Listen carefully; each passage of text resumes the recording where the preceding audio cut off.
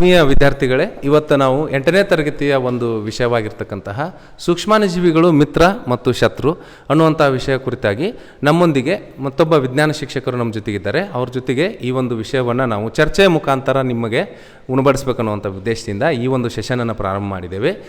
ಈಗ ಮೊದಲನೇದಾಗಿ ನಾನು ಸರ್ಗೆ ಈ ಒಂದು ಮೈಕನ್ನು ಹ್ಯಾಂಡ್ ಓವರ್ ಮಾಡ್ತಾ ಕೆಲವು ಪ್ರಶ್ನೆಗಳನ್ನ ಕೇಳ್ತಾ ಬರ್ತೀನಿ. ಸರ್ ಅದನ್ನು ವಿವರಣೆ ಕೊಡ್ತಾ ಬರ್ತಾರೆ. ತಾವೆಲ್ಲರೂ ಚೆನ್ನಾಗಿ ಅದನ್ನು ಆಲಿಸಬೇಕು ಅಂತ ಹೇಳಿ ತಮ್ಮಲ್ಲಿ ಕೇಳ್ತಾ ಅವ್ರನ್ನ ಈ ಒಂದು ಸೆಷನ್ನಿಗೆ ಸ್ವಾಗತವನ್ನು ಮಾಡ್ಕೊತೀನಿ. ಶ್ರೀಯುತ ಜಗದೀಶ್ ದಿನ್ನಿ ಎಲಿಶಿರುನ್ ಸ್ಕೂಲ್, ಗೌರ್ಮೆಂಟ್ ಹೈಸ್ಕೂಲ್ ಇಲ್ಲಿ ಕೆಲಸ ಮಾಡ್ತಿದ್ದಾರೆ ವಿಜ್ಞಾನ ಶಿಕ್ಷಕರಾಗಿ. ಕಳೆದ 13 ವರ್ಷಗಳಿಂದ ವಿಜ್ಞಾನ ಶಿಕ್ಷಕರಾಗಿ ತಮ್ಮ ಅನುಭವವನ್ನು ಹೊಂದಿದ್ದಾರೆ. ಈಗ ಅವರಿಗೆ ಈ ಮೈಕನ್ನು ಹ್ಯಾಂಡ್ ಓವರ್ ಮಾಡ್ತೀನಿ. ಒಂದೊಂದಾಗಿ ಪ್ರಶ್ನೆ ಕೇಳ್ತಾ ಬರ್ತೀನಿ. ಸರ್ ತಮಗೆ ಅದ್ರ ವಿವರಣೆಯನ್ನು ಕೊಡ್ತಾ ಬರ್ತಾರೆ. ಸರ್. Thank you sir. ನನಗೆ ಈ ಕಾರ್ಯಕ್ರಮಕ್ಕೆ ಆಹ್ವಾನಿಸಿದ್ದಕ್ಕೆ ತುಂಬ ಧನ್ಯವಾದಗಳು. Thank you.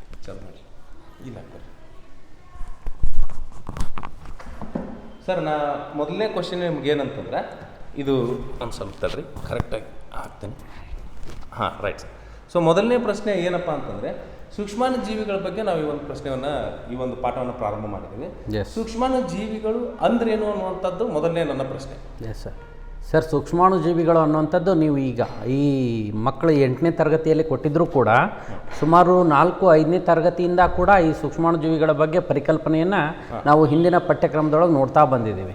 ಹಾಗಾದರೆ ಈ ಸೂಕ್ಷ್ಮಾಣುಜೀವಿಗಳು ಅಂದ್ರೇನು ಅನ್ನುವಂಥ ಒಂದು ಸಾಮಾನ್ಯ ಪರಿಕಲ್ಪನೆ ಕೆಲವು ಮಕ್ಕಳಲ್ಲಿರುತ್ತೆ. ಆದರೂ ಸಂಕ್ಷಿಪ್ತವಾಗಿ ನಾನು ಅದ್ರ ಬಗ್ಗೆ ಹೇಳಲಿಕ್ಕೆ ಇಷ್ಟಪಡ್ತಿದ್ದೇನೆ. ಮೊದಲನೇದಾಗಿ ಸೂಕ್ಷ್ಮಾಣುಜೀವಿಗಳು ಅನ್ನುವಂಥದ್ದು ಅದರ ಶಬ್ದಾರ್ಥದಲ್ಲೇ ಅದರ ಒಂದು ಅರ್ಥ ಅಡಗಿದೆ. ಯಾವ ರೀತಿಯಾಗಿ ಅಂತ ಕೇಳಿದರೆ, ಸೂಕ್ಷ್ಮಾಣುಜೀವಿಗಳು ಅದರ ಅರ್ಥದಲ್ಲಿರುವಂಥ ಒಂದು ಶಬ್ದ ಸೂಕ್ಷ್ಮ ಅನ್ನುವಂಥದ್ದು ಏನೈತಿ, ಅದು ಚಿಕ್ಕ ಅಥವಾ ಸಣ್ಣ ಅನ್ನುವಂಥ ಒಂದು ಪರಿಕಲ್ಪನೆಯನ್ನು ಕೊಡುತ್ತೆ ನಮಗೆ. ತಮ್ಮೊಂದು ಅರ್ಥ ಬರಿಗಣ್ಣಿಗೆ ಕಾಣಲಾರ್ದು, ಬರಿಗಣ್ಣಿಗೆ ಕಾಣದೇ ಇರುವಂತಹ ಸೂಕ್ಷ್ಮ ರಚನೆಯನ್ನು ಹೊಂದಿರುವಂತಹ ಜೀವಿಗಳು. ಒಟ್ಟಾರೆ ಅವು ಕೂಡ ಜೀವಂತ ಜೀವಿಗಳು, ಆದರೆ ಅವು ಸೂಕ್ಷ್ಮ ರಚನೆಯನ್ನು ಹೊಂದಿರ್ತಾವೆ. ಆ ಕಾರಣಕ್ಕಾಗಿ ಅವುಗಳನ್ನ ಸೂಕ್ಷ್ಮ ಜೀವಿಗಳು ಅಂತ ನಾವೇನು ಮಾಡ್ತೇವೆ, ಕರಿತೇವೆ ಅಂತ ಹೇಳಿ. ಹಾಗಾದ್ರೆ ಈ ಒಂದು ಸೂಕ್ಷ್ಮ ಜೀವಿನ ನಮಗೆ ಬರಿಗಣ್ಣಿಗೆ ಕಾಣೋದಿಲ್ಲ ಅಂತ ನೀವು ಅಂತೀರಿ. ಬರಿಗಣ್ಣಿಗೆ ಕಾಣೋದಿಲ್ಲ ಅಂದ್ರೆ ಇವು ನೋಡ್ಬೇಕಾದ್ರೆ ನಾವು ಏನ್ ಮಾಡ್ಬೇಕ್ರಿ? ಹೆಂಗೆ ನೋಡ್ಬೇಕು? ಏನಾದ್ರೂ ಒಂದು ಸಪರೇಟ್ ಆದಂತ ಒಂದು ಸಾಧನ ಇದೆಯೋ, ಅಥವಾ ನಾವು ಒಂದು ಯಾವುದೇ ರೀತಿಯಿಂದ ಟೆಕ್ನಿಕ್ ಅನ್ನು ಬಳಸಬೇಕಾಗುತ್ತೋ? ಯಾವ ರೀತಿಯಾಗಿ ಇವುಗಳನ್ನು ನಾವು ನೋಡ್ಲಿಕ್ಕೆ ಸಾಧ್ಯ? ಒಳ್ಳೆ ಪ್ರಶ್ನೆ. ಸೂಕ್ಷ್ಮಾಣು ಜೀವಿಗಳು ಅಂದರೆ ನೀವು ಯಾವ ರೀತಿಯಾಗಿ ನೋಡಿದ್ವಿ ಅನ್ನುವಂಥ ಒಂದು ಪರಿಕಲ್ಪನೆಯನ್ನು ಕುರಿತು ಕೇಳ್ತಾ ಇದ್ದೀರಾ. ಹಾಗಾದರೆ ಈ ಸೂಕ್ಷ್ಮಾಣು ಜೀವಿಗಳು ಅತಿ ಸೂಕ್ಷ್ಮ ಇದ್ದು ನಾವು ಬರಿಗಣ್ಣಿಗೆ ಕಾಣೋದೇ ಇಲ್ಲ. ಅಂತಹ ಜೀವಿಗಳನ್ನು ನಾವು ನೋಡಲಿಕ್ಕೆ ಒಂದು ವೈಜ್ಞಾನಿಕ ಉಪಕರಣವನ್ನು ಬಳಸ್ತೀವಿ. ಆ ವೈಜ್ಞಾನಿಕ ಉಪಕರಣಕ್ಕೆ ಸೂಕ್ಷ್ಮ ದರ್ಶಕ ಅಂತ ನಾವೇನು ಮಾಡ್ತೀವಿ, ಕರಿತೀವಿ. ನೋಡಿ, ಸೂಕ್ಷ್ಮ ದರ್ಶಕ ಇನ್ ದ ಸೆನ್ಸ್ ತೋರಿಸುವಂಥ ಕೆಲಸ ಮಾಡುತ್ತೆ. ಏನನ್ನ? ಸೂಕ್ಷ್ಮ ವಸ್ತುಗಳನ್ನು ಯಾವ ರೀತಿಯಾಗಿ ದೊಡ್ಡದನ್ನಾಗಿ ಮಾಡಿ, ಅಂದರೆ ಸೂಕ್ಷ್ಮ ಜೀವಿಗಳನ್ನು ದೊಡ್ಡದನ್ನಾಗಿ ಅದರ ಗಾತ್ರವನ್ನು ಹೆಚ್ಚಿಸಿ ತೋರಿಸುವಂತಹ ಒಂದು ಕಾರ್ಯವನ್ನು ಮಾಡುವಂತಹ ಒಂದು ಉಪಕರಣ ಸೂಕ್ಷ್ಮದರ್ಶಕ.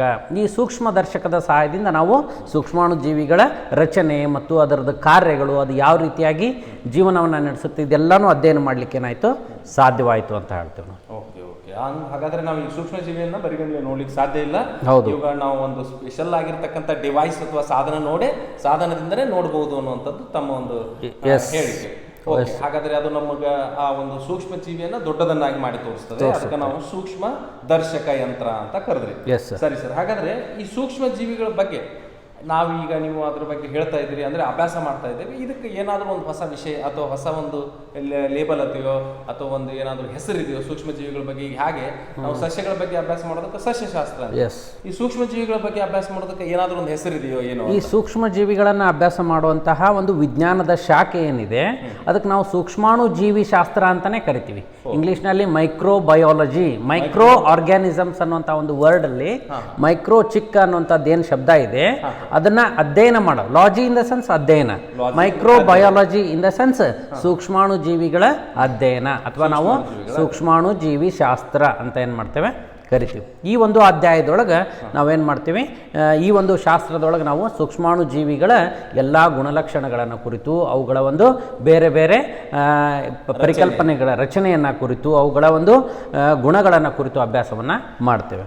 ಓಕೆ ಸರ್, ಸರಿ. ಹಾಗಾದ್ರೆ ನಾವು ಸೂಕ್ಷ್ಮ ಜೀವಿಗಳ ಬಗ್ಗೆ ಅಭ್ಯಾಸ ಮಾಡೋದಕ್ಕೆ ಸೂಕ್ಷ್ಮಾಣು ಜೀವಿ ಶಾಸ್ತ್ರ ಅಂದ್ರೆ ಇದನ್ನು ಮೊಟ್ಟ ಮೊದಲ ಬಾರಿಗೆ ಪರಿಚಯಿಸಿದಂಥವ್ರು ಈ ಒಂದು ಪರಿಕಲ್ಪನೆನ ಅಥವಾ ಇಂಥ ಒಂದು ಸೂಕ್ಷ್ಮ ಜೀವಿಗಳು ಅದಾವೆ ಭೂಮಿ ಮೇಲೆ, ಕಣ್ಣಿಗೆ ಕಾಣೋದಿಲ್ಲ, ಎಲ್ಲರಿಗೂ ಸಾಮಾನ್ಯವಾಗಿ ನಾವು ಇಂಥಲ್ಲಿ ಅದಾವು ಅಂತ ಹೇಳಕ್ಕಾಗೋದಿಲ್ಲ. ಆದ್ರೆ ಇಂಥವು ಅದಾವು ಅನ್ನುವಂಥದ್ದು ಪರಿಕಲ್ಪನೆಯನ್ನು ನಮಗೆ ಕೊಟ್ಟಂಥವ್ರು ಯಾರು, ಮತ್ತೆ ಆ ಒಂದು ವ್ಯಕ್ತಿಯ ಹೆಸರು ಅಥವಾ ವಿಜ್ಞಾನಿ ಹೆಸರನ್ನು ಒಂದು ಸ್ವಲ್ಪ ಪರಿಚಯ ಮಾಡಿಕೊಡ್ರಿ ನಮ್ಮ ವಿದ್ಯಾರ್ಥಿಗಳಿಗೆ. ಈ ಸೂಕ್ಷ್ಮಾಣುಜೀವಿ ಶಾಸ್ತ್ರವನ್ನ ಕುರಿತು ಅಧ್ಯಯನ ಮಾಡುವಂತಹ ವಿಜ್ಞಾನಿಗಳೇನಿದಾರ ಅವ್ರಿಗೆ ನಾವು ಸೂಕ್ಷ್ಮಾಣುಜೀವಿ ಶಾಸ್ತ್ರಜ್ಞರು ಅಂತ ಕರಿತೀವಿ. ನೋಡ್ರಿ, ಶಾಸ್ತ್ರಜ್ಞರು ಅಂದ್ರೆ ಸೂಕ್ಷ್ಮಾಣುಜೀವಿಗಳನ್ನ ಕುರಿತು ಅಧ್ಯಯನ ಮಾಡುವಂತಹ ಒಂದು ವಿಜ್ಞಾನಿಗಳು. ಈ ವಿಜ್ಞಾನಿಗಳಿಗೆ ಸೂಕ್ಷ್ಮಾಣುಜೀವಿ ಶಾಸ್ತ್ರಜ್ಞರು ಅಂತ ಕರಿತೀವಿ. ಹಂಗಂದ್ರೆ ಸೂಕ್ಷ್ಮಾಣುಜೀವಿಗಳನ್ನ ಕುರಿತು ಅತಿ ಸುದೀರ್ಘವಾಗಿ ಅಧ್ಯಯನ ಮಾಡೋದ್ರ ಮೂಲಕ ಸೂಕ್ಷ್ಮಾಣುಜೀವಿಗಳು ಅಂದ್ರೇನು, ಅವುಗಳಿಂದ ನಮ್ಗೆ ಯಾವ ರೀತಿಯಾಗಿ ಹಾನಿ ಉಂಟಾಗ್ತಾವು, ಗುಣಲಕ್ಷಣಗಳು ಯಾವ ರೀತಿಯಾಗಿದಾವು, ಇದನ್ನೆಲ್ಲಾನು ಕುರಿತು ಹೆಚ್ಚು ಹೆಚ್ಚು ಕೊಡುಗೆಯನ್ನ ನೀಡಿದಂತಹ ಲೂಯಿಸ್ ಪಾಶ್ಚರ್ ಅವರು, ನೀವು ಕೇಳಿರ್ಬೋದು, ಪಾಶ್ಚರೀಕರಣ ವಿಧಾನ ಅಂತ ಹೇಳ್ತಾರೆ. ಆ ಲೂಯಿಸ್ ಪಾಶ್ಚರ್ ಅವರು ಹೆಚ್ಚು ಹೆಚ್ಚು ಕೊಡುಗೆಯನ್ನ ಕೊಟ್ಟಿದ್ರಿಂದ ಸೂಕ್ಷ್ಮಾಣುಜೀವಿ ಶಾಸ್ತ್ರದ ಪಿತಾಮಹ ಅಂತ ಅವ್ರನ್ನ ಏನ್ ಮಾಡ್ತೇವೆ ಕರಿತೀವಿ. ಸುಮಾರು 19ನೇ ಶತಮಾನದೊಳಗೆ ಸುದೀರ್ಘವಾದಂಥ ಅಧ್ಯಯನವನ್ನು ಲೂಯಿಸ್ ಪಾಶ್ಚರ್ ಅವ್ರು ಮಾಡಿದರು. ಇವರೊಬ್ಬರೇ ಏನ್ರಿ ಅಂತ ಕೇಳಿದರೆ ಇನ್ನೂ ಅನೇಕ ಜನ ವಿಜ್ಞಾನಿಗಳು, ಉದಾಹರಣೆ ರಾಬರ್ಟ್ ಕೋಚರ್ ಅವರು, ರಾಬರ್ಟ್ ಕೋಚರ್ ಅವರ ಒಂದು ಬ್ಯಾಕ್ಟೀರಿಯಾಗಳ ಅಧ್ಯಯನವನ್ನು ಈಗಿನ ದಿನಮಾನಗಳಲ್ಲಿ ಕೂಡ ಕೋಚನ ವಿಧಾನದ ಮೂಲಕನೇ ಬ್ಯಾಕ್ಟೀರಿಯಾಗಳ ಅಧ್ಯಯನವನ್ನು ಮಾಡ್ತಾ ಬರ್ತೀವಿ. ಅದೇ ರೀತಿಯಾಗಿ ಜೋಸೆಫ್ ಲಿಸ್ಟರ್ ಅವರ ಹೆಸರನ್ನ ಕೇಳಿರ್ಬೋದು. ಜೋಸೆಫ್ ಲಿಸ್ಟರ್ ಅವರು ವೈದ್ಯರಾಗಿದ್ದು ಕೂಡ ವಿಜ್ಞಾನಿಗಳೂ ಹೌದು. ನೋಡ್ರಿ, ಬಹಳಷ್ಟು ಜನ ಸೂಕ್ಷ್ಮಾಣುಜೀವಿಗಳ ದಾಳಿಯಿಂದಾಗಿ ಶಸ್ತ್ರಚಿಕಿತ್ಸಾ ಕೊಠಡಿ ಅಥವಾ ಶಸ್ತ್ರಚಿಕಿತ್ಸೆಯ ನಂತರ ಸಾವಿನ ಪ್ರಮಾಣ ಹೆಚ್ಚಾಗಿತ್ತು. ಅದ್ರ ಬಗ್ಗೆ ಆಪರೇಷನ್ ನಂತರ ಅದನ್ನ ಅವ್ರು ಏನ್ ಮಾಡಿದ್ರಪ್ಪ ಅಂತ ಹೇಳಿದ್ರೆ, ಸೂಕ್ಷ್ಮಾಣುಜೀವಿ ಶಾಸ್ತ್ರಜ್ಞರು ಆದಂತಹ ಯಾರೋ ವೈದ್ಯ ವಿಜ್ಞಾನಿಗಳಾದಂತಹ ಜೋಸೆಫ್ ಲಿಸ್ಟರ್ ಅವರು ಯಾವ ರೀತಿಯಾಗಿ ಸೂಕ್ಷ್ಮಾಣುಜೀವಿಗಳನ್ನ ಕಂಟ್ರೋಲ್ ಮಾಡೋದ್ರ ಮೂಲಕ, ಸೂಕ್ಷ್ಮಾಣುಜೀವಿಗಳನ್ನ ನಿಯಂತ್ರಣ ಮಾಡೋದ್ರ ಮೂಲಕ ಆಪರೇಷನ್ ಅನ್ನ ಯಶಸ್ವಿಗೊಳಿಸಬಹುದು ಅನ್ನುವಂಥ ಒಂದು ಪರಿಕಲ್ಪನೆಯನ್ನು ಅವ್ರು ಏನ್ ಮಾಡ್ತಾರೆ, ಮೊಟ್ಟ ಮೊದಲ ಬಾರಿಗೆ ಜಗತ್ತಿಗೆ ತೋರಿಸಿಕೊಡ್ತಾರೆ. Okay sir. ಹಾಗಾದ್ರೆ ಫಾದರ್ ಆಫ್ ಮೈಕ್ರೋಬಯಾಲಜಿ ಅಂತಂದ್ರೆ ಲೂಯಿ ಪಾಶ್ಚರ್ ಅವರು. ಎಸ್. Okay sir. ಈ ಒಂದು ಲೂಯಿ ಪಾಶ್ಚರ್ನ ಕೊಡುಗೆ ಏನು ಅಂತ ಹೇಳಿದ್ರೆ ಪಾಶ್ಚರೀಕರಣ ಅಂತ. ಮತ್ತೇನಾದ್ರೂ ಕೊಡುಗೆಯನ್ನು ಕೊಟ್ಟಿದಾರ? ಲೂಯಿಸ್ ಪಾಶ್ಚರ್ ಅವರು ಅನೇಕ ವ್ಯಾಕ್ಸಿನ್ಗಳಂತ ಏನು ಹೇಳ್ತೀವಿ ನಾವು, ಲಸಿಕೆಗಳ ತಯಾರಿಕೆಗೆ ತಮ್ಮದೇ ಆದಂತಹ ಒಂದು ಕೊಡುಗೆಗಳನ್ನು ಏನು ಮಾಡಿದ್ದಾರೆ, ಕೊಟ್ಟಿದ್ದಾರೆ. ಸೂಕ್ಷ್ಮಾಣುಜೀವಿಗಳನ್ನು ನಾವೇನು ಮಾಡ್ಬೋದು, ಉಷ್ಣತೆಯನ್ನು ನಿಯಂತ್ರಿಸಿಕೊಳ್ಳೋದ್ರ ಮೂಲಕ, ಶಾಖವನ್ನು ನಿಯಂತ್ರಿಸಿಕೊಳ್ಳೋದ್ರ ಮೂಲಕ ಏನು ಮಾಡ್ಬೋದು, ಕೊಲ್ಲಬಹುದು ಅಥವಾ ಅವುಗಳ ಬೆಳವಣಿಗೆಯನ್ನು ಕುದಿಸಬಹುದು, ನಿಯಂತ್ರಿಸಬಹುದು ಅನ್ನುವಂಥ ಒಂದು ಪರಿಕಲ್ಪನೆಯನ್ನು ಕೂಡ ನಮಗೆ ತೋರಿಸಿಕೊಟ್ಟವರು ಲೂಯಿಸ್ ಪಾಶ್ಚರ್ ಅವರು. ನಿಮಗೆ ಬೆಸ್ಟ್ ಎಕ್ಸಾಂಪಲ್ ಹೇಳೋದಾದರೆ, ಪ್ರತಿದಿನ ನೀವೇನು ಮಾಡ್ತೀರಿ, ಬೆಳಗ್ಗೆ ಹಾಲು ತೊಗೊಂಡ ತಕ್ಷಣ ಅದನ್ನು ಕಾಯಿಸ್ತೀರಿ, ಮಧ್ಯಾಹ್ನ ಅಥವಾ ಸಾಯಂಕಾಲ ಮತ್ತೊಮ್ಮೆ ಏನು ಮಾಡ್ತೀರಿ, ಹಾಲನ್ನ ಕಾಯಿಸ್ತೀರಿ. ಅಕಸ್ಮಾತ್ ಹಾಲು ಕಾಯಿಸ್ದೇ ಇದ್ರೆ ಏನಾಗುತ್ತೆ, ಹಾಲು ಒಡೆದು ಹೋಗುತ್ತೆ, ಹಾಲು ಹಾಳಾಗುತ್ತೆ. ಅದಕ್ಕೆ ಪ್ರಮುಖ ಕಾರಣ ಏನಂದ್ರೆ ಹಾಲಿನೊಳಗೆ ಬೆಳೆಯಬಹುದಂತ ಬ್ಯಾಕ್ಟೀರಿಯಾಗಳು, ಸೂಕ್ಷ್ಮಜೀವಿಗಳು. ಎಸ್, ಅವುಗಳ ಬೆಳವಣಿಗೆಯಿಂದಾಗಿ ಹಾಲು ಏನಾಗುತ್ತೆ, ಕೆಡ್ತೈತಿ. ಇದರಿಂದ ತಿಳ್ಕೊಬಹುದು ಲೂಯಿಸ್ ಪಾಶ್ಚರ್ ಅವರು ಸೂಕ್ಷ್ಮಾಣುಜೀವಿಗಳ ಬೆಳವಣಿಗೆಯನ್ನ ನಿಯಂತ್ರಣ ಮಾಡಲಿಕ್ಕೆ ಹಾಲನ್ನ ಕಾಯಿಸಬೇಕು, ಇನ್ ದ ಸೆನ್ಸ್ ಅದರ ಶಾಖವನ್ನ ಹೆಚ್ಚಿಸಬೇಕು ಅನ್ನುವಂಥ ಒಂದು ಪರಿಕಲ್ಪನೆಯನ್ನು ಅವ್ರು ಏನು ಮಾಡಿದ್ರು, ಸುಲಭವಾಗಿ ತಿಳಿಸಿಕೊಡ್ತಾರೆ. ಈ ಒಂದು ಸೂಕ್ಷ್ಮಜೀವಿ ನೋಡ್ಲಿಕ್ಕೆ ನೀವೇನು ಸೂಕ್ಷ್ಮದರ್ಶಕ ಯಂತ್ರವನ್ನು ಬಳಸ್ತಾರ ಅಂತ ಏನು ಹೇಳಿದ್ರಿ, ಇದನ್ನು ಮೊಟ್ಟ ಮೊದಲಿಗೆ ಸೂಕ್ಷ್ಮದರ್ಶಕ ಯಂತ್ರವನ್ನ ಬಳಸಿ ಅತಿ ಕಣ್ಣಿಗೆ ಕಾಣಲಾರದಂತಹ ಅತಿ ಸೂಕ್ಷ್ಮವಾಗಿರ್ತಕ್ಕಂಥ ವಸ್ತುಗಳನ್ನು ನೋಡಿದಂಥವ್ರು ಯಾರಾದರೂ ಇದ್ರಾ ಮೊದಲಿಗೆ? ಸುಮಾರು 1857ರಲ್ಲೇ ಲೂಯಿಸ್ ಪಾಶ್ಚರ್ ಅವರು ಈ ಒಂದು ಜೀವಂತ ಸೂಕ್ಷ್ಮಾಣುಜೀವಿಗಳನ್ನು ಏನು ಮಾಡಿದ್ರು, ವೀಕ್ಷಣೆ ಮಾಡಿದರು. ಅದ್ರ ಜೊತೆಗೆ ಇನ್ನೂ ಪೂರ್ವದೊಳಗನೆ ಯಾರು ಎಡ್ವರ್ಡ್ ಜೆನ್ನರ್ ಅನ್ನುವಂತಹ ಒಂದು ವಿಜ್ಞಾನಿ 18ನೇ ಶತಮಾನದೊಳಗನೆ ಈ ಸೂಕ್ಷ್ಮಾಣುಜೀವಿಗಳಿಂದಾಗಿ ಬರುವಂತಹ ಕಾಯಿಲೆಗಳಿಗೆ ಲಸಿಕೆಗಳನ್ನು ಮತ್ತು ಅವುಗಳಿಗೆ ಸೂಕ್ತ ವ್ಯಾಕ್ಸಿನ್ಗಳನ್ನು ಕಂಡುಹಿಡಿಯುವಂಥ ಒಂದು ಪ್ರಯತ್ನವನ್ನು ಕೂಡ ಮಾಡಿ ಯಶಸ್ವಿಯಾಗಿದ್ದರು. ಯಾರು? ಎಡ್ವರ್ಡ್ ಜೆನ್ನರ್ ಅವರು. Yes, yes yes yes sir. ಅದೇ ರೀತಿಯಾಗಿ ಇನ್ನೂ ಬಹಳಷ್ಟು ಜನ ಸಿಡುಬು ರೋಗಕ್ಕೆ ಲಸಿಕೆ ಆಯಿತು. ಅಲೆಕ್ಸಾಂಡರ್ ಫ್ಲೆಮಿಂಗ್ ರವರು ಪೆನ್ಸಿಲಿನ್ ಇಂಜೆಕ್ಷನ್ ಅನ್ನ ಏನ್ ಮಾಡಿದ್ರು, ಕಂಡು ಹಿಡಿದಿದ್ರು. ಬಹಳಷ್ಟು ಚಿರಪರಿಚಿತ ಎಲ್ಲ ಹಳ್ಳಿಗಳಲ್ಲಿ ಕೂಡ ಆ ಬಿಳೆ ಇಂಜೆಕ್ಷನ್ ಅಂತ ಕರೀತಾರೆ. ಎಸ್, ಆಡು ಭಾಷೆಯಲ್ಲಿ. ಹೌದು, ಅದನ್ನ ಪೆನ್ಸಿಲಿನ್ ಅನ್ನುವಂತ ಇಂಜೆಕ್ಷನ್ ಅನ್ನ ಅಲೆಕ್ಸಾಂಡರ್ ಫ್ಲೆಮಿಂಗ್ ಅವರು ಕಂಡುಹಿಡಿದ್ರು. Yes sir. Okay sir. ಇನ್ನು ಹಾಗಾದ್ರೆ ಮುಂದೆ ಈ ಒಂದು ಸೂಕ್ಷ್ಮ ಜೀವಿಗಳಲ್ಲಿ ಮತ್ತೇನಾದ್ರು ಪ್ರಕಾರಗಳದಾವ, ಅವುಗಳ ಆಕಾರ ಅಥವಾ ಗಾತ್ರ, ಇವುಗಳ ಆಧಾರದ ಮೇಲೆ ಮತ್ತೆ ಅವುಗಳ ಗಾತ್ರ ಎಷ್ಟಿದೆ? ಮೊಟ್ಟ ಮೊದಲ ಪ್ರಶ್ನೆ ನಂದು, ಸೂಕ್ಷ್ಮ ಜೀವಿಗಳು ಬರಿಗಣ್ಣಿಗೆ ಕಾಣೋದಿಲ್ಲ ಅಂತಂದ್ರಿ, ಹಾಗಾದ್ರೆ ಅವುಗಳ ಗಾತ್ರ ಎಷ್ಟಿರ್ತವೆ, ಎಲ್ಲಿಂದ ಎಲ್ಲಿವರೆಗೆ ಇರ್ತವೆ? ಎಸ್, ಸಾಮಾನ್ಯವಾಗಿ ಸೂಕ್ಷ್ಮ ಜೀವಿಗಳು ಅಂದರೆ ಬರಿಗಣ್ಣಿಗೆ ಕಾಣದೇ ಇರೋದು ಅಂತ ಹೇಳ್ತೀವಿ ನಾವು. ಹಾಗಂದ್ರೆ ಅವು ನಮ್ಮ ಕೈ ಮೇಲೆ ಇರ್ತಾವೆ, ನಮ್ಮ ಇದ್ರೊಳಗೆ ಇರ್ತಾವೆ, ನಾವು ಬಳಸುವಂಥ ಆಹಾರದ ಮೇಲೆ ಇರ್ತಾವೆ, ನಮ್ಮ ಸ್ಕಿನ್ ಮೇಲೆ ಎಲ್ಲ ಕಡೆ ಇರ್ತಾವೆ. ಸೂಕ್ಷ್ಮಾಣು ಜೀವಿಗಳು ಇದ್ರೂ ಕೂಡ ನಮ್ಮ ಬರಿಗಣ್ಣಿಗೆ ಏನಾಗ್ತಾ ಇಲ್ಲ, ಆ ಸೂಕ್ಷ್ಮ ಜೀವಿಗಳು ಕಾಣ್ತಾ ಇಲ್ಲ. ಯಾಕೆ ಕಾಣ್ತಾ ಇಲ್ಲ ಅಂದರೆ ನಮ್ಮ ಕಣ್ಣಿಗೆ, ದೃಷ್ಟಿಗೆ ಒಂದು ಸಾಮರ್ಥ್ಯ ಐತಿ, ಮಿನಿಮಮ್ ಇಷ್ಟು ಸಾಮರ್ಥ್ಯದ ಸೂಕ್ಷ್ಮಾಣು ಜೀವಿಗಳನ್ನು ನಾವೇನು ಮಾಡ್ಬೋದು, ವಸ್ತುಗಳನ್ನು ನಾವು ವೀಕ್ಷಣೆ ಮಾಡ್ಬೋದು. ಬಟ್ ಈ ಸೂಕ್ಷ್ಮಾಣು ಜೀವಿಗಳ ಗಾತ್ರ ಏನೈತೆ, ಮೈಕ್ರೋಮೀಟರ್ ಗಾತ್ರದಲ್ಲಿದೆ. ಇನ್ನೂ ಕೆಲವೊಂದಿಷ್ಟು ಸಂದರ್ಭಗಳಲ್ಲಿ ವೈರಸ್ಗಳನ್ನು ನೋಡೋದಾದ್ರೆ ಅದಕ್ಕೂ ಚಿಕ್ಕದಾದಂತಹ ಒಂದು ಗಾತ್ರವನ್ನು ಯಾವ ಹೊಂದಿದ್ದಾವು? ಎಸ್, ಆಂಗ್ಸ್ಟ್ರಾಮ್, ನ್ಯಾನೋಮೀಟರ್ ಅಂತ ಹೇಳ್ತೀವಿ. ಈ ಗಾತ್ರದ ಒಂದು ಸೂಕ್ಷ್ಮಾಣು ಜೀವಿಗಳನ್ನು ನಾವು ಬರಿಗಣ್ಣಿನಿಂದ ನೋಡಲಿಕ್ಕೆ ಸಾಧ್ಯವಾಗುವುದಿಲ್ಲ. ಈಗ ನಿಮ್ಗೊಂದು ಪ್ರಶ್ನೆ ಬರ್ಬೋದು, ಸರ್ ಈ ಮೈಕ್ರೋಮೀಟರ್ ಅಂತ ಹೇಳಿದ್ರಿ, ಹಾಗಾದ್ರೆ ಏನು ಆ ಮೈಕ್ರೋಮೀಟರ್ ಅಂತ ಕೇಳಿದ್ರೆ ನೀವೆಲ್ಲ ಸ್ಕೇಲನ್ನು ನೋಡಿರ್ಬೋದು. ಆ ಸ್ಕೇಲ್ ಒಳಗಡೆ ಸೆಂಟಿಮೀಟರ್ನ ನೀವು ಸುಲಭವಾಗಿ ಗುರುತಿಸ್ತೀರಿ. 1 ಸೆಂಟಿಮೀಟರ್ ಒಳಗಡೆ 10 ಮಿಲಿಮೀಟರ್ ಇರ್ತಾವೆ. 10 ಮಿಲಿಮೀಟರ್. ಆ 1 ಮಿಲಿಮೀಟರ್ನ ನೀವು ಊಹೆ ಮಾಡೋದು ಸ್ವಲ್ಪ ಕಷ್ಟ ಆಗುತ್ತೆ. 1 ಮಿಲಿಮೀಟರ್ನ ಅಂದ್ರೆ ಅತಿ ಚಿಕ್ಕ 2 ಗೆರೆಗಳ ನಡುವೆ 1,000 ಭಾಗಗಳನ್ನ ಮಾಡಿದ್ರೆ ಅವಾಗ ನಮಗೆ ದೊರೆಯುವಂಥದ್ದು 1 ಮೈಕ್ರೋಮೀಟರ್ ಅಂತ ಹೇಳ್ತೀವಿ. ಬಹಳ ಚಿಕ್ಕದು. ಒಂದು ಸೂಜಿ ಮೊನೆ ಏನಿರುತ್ತಲ್ಲ, ಆ ಸೂಜಿ ಅಂದ್ರೆ ಗುಂಡು ಸೂಜಿಯ ಮೊನೆ ಮೇಲೆ 16,000 ಸೂಕ್ಷ್ಮಾಣು ಜೀವಿಗಳು ಏನಾಗ್ತಾವು, ಕೂಡ್ತಾವು. ನೋಡ್ರಿ ಎಷ್ಟು ಬಹಳಷ್ಟು ಚಿಕ್ಕ ಗಾತ್ರ. ಎಸ್, ಬಹಳಷ್ಟು ಚಿಕ್ಕದಾಗುತ್ತೆ. ಹಾಗಾದ್ರೆ ಈ ಒಂದು ಸೂಕ್ಷ್ಮ ಜೀವಿಗಳಲ್ಲಿ ಪ್ರಕಾರಗಳು ಏನಾದರೂ ಅದಾವಲ್ರಿ? ಎಸ್, ಸೂಕ್ಷ್ಮಾಣು ಜೀವಿಗಳನ್ನು ನಾವು ಬೇರೆ ಬೇರೆ ಆಧಾರದ ಮೇಲೆ ಏನು ಮಾಡ್ತೀವಿ, ವಿಧಗಳನ್ನು ವಿಂಗಡಣೆಯನ್ನು ಮಾಡ್ತೀವಿ. ಸಾಮಾನ್ಯವಾಗಿ ನಮ್ಮ ಪುಸ್ತಕದಲ್ಲಿ ನಾವು ನೋಡುವ ಹಾಗೆ ಸೂಕ್ಷ್ಮಾಣು ಜೀವಿಗಳನ್ನು 4 ಪ್ರಕಾರಗಳಾಗಿ ಮಾಡಿದ್ದಾರೆ.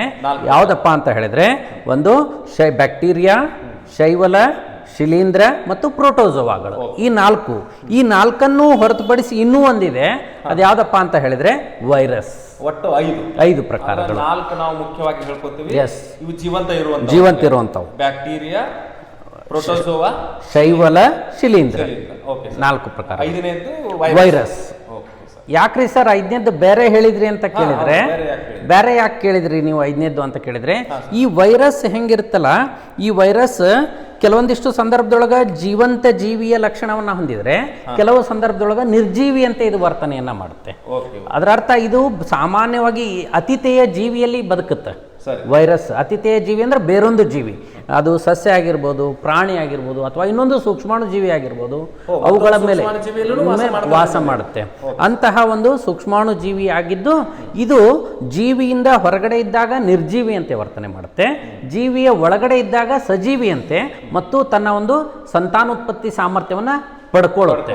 ಆದ್ದರಿಂದಾಗಿ ಇದನ್ನು ನಾವು ಸೂಕ್ಷ್ಮಾಣು ಜೀವಿಯಲ್ಲಿ ವಿಶೇಷ ಗುಂಪನ್ನಾಗಿ ಏನು ಮಾಡ್ತೀವಿ, ಅಭ್ಯಾಸವನ್ನ ಮಾಡ್ತೇವೆ. ಅಂದ್ರೆ ಇದೊಂಥರ ಯಾವ ಒಂದು ಹೋಸ್ಟ್ ಅಂತ ಏನು ಕರಿತೀವಿ, ಅತಿಥಿ ಜೀವಿ ಇದೆ, ಅದರ ಒಳಗಡೆ ಇದ್ದಾಗ ಮಾತ್ರ ಕ್ರಿಯೆಯೊಳಗಿರ್ತದೆ ಅಥವಾ ಒಂದು ಜೀವ ಚಟುವಟಿಕೆ ಯುಕ್ತವಾಗಿರುತ್ತೆ. ಜೀವಿ ಹೊರಗಿದ್ದಾಗ ಅದು ನಿರ್ಜೀವಿ ಅಂತ ನಾವು ಜೀವಿ ಮತ್ತು ನಿರ್ಜೀವಿಗಳನ್ನು ಕೊಂಡಿತರ. ಎಸ್ ಸರ್, ಎಸ್, ಹಂಗೂ ಹೇಳ್ಬೋದು. ಹೌದು. ಹೊರಗಡೆ ಇದ್ದಾಗ ನಿರ್ಜೀವಿ, ಅತಿಥಿಯ ಜೀವಿಯಲ್ಲಿ ಇದ್ದಾಗ ಅದು ಸಜೀವಿ ಅಂತ. ಹೊರಗಡೆ ಇದ್ದಾಗ ಕೇವಲ ಒಂದು ರಾಸಾಯನಿಕ ಅಷ್ಟೇ. Yes sir. ದೇಹದ ಒಳಗಡೆ, ಅತಿಥಿಯ ದೇಹದ ಒಳಗಡೆ ಜೀವಿಯಾಗಿ ಕೆಲಸ ಮಾಡುತ್ತೆ. Yes sir. ಸೊ ಹಾಗಾದ್ರೆ ಈಗ ಬ್ಯಾಕ್ಟೀರಿಯಾ ಆಯ್ತು, ಶಿಲೀಂಧ್ರ ಆಯ್ತು, ಪ್ರೋಟೋಜೋವಾಗಳಾಯ್ತು, ಶೈವಲಗಳಾಯ್ತು, ವೈರಸ್ಗಳಾಯ್ತು, ಒಟ್ಟು 5 ಪ್ರಕಾರಗಳನ್ನ ನೀವು ಹೇಳಿದ್ರಿ. ಈಗ ಬ್ಯಾಕ್ಟೀರಿಯಾಗಳಿಗೆ ಕೆಲವೊಂದಿಷ್ಟು ಉದಾಹರಣೆಗಳನ್ನ ಹೇಳ್ತೀರಿ ನೀವು. ಎಸ್, ಬ್ಯಾಕ್ಟೀರಿಯಾಗಳಿಗೆ ಸಾಮಾನ್ಯವಾಗಿ ಉದಾಹರಣೆಗಳನ್ನ ಹೇಳೋದಾದ್ರೆ ಎಸ್ಚರ್ಷಿಯಾ ಕೊಲೈ ಬ್ಯಾಕ್ಟೀರಿಯಾ ಅಂತ ಹೇಳ್ಬೋದು ನಾವು. ಈ ಕೊಲೈ ಬ್ಯಾಕ್ಟೀರಿಯಾ ಅಂತ ಹೇಳ್ತೀವಿ. ಲ್ಯಾಕ್ಟೋಬೆಸಿಲಸ್ ಬ್ಯಾಕ್ಟೀರಿಯಾ ಅಂತ ಹೇಳ್ಬೋದು. ಲ್ಯಾಕ್ಟೋಬೆಸಿಲಸ್ ಹೆಚ್ಚು ಚಿರಪರಿಚಿತ ಇರುವಂತದ್ದು ಲ್ಯಾಕ್ಟಿಕ್ ಆಸಿಡ್ ಬೆಸಿಲಸ್. ಎಸ್, ಹಾಲಿನೊಳಗಡೆ ಇದು ಇರುತ್ತೆ. ಲ್ಯಾಕ್ಟೋಬೆಸಿಲಸ್ ಬ್ಯಾಕ್ಟೀರಿಯಾ ಹಾಲಿನೊಳಗಡೆ ಇರುತ್ತೆ. ಈ ಬ್ಯಾಕ್ಟೀರಿಯಾ ಇದ್ರ ಬಗ್ಗೆ ಬಹಳ ಚಿರಪರಿಚಿತರು, ಫ್ಯಾಮಿಲಿಯರ್ ಇದ್ದಾರೆ ಈ ವರ್ಡ್ ಬಗ್ಗೆ. ಸ್ಪೆಷಲ್ ಆಗಿ ಲ್ಯಾಕ್ಟೋಬೆಸಿಲಸ್ ಬ್ಯಾಕ್ಟೀರಿಯಾ ಅನ್ನುವಂಥದ್ದು ಬಹಳ ಫ್ಯಾಮಿಲಿಯರ್ ಇದೆ. ಈ ಬ್ಯಾಕ್ಟೀರಿಯಾನೇ ಹಾಲು ಮೊಸರಾಗ್ಲಿಕ್ಕೆ ಕಾರಣ. ನಾವೇನು ಹೆಪ್ಪು ಹಾಕೋದು ಅಂತ ಹೇಳ್ತೀವಿ, ಇನ್ ದ ಸೆನ್ಸ್ ಅದರಲ್ಲಿ ಏನು ಮಾಡ್ತೀವಿ, ಬ್ಯಾಕ್ಟೀರಿಯಾಗಳನ್ನು ಹಾಕ್ತೇವೆ. ಮೊಸರಿನಲ್ಲಿ ಆ ಲ್ಯಾಕ್ಟೋಬೆಸಿಲಸ್ ಬ್ಯಾಕ್ಟೀರಿಯಾಗಳ ಒಂದು ಪ್ರಮಾಣ ಏನಾಗಿರ್ತೈತೆ, ಹೆಚ್ಚಿರುತ್ತೆ. ಅದನ್ನು ನಾವು ಹಾಲಿಗೆ ಸೇರಿಸೋದ್ರಿಂದ ಏನಾಗುತ್ತೆ, ಅವುಗಳು ಅತಿ ಬೇಗನೆ ಸಂತಾನೋತ್ಪತ್ತಿಯನ್ನು ಮಾಡ್ತಾವೆ. ವೇಗವಾಗಿ ಸಂತಾನೋತ್ಪತ್ತಿಯ ದರ ಇರುತ್ತೆ.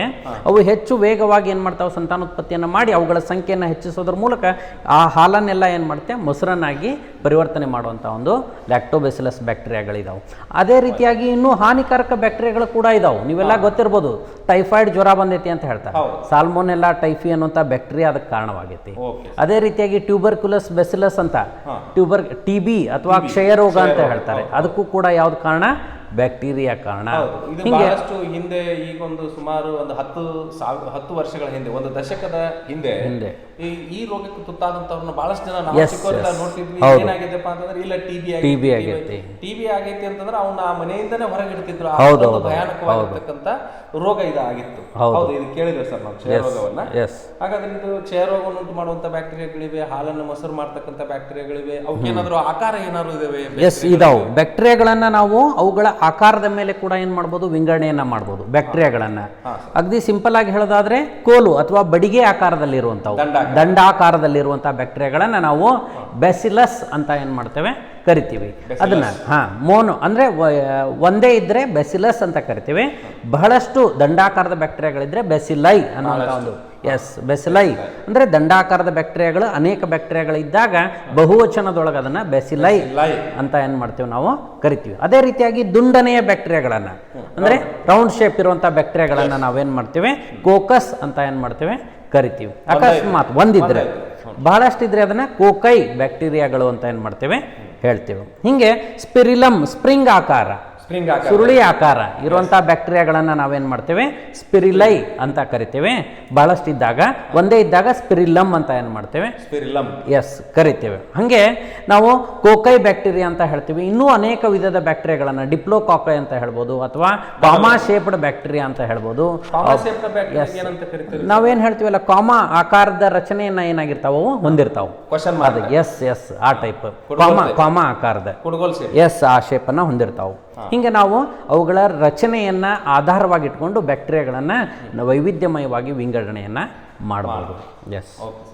ಸರ್, ಹಾಗಾದ್ರೆ ಇವು ಬ್ಯಾಕ್ಟೀರಿಯಾಗಳ ರಚನೆ ಆಯ್ತು, ಇವು ಎಲ್ಲಿ ವಾಸ ಮಾಡ್ತೇವೆ? ಒಟ್ಟಾರೆಯಾಗಿ ನನ್ನೊಂದು ಪ್ರಶ್ನೆ ಏನಂತಂದ್ರೆ, ಈ ಸೂಕ್ಷ್ಮಾಣು ಜೀವಿಗಳು ಅಂತ ಹೇಳಿದ್ರಿ, ಇವು ಈಗ ನೀವು ಚರ್ಮದ ಮೇಲೆ ಇರ್ತಾವಂತಂದ್ರಿ, ಆಮೇಲೆ ದೇಹದ ಒಳಗಡೆ ಇರ್ತಾವಂತಂದ್ರಿ, ಈಗ ನಮ್ಮ ದೇಹ ಆಯ್ತು, ಇನ್ನು ಉಳಿದ ಬೇರೆ ಪ್ರಾಣಿಗಳ ಮೇಲೆ, ಸಸ್ಯಗಳ ಮೇಲೂ ಇರ್ತಾವಂತ ಹೇಳಿದ್ರಿ. ಒಟ್ಟಾರೆಯಾಗಿ ಇವುಗಳ ಒಂದು ಹ್ಯಾಬಿಟೇಟ್ ಅಂತ ಏನ್ ಕರಿತೀವಿ, ಆವಾಸ ಅಂತ ಏನ್ ಕರಿತೀವಿ, ಇದರ ಆವಾಸ ಅಂತ ಕೇಳಿದ್ರೆ ಏನಂತ ಉತ್ತರ ಕೊಡ್ಬೇಕು ನಾವು?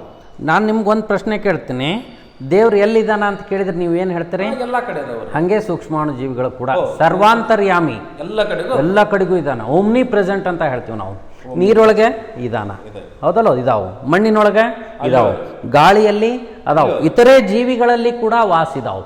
ಅತ್ಯಂತ ಹೆಚ್ಚು ಶಾಖವನ್ನು ಹೊಂದಿರುವಂತಹ ಬಿಸಿನೀರಿನ ಬುಗ್ಗೆಗಳಲ್ಲಿ ಕೂಡ ಇದಾವು. ಶೀತ ಪ್ರದೇಶದಿಂದ ಕೂಡಿರುವಂತಹ ಧ್ರುವ ಪ್ರದೇಶಗಳಲ್ಲಿ ಕೂಡ ಬ್ಯಾಕ್ಟೀರಿಯಾಗಳದಾವು. ಜೌಗು ಪ್ರದೇಶಗಳಲ್ಲಿ ಕೂಡ ಅದಾವು, ಮರುಭೂಮಿಯಲ್ಲಿ ಕೂಡ ಬ್ಯಾಕ್ಟೀರಿಯಾಗಳಿದಾವೆ. ಸೂಕ್ಷ್ಮಾಣು ಜೀವಿಗಳು ಎಲ್ಲಿದಾವ ಅಂತ ಕೇಳಿದ್ರೆ ಸರ್ವತ್ರಯಾಮ್, ಎಲ್ಲಾ ಒಂದು ಪ್ರದೇಶಗಳಲ್ಲಿ ಕೂಡ, ಎಲ್ಲಾ ಒಂದು ಇದರಲ್ಲಿ ಕೂಡ ಏನಾಗ್ತಾವು, ಕಂಡು ಬರ್ತಾವೆ. ಎಲ್ಲ ಕಡೆಗೂ ಅದೇ ತರನಾಗಿ ಸೂಕ್ಷ್ಮ ಆವಾಸ ಅಂತ ಏನಾದ್ರು ಕೇಳಿದ್ರೆ ಸರ್ವತ್ರಯಾಮಿ, ಎಲ್ಲ ಕಡೆಗೂ ಇಲ್ಲ ಅನ್ನೋಂಗಿಲ್ಲ. ಅತಿ ಉಷ್ಣ, ಅತಿ ತಂಪಾದ ಪ್ರದೇಶ, ಜೌಗು ಪ್ರದೇಶ, ಮರುಭೂಮಿ, ಎಲ್ಲ ಕಡೆ ಅಂತ ಹೇಳಿದ್ರಿ. Okay sir. ಸೊ ಬ್ಯಾಕ್ಟೀರಿಯಾ ಬಗ್ಗೆ ಸ್ವಲ್ಪ ಪರಿಚಯ ಮಾಡಿಕೊಟ್ರಿ. ಅದೇ ತರ ಇನ್ನೊಂದು ಸೂಕ್ಷ್ಮ ಜೀವಿಯಾಗಿರ್ತಕ್ಕಂಥ ಒಂದು ಶಿಲೀಂಧ್ರದ ಬಗ್ಗೆ ಒಂದೆರಡು ಉದಾಹರಣೆಗಳನ್ನು ಕೊಟ್ಟು ನಮ್ಮ ಹುಡುಗರಿಗೆ ಅದರ ಪರಿಚಯ ಮಾಡಿಕೊಡಿ. ಸಾಮಾನ್ಯವಾಗಿ ಶಿಲೀಂಧ್ರಗಳಿಗೆ ನಾವು ಮೈಕೋಟಾ ಅಂತ ಕೂಡ ಏನ್ ಮಾಡ್ತೇವೆ, ಕರಿತೀವಿ.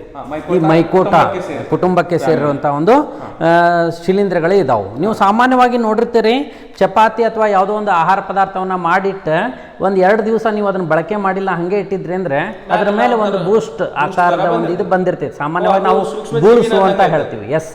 ಬೂಳ್ಸು ಅಂತ ಹೇಳ್ತೀವಿ. ಅದು ಕೂಡ ಒಂದು ಸೂಕ್ಷ್ಮಜೀವಿ. ಅದು ಸೂಕ್ಷ್ಮಜೀವಿ ಯಾವ ವಿಧ ಅಂತ ಕೇಳಿದ್ರೆ ಶಿಲೀಂಧ್ರ. ನಾವು ಅದನ್ನ ಬೇರೆ ಬೇರೆ ರೀತಿಯಾಗಿ, ಅದರ ಅರ್ಥ ನೀವು ಆಹಾರ ಪದಾರ್ಥಗಳಲ್ಲಿ ಬೆಳೆಯುವಂಥದ್ದು ಬ್ರೆಡ್ ಮೋಲ್ಡ್ ಅಂತ ಹೇಳ್ತೀವಿ ನಾವು, ಹೌದಾ? ರೈಸೋಪಸ್ ಅಂತ ಹೇಳ್ತೀವಿ. ಎಸ್ ಸರ್, ರೈಸೋಪಸ್ ಅಂತ ಹೇಳ್ತೀವಿ.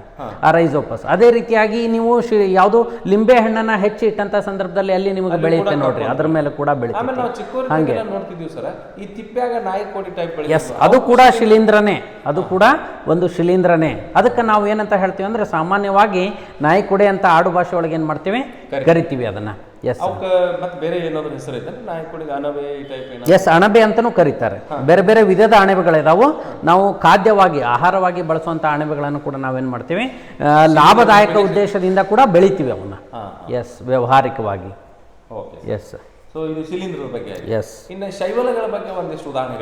ಶೈವಲಗಳು ಸಾಮಾನ್ಯವಾಗಿ ತನ್ನ ಸ್ವಂತ ಆಹಾರ ತಯಾರಿಕಾ ಶಕ್ತಿಯನ್ನ ಹೊಂದಿರುವಂತಹ ಸೂಕ್ಷ್ಮಾಣು ಜೀವಿಗಳಿವು. ನೋಡ್ರಿ ಇವು ಸಾಮಾನ್ಯ ಸ್ವಪೋಷಕಗಳಿವು. ಈ ಶೈವಲಗಳು ಸಾಮಾನ್ಯವಾಗಿ ಏಕಕೋಶೀಯ ಶೈವಲಗಳು ಕೂಡ ಇದಾವು, ಬಹುಕೋಶೀಯ ಶೈವಲಗಳು ಕೂಡ ಇದಾವು. ಏಕಕೋಶಿ ಅಂದ್ರೆ ಒಂದೇ ಜೀವಕೋಶದಿಂದ ಆದಂತ, ಉದಾಹರಣೆ ವಾಲ್ವಾಕ್ಸ್ ಇರ್ಬೋದು, ಕ್ಲಾಮಿಡೋಮೋನಾಸ್ ಇರ್ಬೋದು, ಇವೆಲ್ಲ ಏಕಕೋಶೀಯ ಶೈವಲಗಳು. ಎಸ್, ಒಂದೇ ಜೀವಕೋಶ ತಾವೇ ತಯಾರಿಸ್ಕೊಡ್ತಾವೆ. ಯಾವ್ದ್ರ ಮೂಲಕ? ದ್ವಿತೀಯ ಸಂಶ್ಲೇಷಣ ಕ್ರಿಯೆ ಮೂಲಕ ಏನ್ ಮಾಡ್ತಾವೆ? ಎಸ್, ಸಸ್ಯದ ತರಾನೇ. ಅದ್ರೊಳಗೆ ಪತ್ರ ಹರಿತು ಇರುತ್ತೆ, ವಾತಾವರಣದಿಂದ ಕಾರ್ಬನ್ ಡೈಆಕ್ಸೈಡ್ ಅನ್ನ ಪಡ್ಕೊಳ್ತಾವು, ಆಹಾರವನ್ನ ತಯಾರು ಮಾಡ್ತಾವೆ. ಅದೇ ರೀತಿಯಾಗಿ ಸೂಕ್ಷ್ಮಾಣು ಜೀವಿ ಬಹುಕೋಶೀಯ ಶೈವಲಗಳು ಕೂಡ ಇದಾವೆ. ಉದಾಹರಣೆ ಯುಲೋಥ್ರಿಕ್ಸ್ ಇರ್ಬೋದು, ಸ್ಪೈರೋಗೈರಾ ಇರ್ಬೋದು, ಇವು ಕೂಡ ಶೈವಲಗಳು ತಮ್ಮ ಆಹಾರವನ್ನು ತಯಾರಿಸ್ತಾರೆ. Yes sir, yes, correct. ಆ ರೀತಿಯಾಗಿ ಬಹಳಷ್ಟು ಜೀವಕೋಶಗಳನ್ನು ಹೊಂದಿರುವಂತಹ ಶೈವಲಗಳು ಅವು ಕೂಡ ತಮ್ಮ ಸ್ವಂತ ಆಹಾರವನ್ನು ತಯಾರು ಮಾಡೋದು. ಸಾಮಾನ್ಯವಾಗಿ ಹಸಿರು ಬಣ್ಣದಲ್ಲಿ ಹೆಚ್ಚಿರ್ತಾವು. ಕೆಂಪು ಶೈವಲಗಳು ಕೂಡ ಇದಾವು, ನೀಲಿ ಹಸಿರು ಶೈವಲಗಳು ಕೂಡ ಇದಾವು. ಬೇರೆ ಬೇರೆ ವೈವಿಧ್ಯಮಯವಾದಂತಹ ಬಣ್ಣ. ಅದು ಬಣ್ಣಕ್ಕೆ ಯಾವ್ದು ಆಧಾರ ಅಂತ ನೀವು ಕೇಳಿದ್ರೆ ಪತ್ರಹರಿತ್ತಿನ ವಿಧಗಳು. ಕ್ಲೋರೋಫಿಲ್ ಯಾವ ಟೈಪ್ ಐತೆ? ಕ್ಲೋರೋಫಿಲ್ನಲ್ಲಿ ಕ್ಲೋರೋಫಿಲ್ ಎ ಅಂತ ಇದೆ, ಕ್ಲೋರೋಫಿಲ್ ಬಿ ಅಂತ ಇದೆ, ಕ್ಲೋರೋಫಿಲ್ ಬೇರೆ ಬೇರೆ ವಿಧದ ಪತ್ರಹರಿತ್ತುಗಳು ಏನಿದಾವು ಅವನ್ನ ಎರಿಥ್ರೋಸೈಟ್ ಅಂತ ಎರಿಥ್ರೋಮೈಸಿನ್ ಅಂತ ಹೇಳ್ತೀವಿ ನಾವು. ಬೇರೆ ಬೇರೆ ವಿಧದ ಜಾಂತೋಫಿಲ್, ಈ ರೀತಿಯಾಗಿ ಪತ್ರಹರಿತ್ತಿನ ವಿಧಗಳ ಆಧಾರದ ಮೇಲೆ ಬಣ್ಣ. ಎಸ್ ಎಸ್ ಎಸ್, ಅದರಲ್ಲಿರುವ ವರ್ಣಕಗಳ ಆಧಾರದ ಮೇಲೆ ನಾವು ಬಣ್ಣಗಳನ್ನು ಹೇಳ್ತಾ ಹೋಗ್ತೀವಿ. ಕ್ಲೋರೋಫಿಲ್ ಇತ್ತಂದ್ರೆ ಹಸಿರು, ಜಾಂತೋಫಿಲ್ ಇತ್ತಂದ್ರೆ ಹಳದಿ. ಎಸ್ ಎಸ್, ಹೀಗೆ ಒಟ್ಟು ಅದರಲ್ಲಿರುವಂತಹ ಬಣ್ಣಗಳ ಆಧಾರದ ಮೇಲೆ ನಾವು ಒಂದು ಶೈವಲಗಳ ಬಣ್ಣ ಸಿಗ್ತದೆ. Yes yes. ಇನ್ನು ನೆಕ್ಸ್ಟ್ ಶೈವಲಗಳಾಯಿತು. ನಮಗೆ ಮುಂದಿರುವಂಥದ್ದು ಯಾವುದು ಅಂತಂದ್ರೆ ಪ್ರೋಟೋಜೋವಾಗಳು. ಎಸ್, ಪ್ರೋಟೋಜೋವಾಗಳನ್ನು ನಾವು ಸಾಮಾನ್ಯವಾಗಿ proto in the sense primitive ಅಂದ್ರೆ ಮೊದಲು ಹುಟ್ಟಿರುವಂತಹ ಜೀವಿಗಳಿವು. ಮೊದಲು ಹುಟ್ಟಿರುವಂತಹ ಜೀವಿಗಳು. ಪ್ರಿಮಿಟಿವ್ ಅಂದ್ರೆ ಬಹಳ ಸರಳ ರಚನೆಯನ್ನ ಹೊಂದಿರ್ತಾವೆ. ಸಾಮಾನ್ಯವಾಗಿ ಏಕಕೋಶ ಜೀವಿಗಳೇ ಇರ್ತಾವೆ, ಬಹಳ ಸಿಂಪಲ್ ಆಗಿರುವಂತಹ ರಚನೆಯನ್ನ ಹೊಂದಿರ್ತಾವೆ. ಇವು protozoa means animal, first animals on the earth ಅಂತ ನಾವು ಹೇಳ್ಬೋದು. ಆ ರೀತಿಯಾಗಿ ನಾವು ಪ್ರೋಟೋಜೋವಾ ಇವುಗಳನ್ನ ಸಾಮಾನ್ಯವಾಗಿ ಏಕಕೋಶ ಜೀವಿಗಳು ಅಂತಾನು ಹೇಳ್ತೀವಿ ನಾವು. ಏಕಕೋಶ ಜೀವಿಗಳು ಅಂತಾನೆ ಏನ್ ಮಾಡ್ತೀವಿ ಹೇಳ್ತೀವಿ. ಉದಾಹರಣೆ ನಿಮ್ಗೆಲ್ಲ ಅಗದಿ ಚಿರಪರಿಚಿತ, ನೀವು ಹಿಂದಿನ ತರಗತಿಯಿಂದ ಎಲ್ಲ ಅಭ್ಯಾಸ ಮಾಡಿದರೆ ಅಮೀಬಾ, ಎಸ್, ಯುಗ್ಲಿನಾ, ಪ್ಯಾರಾಮಿಸಿಯಂ, ಎಸ್, ಇವೆಲ್ಲವು ಪ್ಲಾಸ್ಮೋಡಿಯಂ, ಎಸ್, ಇವೆಲ್ಲ ಏನಪ್ಪಾ ಅಂದ್ರೆ ಈ ಪ್ರೋಟೋಜೋವಾಗಳಿಗೆ ಉದಾಹರಣೆಗಳು. ಸಾಮಾನ್ಯವಾಗಿ ಪ್ರೋಟೋಜೋವಾಗಳು ಏಕಕೋಶ ಜೀವಿಗಳು. ಇವುಗಳಲ್ಲಿರುವಂತಹ ಒಂದು ಅನುವಂಶೀಯ ವಸ್ತು ಏನಿರುತ್ತಲ್ಲ ಅದು ಪ್ರಿಮಿಟಿವ್ ಸ್ಟೇಜ್ ಅಲ್ಲಿ ಇರುತ್ತೆ. ಅದರರ್ಥ ಪ್ರೋ ಕ್ಯಾರಿಯೋಟ್ ಜೀವಕೋಶವನ್ನ ಏನಾಗಿರ್ತೈತೆ ಹೊಂದಿರ್ತೈತೆ. ಅದು ಇನ್ನು ಸಂಪೂರ್ಣವಾಗಿ ಬೆಳೆದಿರೋದಿಲ್ಲ. S, okay sir. ಆಮೇಲೆ ಈ ಒಂದು 4 ಸೂಕ್ಷ್ಮ ಜೀವಿಗಳ ಬಗ್ಗೆ ನೀವು ತಿಳಿಸಿದ್ರಿ. ಈಗ ಸದ್ಯಕ್ಕೆ ನಮಗೆ ಒಂದು ಬರ್ನಿಂಗ್ ಇಶ್ಯೂ ಅಂತಂದ್ರೆ ಸದ್ಯಕ್ಕೆ ಒಂದು ಹಾಟ್ ಕೇಕ್ ತರ ನಾವು ವಿಚಾರ ಮಾಡ್ತಕ್ಕಂಥ ಒಂದು ವಿಚಾರ ಅಂತಂದ್ರೆ ವೈರಸ್ ನಿಂದ ಉಂಟಾಗ್ತಕ್ಕಂಥ ಈ ಒಂದು ಜಗತ್ತಿನ ಮಹಾಮಾರಿಯಾಗಿರ್ತಕ್ಕಂಥ ಕೊರೋನಾ ಅನ್ನುವಂಥ ಒಂದು ರೋಗ. ಕೊರೋನಾ ಅಥವಾ C-19 ಅಂತ ಏನ್ ಕರಿತೀವಿ, ಇದು ಯಾವ ಒಂದು ಕ್ಯಾಟಗರಿ ಬರ್ತದೆ? ಆಮೇಲೆ ಈ ಒಂದು ವೈರಸ್ ಬರ್ತದೋ ಏನ್ ಬ್ಯಾಕ್ಟೀರಿಯಾಕ್ ಬರ್ತದೋ, ವೈರಸ್ ನಲ್ಲಿ ಬಂದ್ರೆ ಅವಕ್ಕೆ ಬೇರೆ ಬೇರೆ ಮತ್ತು ಉದಾಹರಣೆಗಳು ಯಾವುವು ಅನ್ನೋದನ್ನ ನಾವು ಸ್ವಲ್ಪ ತಿಳಿಸ್ಕೊಡಿ. ಸಾಮಾನ್ಯವಾಗಿ ವೈರಸ್ಗಳಲ್ಲಿ ಬಹಳಷ್ಟು ವಿಧಗಳಿದಾವು. ನಾವು HIV ವೈರಸ್ ಅನ್ನ ನೋಡ್ತೀವಿ. ಆದ್ರೆ ಬೆಸಿಲಸ್ ಅಂದ್ರೆ ಯಾವುದು ನಾವು ಇನ್ನೊಂದು ನೀವು ಸಾಮಾನ್ಯವಾಗಿ ಕೇಳೋದು ಚಿಕನ್ ಪಾಕ್ಸ್, ಸ್ಮಾಲ್ ಪಾಕ್ಸ್ ಅಂತ ಹೇಳ್ತೀವಿ. ಸಿಡುಬು ರೋಗ, ಅಮ್ಮ ಕಾಣಿಸ್ಕೊಳ್ಳುವಂಥದ್ದು, ಅದು ಕೂಡ ಒಂದು ವೈರಸ್ ನಿಂದಾನೇ ಬರ್ತೈತೆ. HBV ಅಂತ ಹೇಳ್ತೀವಿ, ಹಿಪಟೈಟಿಸ್ ಬಿ ವೈರಸ್, ಇದು ಕೂಡ ಒಂದು ವೈರಸ್ನ ಒಂದು ವಿಧಾನೇ. ಅದೇ ರೀತಿ ಇದು ಕೂಡ ಒಂದು ವೈರಸ್ನ ವಿಧ. ಯಾವುದು ಅಂದ್ರೆ ಕೊರೋನಾ ವೈರಸ್. ಸಾಮಾನ್ಯವಾಗಿ COVID-19 ಅಂತ ನಾವು ಇದನ್ನ ಏನ್ ಮಾಡ್ತೀವಿ ಬಹಳಷ್ಟು ಬಳಕೆ ಮಾಡೋದನ್ನ ನಾವು ನೋಡಿರ್ತೀವಿ. Covid in the sense corona virus disease. Covid ಅದರಲ್ಲಿ CO in the sense corona, VI ಅಂದ್ರೆ ವೈರಸ್, D ಅಂದ್ರೆ ಡಿಸೀಸ್. ಇದು 2019ರಲ್ಲಿ ಚೈನಾ ಒಳಗಡೆ ಡಿಸೆಂಬರ್ ತಿಂಗಳದೊಳಗೆ ಮೊಟ್ಟ ಮೊದಲು ಕಂಡು ಬಂದಿದ್ದರಿಂದ COVID-19 ಅನ್ನುವಂಥ ಒಂದು ಹೆಸರನ್ನು ಇದರಿಂದ ಏನು ಮಾಡ್ತೀವಿ ಕರಿತೀವಿ. ಮೊದಲೆಲ್ಲ ಸಾರ್ಸ್ ವೈರಸ್ ಇದ್ವು, ಎಬೋಲಾ ಅಂತ ವೈರಸ್ ಇದ್ವು. ಅವುಗಳ ರೀತಿಯಾಗಿ ಇದಕ್ಕೆ ಚೈನಾದಲ್ಲಿ 2019ರಲ್ಲಿ ಮೊದಲಿಗೆ ಕಂಡಿದ್ದರಿಂದ ಇದನ್ನ ಕೊರೋನಾ ಜಾತಿಗೆ ಸೇರಿದ್ದು COVID-19 ವೈರಸ್ ಅಂತ ಏನು ಮಾಡ್ತೀವಿ ಹೆಸರಿಟ್ಟು ಕರೀತಾರೆ ಸರ್. ಎಸ್. ಸೊ ಹಾಗಾದ್ರೆ ವೈರಸ್ಗಳ ಒಂದು ಉದಾಹರಣೆಗಳನ್ನು ಹೇಳಿದ್ರಿ. Corona virus, HIV, chicken pox virus, ನಿಮಗೆಲ್ಲ ಗೊತ್ತಿರ್ಬೋದು. ಸಾಮಾನ್ಯ ನೆಗಡಿ ಕೆಮ್ಮನ್ನ ತರುವಂತದ್ದು ಕೂಡ ಒಂದು ವೈರಸ್ಸೇ. ರೈನೋ ವೈರಸ್ ಅಂತ ನಾವೇನ್ ಮಾಡ್ತೇವೆ ಕರಿತೀವಿ, rhino virus. Yes yes, rhino virus. ಆಯ್ತು ಸರ್. ಹಾಗಾದ್ರೆ ಈಗ ಒಂದು ಬ್ಯಾಕ್ಟೀರಿಯಾಗಳ ಎಲ್ಲ ಪರಿಚಯ, ವೈರಸ್ಗಳ ಪರಿಚಯ, ಶಿಲೀಂಧ್ರ, ಆಮೇಲೆ ಶೈಬಲ, ಪ್ರೋಟೋಜೋಗಳ ಪರಿಚಯನ ಮಾಡಿಕೊಟ್ರು. ಇನ್ನು ಇವುಗಳಿಂದ ನಾವು ಸದ್ಯಕ್ಕೆ ಕಂಡಿದ್ದು ಮಾತ್ರ. ನಾವು ಸದ್ಯಕ್ಕೆ ಸೂಕ್ಷ್ಮ ಜೀವಿ ಅಂತ ಅಂದ್ಬಿಟ್ರೆ ನಮಗ್ ಭಯ ಪ್ರಾರಂಭ ಆಗ್ತದೆ. ಯಾಕೆ ಅಂತಂದ್ರೆ ಬರೇ ರೋಗವನ್ನ ಉಂಟು ಮಾಡ್ತವೆ, ಅದರಿಂದ ನಮ್ಗೆ ಯಾವುದೇ ರೀತಿಯಾದಂತ ಲಾಭ ಇಲ್ಲ, ಉಪಯೋಗ ಇಲ್ಲ ಅನ್ನುವಂಥದ್ದು ನಮ್ಮ ಎಲ್ಲರ ತಲೆಯಲ್ಲಿ ಕುಂತು ಬಿಟ್ಟಿರ್ತಕ್ಕಂಥದ್ದು. ಹಾಗಾದ್ರೆ ಇದರಲ್ಲಿ ಲಾಭ ಇರುವಂತವನು ಅದಾವು, ಓನ್ಲಿ ನಮ್ಗೆ ಹಾನಿಯನ್ನು ಉಂಟು ಮಾಡುವಂತವಷ್ಟೇ ಅದಾವು. ಯಾವ ರೀತಿಯಾಗಿ ಇವುಗಳು ನಮಗೆ ಹಾನಿಯನ್ನು ಉಂಟು ಮಾಡ್ತಾವು ಅಥವಾ ಯಾವ ರೀತಿಯಾಗಿ ನಮಗೆ ಉಪಯೋಗನೂ ಇದ್ರೆ, ಉಪಯೋಗ ಇದ್ರೆ ನೀವು ಮೊದಲಿಗೆ ನಮಗೆ ಉಪಯೋಗ ಇದ್ರೆ ಉಪಯೋಗದ ಬಗ್ಗೆ ಸ್ವಲ್ಪ ತಿಳಿಸ್ಬಿಡಿ. ಯಾಕಂದ್ರೆ ಈಗ ನಾವು ಪೂರ್ಣವಾಗಿ ಭಯದಲ್ಲೇ ಇದೆ. ಸೂಕ್ಷ್ಮ ಜೀವಿಗಳಂದ್ರೆ ಬರೇ ಹಾನಿಯನ್ನ ಉಂಟು ಮಾಡುವಂಥದ್ದು, ರೋಗವನ್ನು ಉಂಟು ಮಾಡುವಂಥದ್ದು. ಈಗೆಲ್ಲ ನಮ್ಮ ಕೊರೋನಾ ವೈರಸ್ ನಿಂದಾಗಿ ಸಂಪೂರ್ಣ ಜಗತ್ತು ಸೂಕ್ಷ್ಮ ಜೀವಿ ಅಂದ್ರೆ ಸಂಪೂರ್ಣವಾಗಿ ಬರೀ ರೋಗವನ್ನ ತರ್ತಕ್ಕಂಥದ್ದು ಅನ್ನುವಂಥದ್ದು ತಲೆಯಲ್ಲಿ ಕುಂತು ಬಿಟ್ಟಿದೆ. ಮೊದಲಿಗೆ ನಮ್ಗೊಂದು ಸ್ವಲ್ಪ ಇದು ವಾಶ್ಔಟ್ ಆಗ್ಬೇಕು, ಇದು ನಮ್ಮ ಬ್ರೈನ್ ಇಂದ ಹೋಗ್ಬೇಕು ಅಂತಂದ್ರೆ ಈ ರೀತಿ ಸೂಕ್ಷ್ಮ ಜೀವಿಗಳಿಂದ ನಮ್ಗೇನಾದ್ರೂ ಉಪಯೋಗ ಅನ್ನುವಂಥದ್ದಿದ್ರೆ ಅವುಗಳನ್ನು ಸ್ವಲ್ಪ ತಿಳಿಸ್ಕೊಡ್ರಿ. ಈಗ ಸಾಮಾನ್ಯವಾಗಿ ಸೂಕ್ಷ್ಮಾಣು ಜೀವಿಗಳಂದ್ರೆ ಎಷ್ಟು ಹಾನಿಕಾರ ಇದಾವೋ ಅದಕ್ಕಿಂತ ಹೆಚ್ಚು ಸೂಕ್ಷ್ಮಾಣು ಜೀವಿಗಳು ಉಪಯುಕ್ತ ಇದಾವೆ. ಈ ಸೂಕ್ಷ್ಮಾಣು ಜೀವಿಗಳ ಉಪಯುಕ್ತತೆಯನ್ನು ನಾವು ತಿಳ್ಕೊಬೇಕು. ನೀವೆಲ್ಲ ಹಿಂದಿನ ಹಿಂದಿನ ಒಂದು ಪಠ್ಯಕ್ರಮದೊಳಗೆ ಸೂಕ್ಷ್ಮ ಜೀವಿಗಳು, ಭಯಾನಕ ವೈರಸ್ಗಳು, ಹೀಗೆ ಸ್ವಲ್ಪ ಹೆದರಿಕೆಯನ್ನು ಹುಟ್ಟಿಸುವಂಥ ಒಂದು, ಅದ್ರ ಬಗ್ಗೆ ಮತ್ತೊಂದು ಸ್ವಲ್ಪ ಇದನ್ನು ಹುಟ್ಟಿಸುವಂಥ ಒಂದು ಪಾಠಗಳು ಏನಿದ್ವು, ಭಯ ಹುಟ್ಟಿಸುವಂಥವು, ಅದನ್ನೇ ತೆಗೆದು ಇವಾಗ ಏನು ಮಾಡಿದ್ದಾರೆ, ಸೂಕ್ಷ್ಮಾಣು ಜೀವಿಗಳು ಮಿತ್ರ ಮತ್ತು ಶತ್ರು ಅನ್ನುವಂಥ ಒಂದು ಪಾಠವನ್ನು ಕೊಟ್ಟಿದ್ದಾರೆ. ನೋಡ್ರಿ, ಮೊದಲನೇ ಪಾಯಿಂಟ್ ಮಿತ್ರ, ಸೂಕ್ಷ್ಮಾಣು ಜೀವಿಗಳು ನಮಗೆ ಮಿತ್ರ, ನಂತರ ಅವು ಶತ್ರು. ಜೀವಿ ಅಂದ್ರ ಎಲ್ರಿಗೂ ಭಯ ಪ್ರಾರಂಭ ಆಗುತ್ತೆ. ನೋಡ್ರಿ, ಸೂಕ್ಷ್ಮಾಣುಗಳು ಇವನ್ ಟಿವಿಯಾಗ ತೋರಿಸ್ತಿರ್ಬೇಕಾದ್ರೂ ನೀವು ನೋಡಿರ್ತೀರಿ, ಸಾಕಷ್ಟು ಎಕ್ಸಾಂಪಲ್ಸ್ಗಳು. ಈ ಒಂದು ಹಲ್ಲು ಉಜ್ಜೋದ್ರಿಂದ ಹಿಡ್ಕೊಂಡು ಪ್ರತಿಯೊಂದಕ್ಕೂ ಎಕ್ಸಾಂಪಲ್ ಅನ್ನು ಕೊಡ್ತಾರ ಅವರು. ಅಡ್ವರ್ಟೈಸ್ಮೆಂಟ್ ಕೀಟಾಣುಗಳು ರೋಗವನ್ನೇ ಉಂಟು ಮಾಡ್ತವೆ. ಉಪಯೋಗ ಇರೋದಂತೂ ಯಾವಾಗ್ಲೂ ಈ ಒಂದು ಅಡ್ವರ್ಟೈಸ್ಮೆಂಟ್ ನಲ್ಲಿ ಸೂಕ್ಷ್ಮ ಜೀವಿಗಳ ಬಗ್ಗೆ ವಿಶೇಷವಾಗಿ ಯಾವಾಗ್ಲೂ ತೋರಿಸಂಗಿಲ್ಲ. ಹೀಗಾಗಿ ಸಾಮಾನ್ಯ ಜನರಿಗೆ ಸೂಕ್ಷ್ಮ ಜೀವಿ ಅಂತಂದ್ರೆ ರೋಗವನ್ನ ಉಂಟು ಮಾಡುತ್ತೆ. ಹೌದು. ಆದ್ರೆ ಸೂಕ್ಷ್ಮಾಣು ಜೀವಿಗಳ ಬಗ್ಗೆ ನಾನು ಒಂದು ನಿಮ್ಗೆ ಅಗದಿ ಸಿಂಪಲ್ ಆಗಿ ಹೇಳಬೇಕು ಅಂತ ಹೇಳಿದ್ರೆ, ಅಕಸ್ಮಾತ್ ಈ ಭೂಮಿ ಮೇಲೆ ಸೂಕ್ಷ್ಮಾಣು ಜೀವಿಗಳು ಇಲ್ಲದೆ ಇದ್ರೆ ಯಾವೊಂದು ಸಣ್ಣ ಜೀವಿನೂ ಬದುಕಾಕ ಜಾಗ ಇರ್ತಿರ್ಲಿಲ್ಲ. ಅಷ್ಟೊಂದು ಕೊಳೆ ತುಂಬ್ತಾ ಇತ್ತು ಭೂಮಿ ಮೇಲೆ, ಅಷ್ಟು ಹೊಲಸಾಗ್ತಾ ಇತ್ತು. ನಿಮ್ಮ ತಾತ ಮುತ್ತಾತನ ಕಾಲದೊಳಗೆ ತಿಂದು ಬಿಸಾಕಿರುವಂಥ ಬಾಳೆಹಣ್ಣು ಸಿಪ್ಪೆ ಇರ್ಬೋದು, ಅಥವಾ ಅವ್ರದ್ದು ವಿಸರ್ಜನಾ ವಸ್ತು ಇರ್ಬೋದು, ಅಥವಾ ಅವ್ರು ಬಳಸಿರುವಂಥ ಕೃಷಿ ತ್ಯಾಜ್ಯ, ತರಕಾರಿ ತ್ಯಾಜ್ಯಗಳಿರ್ಬೋದು, ಅವೆಲ್ಲವೂ ಹಾಗೆ ಭೂಮಿ ಮೇಲೆ ತುಂಬ್ತಾ ಹೋಗಿದ್ರೆ ಇವತ್ತಿನವರೆಗೆ ಭೂಮಿ ಮೇಲೆ ಒಂದು ಸಣ್ಣ ಜಗಾನು ಏನಾಗ್ತಿರ್ಲಿಲ್ಲ, ಸಿಗ್ತಾ ಇರಲಿಲ್ಲ. ಅದಕ್ಕೆ ಸೂಕ್ಷ್ಮಾಣು ಜೀವಿಗಳನ್ನು ನಾವು ನೈಸರ್ಗಿಕ ಶುಚಿಕಾರಕಗಳು ಅಂತ ಏನು ಮಾಡ್ತೀವಿ, ಕರಿತೀವಿ. ಅಂದರೆ ನ್ಯಾಚುರಲ್ ಕ್ಲೀನ್ಸರ್ಸ್ ಅವರು. ಅಂದರೆ ನಿಸರ್ಗವನ್ನು ನೈಸರ್ಗಿಕವಾಗಿ ಸ್ವಚ್ಛ ಮಾಡುವಂಥ ಒಂದು ಕಾರ್ಯವನ್ನು ನೀವು ಮಾಡ್ತಾರೆ. ನೀವು ನೋಡಿರ್ಬೋದು, ಬೇರೆ ಬೇರೆ ಒಂದು ತರಕಾರಿ ತ್ಯಾಜ್ಯಗಳನ್ನು ಮತ್ತು ಕೃಷಿ ತ್ಯಾಜ್ಯಗಳನ್ನು ಏನು ಮಾಡಿರ್ತಾರೆ, ಹೊಲದೊಳಗೆ ಯಾವುದೋ ಒಂದು ಮೂಲೆಯೊಳಗೆ ಹಾಕಿದರೆ ಅದು ಸ್ವಲ್ಪ ದಿವಸದ ನಂತರ ನೀವು ನೋಡಿದರೆ ಆ ತ್ಯಾಜ್ಯ ಅದೇ ರೂಪದೊಳಗೆ ಇರಂಗಿಲ್ಲ, ಕೊಳ್ತಿರ್ತೈತಿ. ಅದು ಸಾಮಾನ್ಯವಾಗಿ ಗೊಬ್ಬರವಾಗಿ ಪರಿವರ್ತನೆ ಆಗಿರ್ತೈತಿ ಅಂತ ನಾವು ಹೇಳ್ತೀವಿ. ಅದಕ್ಕೆ ಪ್ರಮುಖ ಕಾರಣ ಯಾರು ಮಾಡಿದ್ರು ಅದನ್ನ ಕೆಲಸ ಅಂತ ಹೇಳಿದ್ರೆ ಸೂಕ್ಷ್ಮಾಣು ಜೀವಿಗಳು. ಕೆಲಸವನ್ನ ಸೂಕ್ಷ್ಮಾಣು ಜೀವಿಗಳು.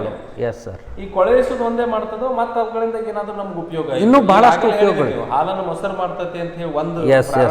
ಹೌದು ಹೌದು. ಸೊ ಹಾಲನ್ನು ಮೊಸರು ಮಾಡ್ತಕ್ಕಂಥದ್ದು ಒಂದಾಯ್ತು, ಕೊಳೆಯಿಸ್ತಕ್ಕಂಥದ್ದು ಒಂದಾಯ್ತು. ಮತ್ತಿನ್ನ ಇನ್ನು ಯಾವ ರೀತಿಯಾಗಿ ನಮಗೆ ಉಪಯೋಗವೇ ಸೂಕ್ಷ್ಮಾಣು ಜೀವಿಗಳು, ಸೂಕ್ಷ್ಮಾಣು ಜೀವಿಗಳು ಮಾನವನ ದೇಹದಲ್ಲಿ ಇಲ್ಲದೆ ಇದ್ರೆ ಅನೇಕ ತೊಂದರೆಗಳಾಗ್ತಾವೆ. ಸಾಮಾನ್ಯವಾಗಿ ಕೋಲೋನ್ ಅಂತ ಹೇಳ್ತೀವಿ ನಾವು, ಕರಳಿನೊಳಗ ಲಕ್ಷಾಂತರ ಮಿಲಿಯಾಂತರ ಸೂಕ್ಷ್ಮಾಣು ಜೀವಿಗಳು ವಾಸ ಮಾಡ್ತಾವೆ. ಆ ಸೂಕ್ಷ್ಮಾಣು ಜೀವಿಗಳು ವಾಸ ಮಾಡೋದ್ರಿಂದಾನೇ ನಮ್ಮ ದೇಹದಲ್ಲಿ ಚಯಾಪಚಯ ಕ್ರಿಯೆ ಅಂತ ಏನು ಹೇಳ್ತೀವಿ, ಜೀರ್ಣಕ್ರಿಯೆ ಅಂತ ಹೇಳ್ತೀವಿ, ಅದು ಸರಿಯಾಗಿ ನಡೀತೈತಿ. ಅಕಸ್ಮಾತ್ ಆಗಿ ಈ ಒಂದು ಸೂಕ್ಷ್ಮಾಣು ಜೀವಿಗಳಿಗೆ ಧಕ್ಕೆ ಆದರೆ, ನಮ್ಮ ದೇಹದಲ್ಲಿ ವಾಸುವಂಥ ಸೂಕ್ಷ್ಮಾಣು ಜೀವಿಗಳಿಗೆ ಧಕ್ಕೆ ಆದರೆ ನಮ್ಮ ಒಂದು ವಿಸರ್ಜನಾ ಕ್ರಿಯೆಯಲ್ಲಿ ಏನಾಗುತ್ತೆ, ವ್ಯತ್ಯಾಸ ಉಂಟಾಗ್ತೈತೆ. ಸಾಮಾನ್ಯವಾಗಿ ನೀವು ನೋಡಿರ್ಬೋದು, ಯಾವಾಗ ವಿಸರ್ಜನೆ ಕ್ರಿಯೆಯಲ್ಲಿ ಒಂದು ವ್ಯತ್ಯಾಸ ಉಂಟಾಗ್ತೈತೋ ಅವಾಗ ನಿಮ್ಗೆ ಲ್ಯಾಕ್ಟೋಬೆಸಿಲಸ್ ಬ್ಯಾಕ್ಟೀರಿಯಾಗಳನ್ನು ಔಷಧಿಯಾಗಿ ಕೊಡ್ತಾರೆ ನಿಮ್ಗೆ.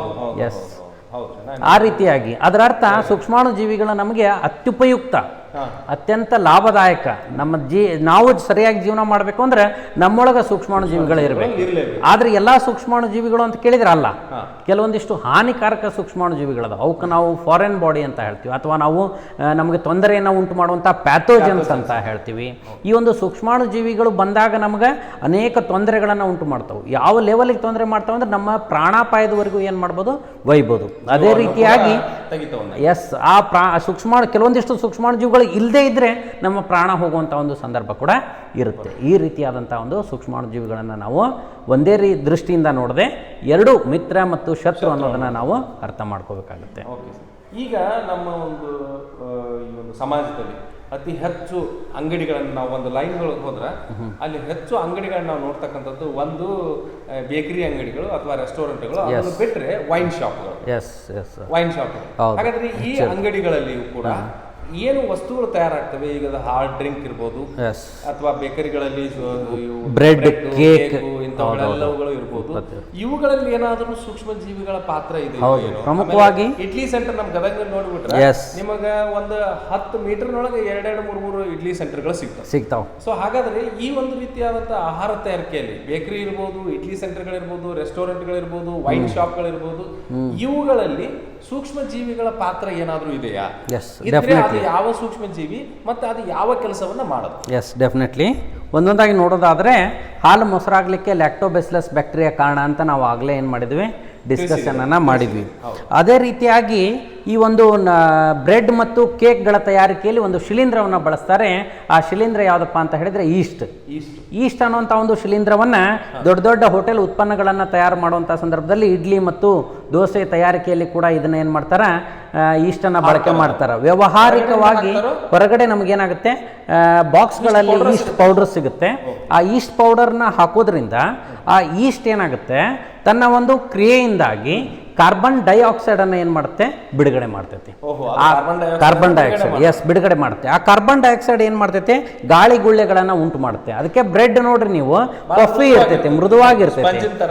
ಅದ್ರೊಳಗಡೆ ಹೋಲ್ಗಳು ಕಾಣ್ತಾವೆ ನಿಮ್ಗೆ. ಬ್ರೆಡ್ ಅನ್ನ ಹಿಂಗೆ ಹರಿದಾಗ ಆ ರಂಧ್ರಗಳಲ್ಲಿ ಆ ಒಂದು ಅನಿಲ ಸಂಗ್ರಹವಾಗಿರೋದ್ರಿಂದ ಇಷ್ಟೇ ಇದ್ದಂತಹ ಹಿಟ್ಟು ಪಫಿ ಆಗಿ ಇಷ್ಟು ದೊಡ್ಡದಾಗಿ ನಿಮ್ಗೆ ಏನಾಗುತ್ತೆ, ಕಾಣ್ತೈತಿ. ಆ ರೀತಿಯಾಗಿ ಸೂಕ್ಷ್ಮಾಣು ಜೀವಿಯಾದಂತಹ ಈಸ್ಟ್ ಆ ಒಂದು ಬ್ರೆಡ್ ಉಬ್ಬಿಗೆ ಮೃದುತ್ವವನ್ನು ಪಡಿಲಿಕ್ಕೆ, ಕೇಕ್ ತಯಾರು ಮಾಡಲಿಕ್ಕೆ ಎಲ್ಲ ಏನಾಗುತ್ತೆ, ಉಪಯೋಗ ಆಗ್ತೈತಿ. ಅದೇ ರೀತಿಯಾಗಿ ಬ್ಯಾಕ್ಟೀರಿಯಾಗಳು, ನೀವು ನಾದಿ ಇಟ್ಟಿರುವಂತಹ ಒಂದು ಗೋಧಿ ಹಿಟ್ಟು, ಮೈದಾ ಹಿಟ್ಟು ಅಂತ ಏನು ಹೇಳ್ತೀವಿ, ಆ ಮೈದಾ ಹಿಟ್ಟು ನಾದಿ ಆಗಲೇ ಮಾಡೋದಿಲ್ಲ, ಸಾಮಾನ್ಯವಾಗಿ ಸ್ವಲ್ಪ ಹೊತ್ತು ಏನು ಮಾಡ್ತಾರೆ, ಬಿಡ್ತಾರೆ. ಅದರಿಂದ ಏನಾಗುತ್ತಪ್ಪ ಅಂದ್ರೆ ಸೂಕ್ಷ್ಮಾಣು ಜೀವಿಗಳ ಒಂದು ಕ್ರಿಯೆ ಅಲ್ಲಿ ಒಳಪಟ್ಟು ಆ ಹಿಟ್ಟು ಏನಾಗುತ್ತೆ, ಮೃದುತ್ವವನ್ನು ಪಡ್ಕೊಳ್ತೈತೆ. ಸಾಮಾನ್ಯವಾಗಿ ದೋಸೆ ಹಿಟ್ಟು ಮತ್ತು ಇಡ್ಲಿ ಹಿಟ್ಟುಗಳನ್ನು ನೀವು ನೋಡ್ರಿ, ಹಿಂದಿನ ದಿವಸ ರಾತ್ರಿ ಏನು ಮಾಡ್ತಾರೆ, ತಯಾರು ಮಾಡಿರ್ತಾರೆ. ಹಿಂದಿನ ದಿವಸ ರಾತ್ರಿ ತಯಾರು ಮಾಡಿ ಇಟ್ಟಿರ್ತಾರಲ್ಲ, ಆ ಹಿಟ್ಟು ಸಾಮಾನ್ಯವಾಗಿ ಉಬ್ಬು ಬಂದೈತಿ ಅಂತ ಹೇಳ್ತಾರೆ. ಉಬ್ಬು ಬಂದೈತಿ ಬಿದ್ದಿದ್ದನ್ನು ನೋಡಿರ್ತೀವಿ. ಅದಕ್ಕೆ ಸಾಮಾನ್ಯವಾಗಿ ದೊಡ್ಡ ಪಾತ್ರೆ ಒಳಗೆ ಅರ್ಧ ಮಟ್ಟಕ್ಕೆ ಮಾತ್ರ ಅದನ್ನ ಏನ್ ಮಾಡಿರ್ತಾರೆ, ತುಂಬಿರ್ತೈತಿ. ಸೂಕ್ಷ್ಮಾಣು ಜೀವಿಗಳು. S sir, S. ಬ್ಯಾಟರ್ ಅಂತ ಹೇಳ್ತೀವಿ ಅಥವಾ ಬಟೂರ ಅಂತ ಹೇಳ್ತೀವಿ ನಾವು. ಈ ಇಡ್ಲಿಗೆ ತಯಾರು ಮಾಡಿಟ್ಟಂತಹ ಹಿಟ್ಟನ್ನು ನಾವೇನಂತ ಹೇಳ್ತೀವಿ, ಬಟೂರ ಅನ್ನೋಂಥ ಒಂದು ಶಬ್ದವನ್ನು ಏನು ಮಾಡ್ತಾರೆ, ಸಾಮಾನ್ಯವಾಗಿ ಯೂಸ್ ಮಾಡ್ತಾರೆ. ಬ್ಯಾಟರ್ ಅಂದರೆ ಅದರ ಅರ್ಥ ನಾದಿದ ಹಿಟ್ಟು ಅಥವಾ ತಯಾರುಗೊಳಿಸಿದಂತಹ ಒಂದು ಹಿಟ್ಟನ್ನು ನಾವು ಈ ರೀತಿಯಾಗಿ ಏನು ಮಾಡ್ತೀವಿ, ಕರಿತೀವಿ. ಅದಕ್ಕೆ ಪ್ರಮುಖ ಕಾರಣ ಯಾರಪ್ಪ ಅಂದ್ರೆ ಸೂಕ್ಷ್ಮಾಣು ಜೀವಿಗಳು.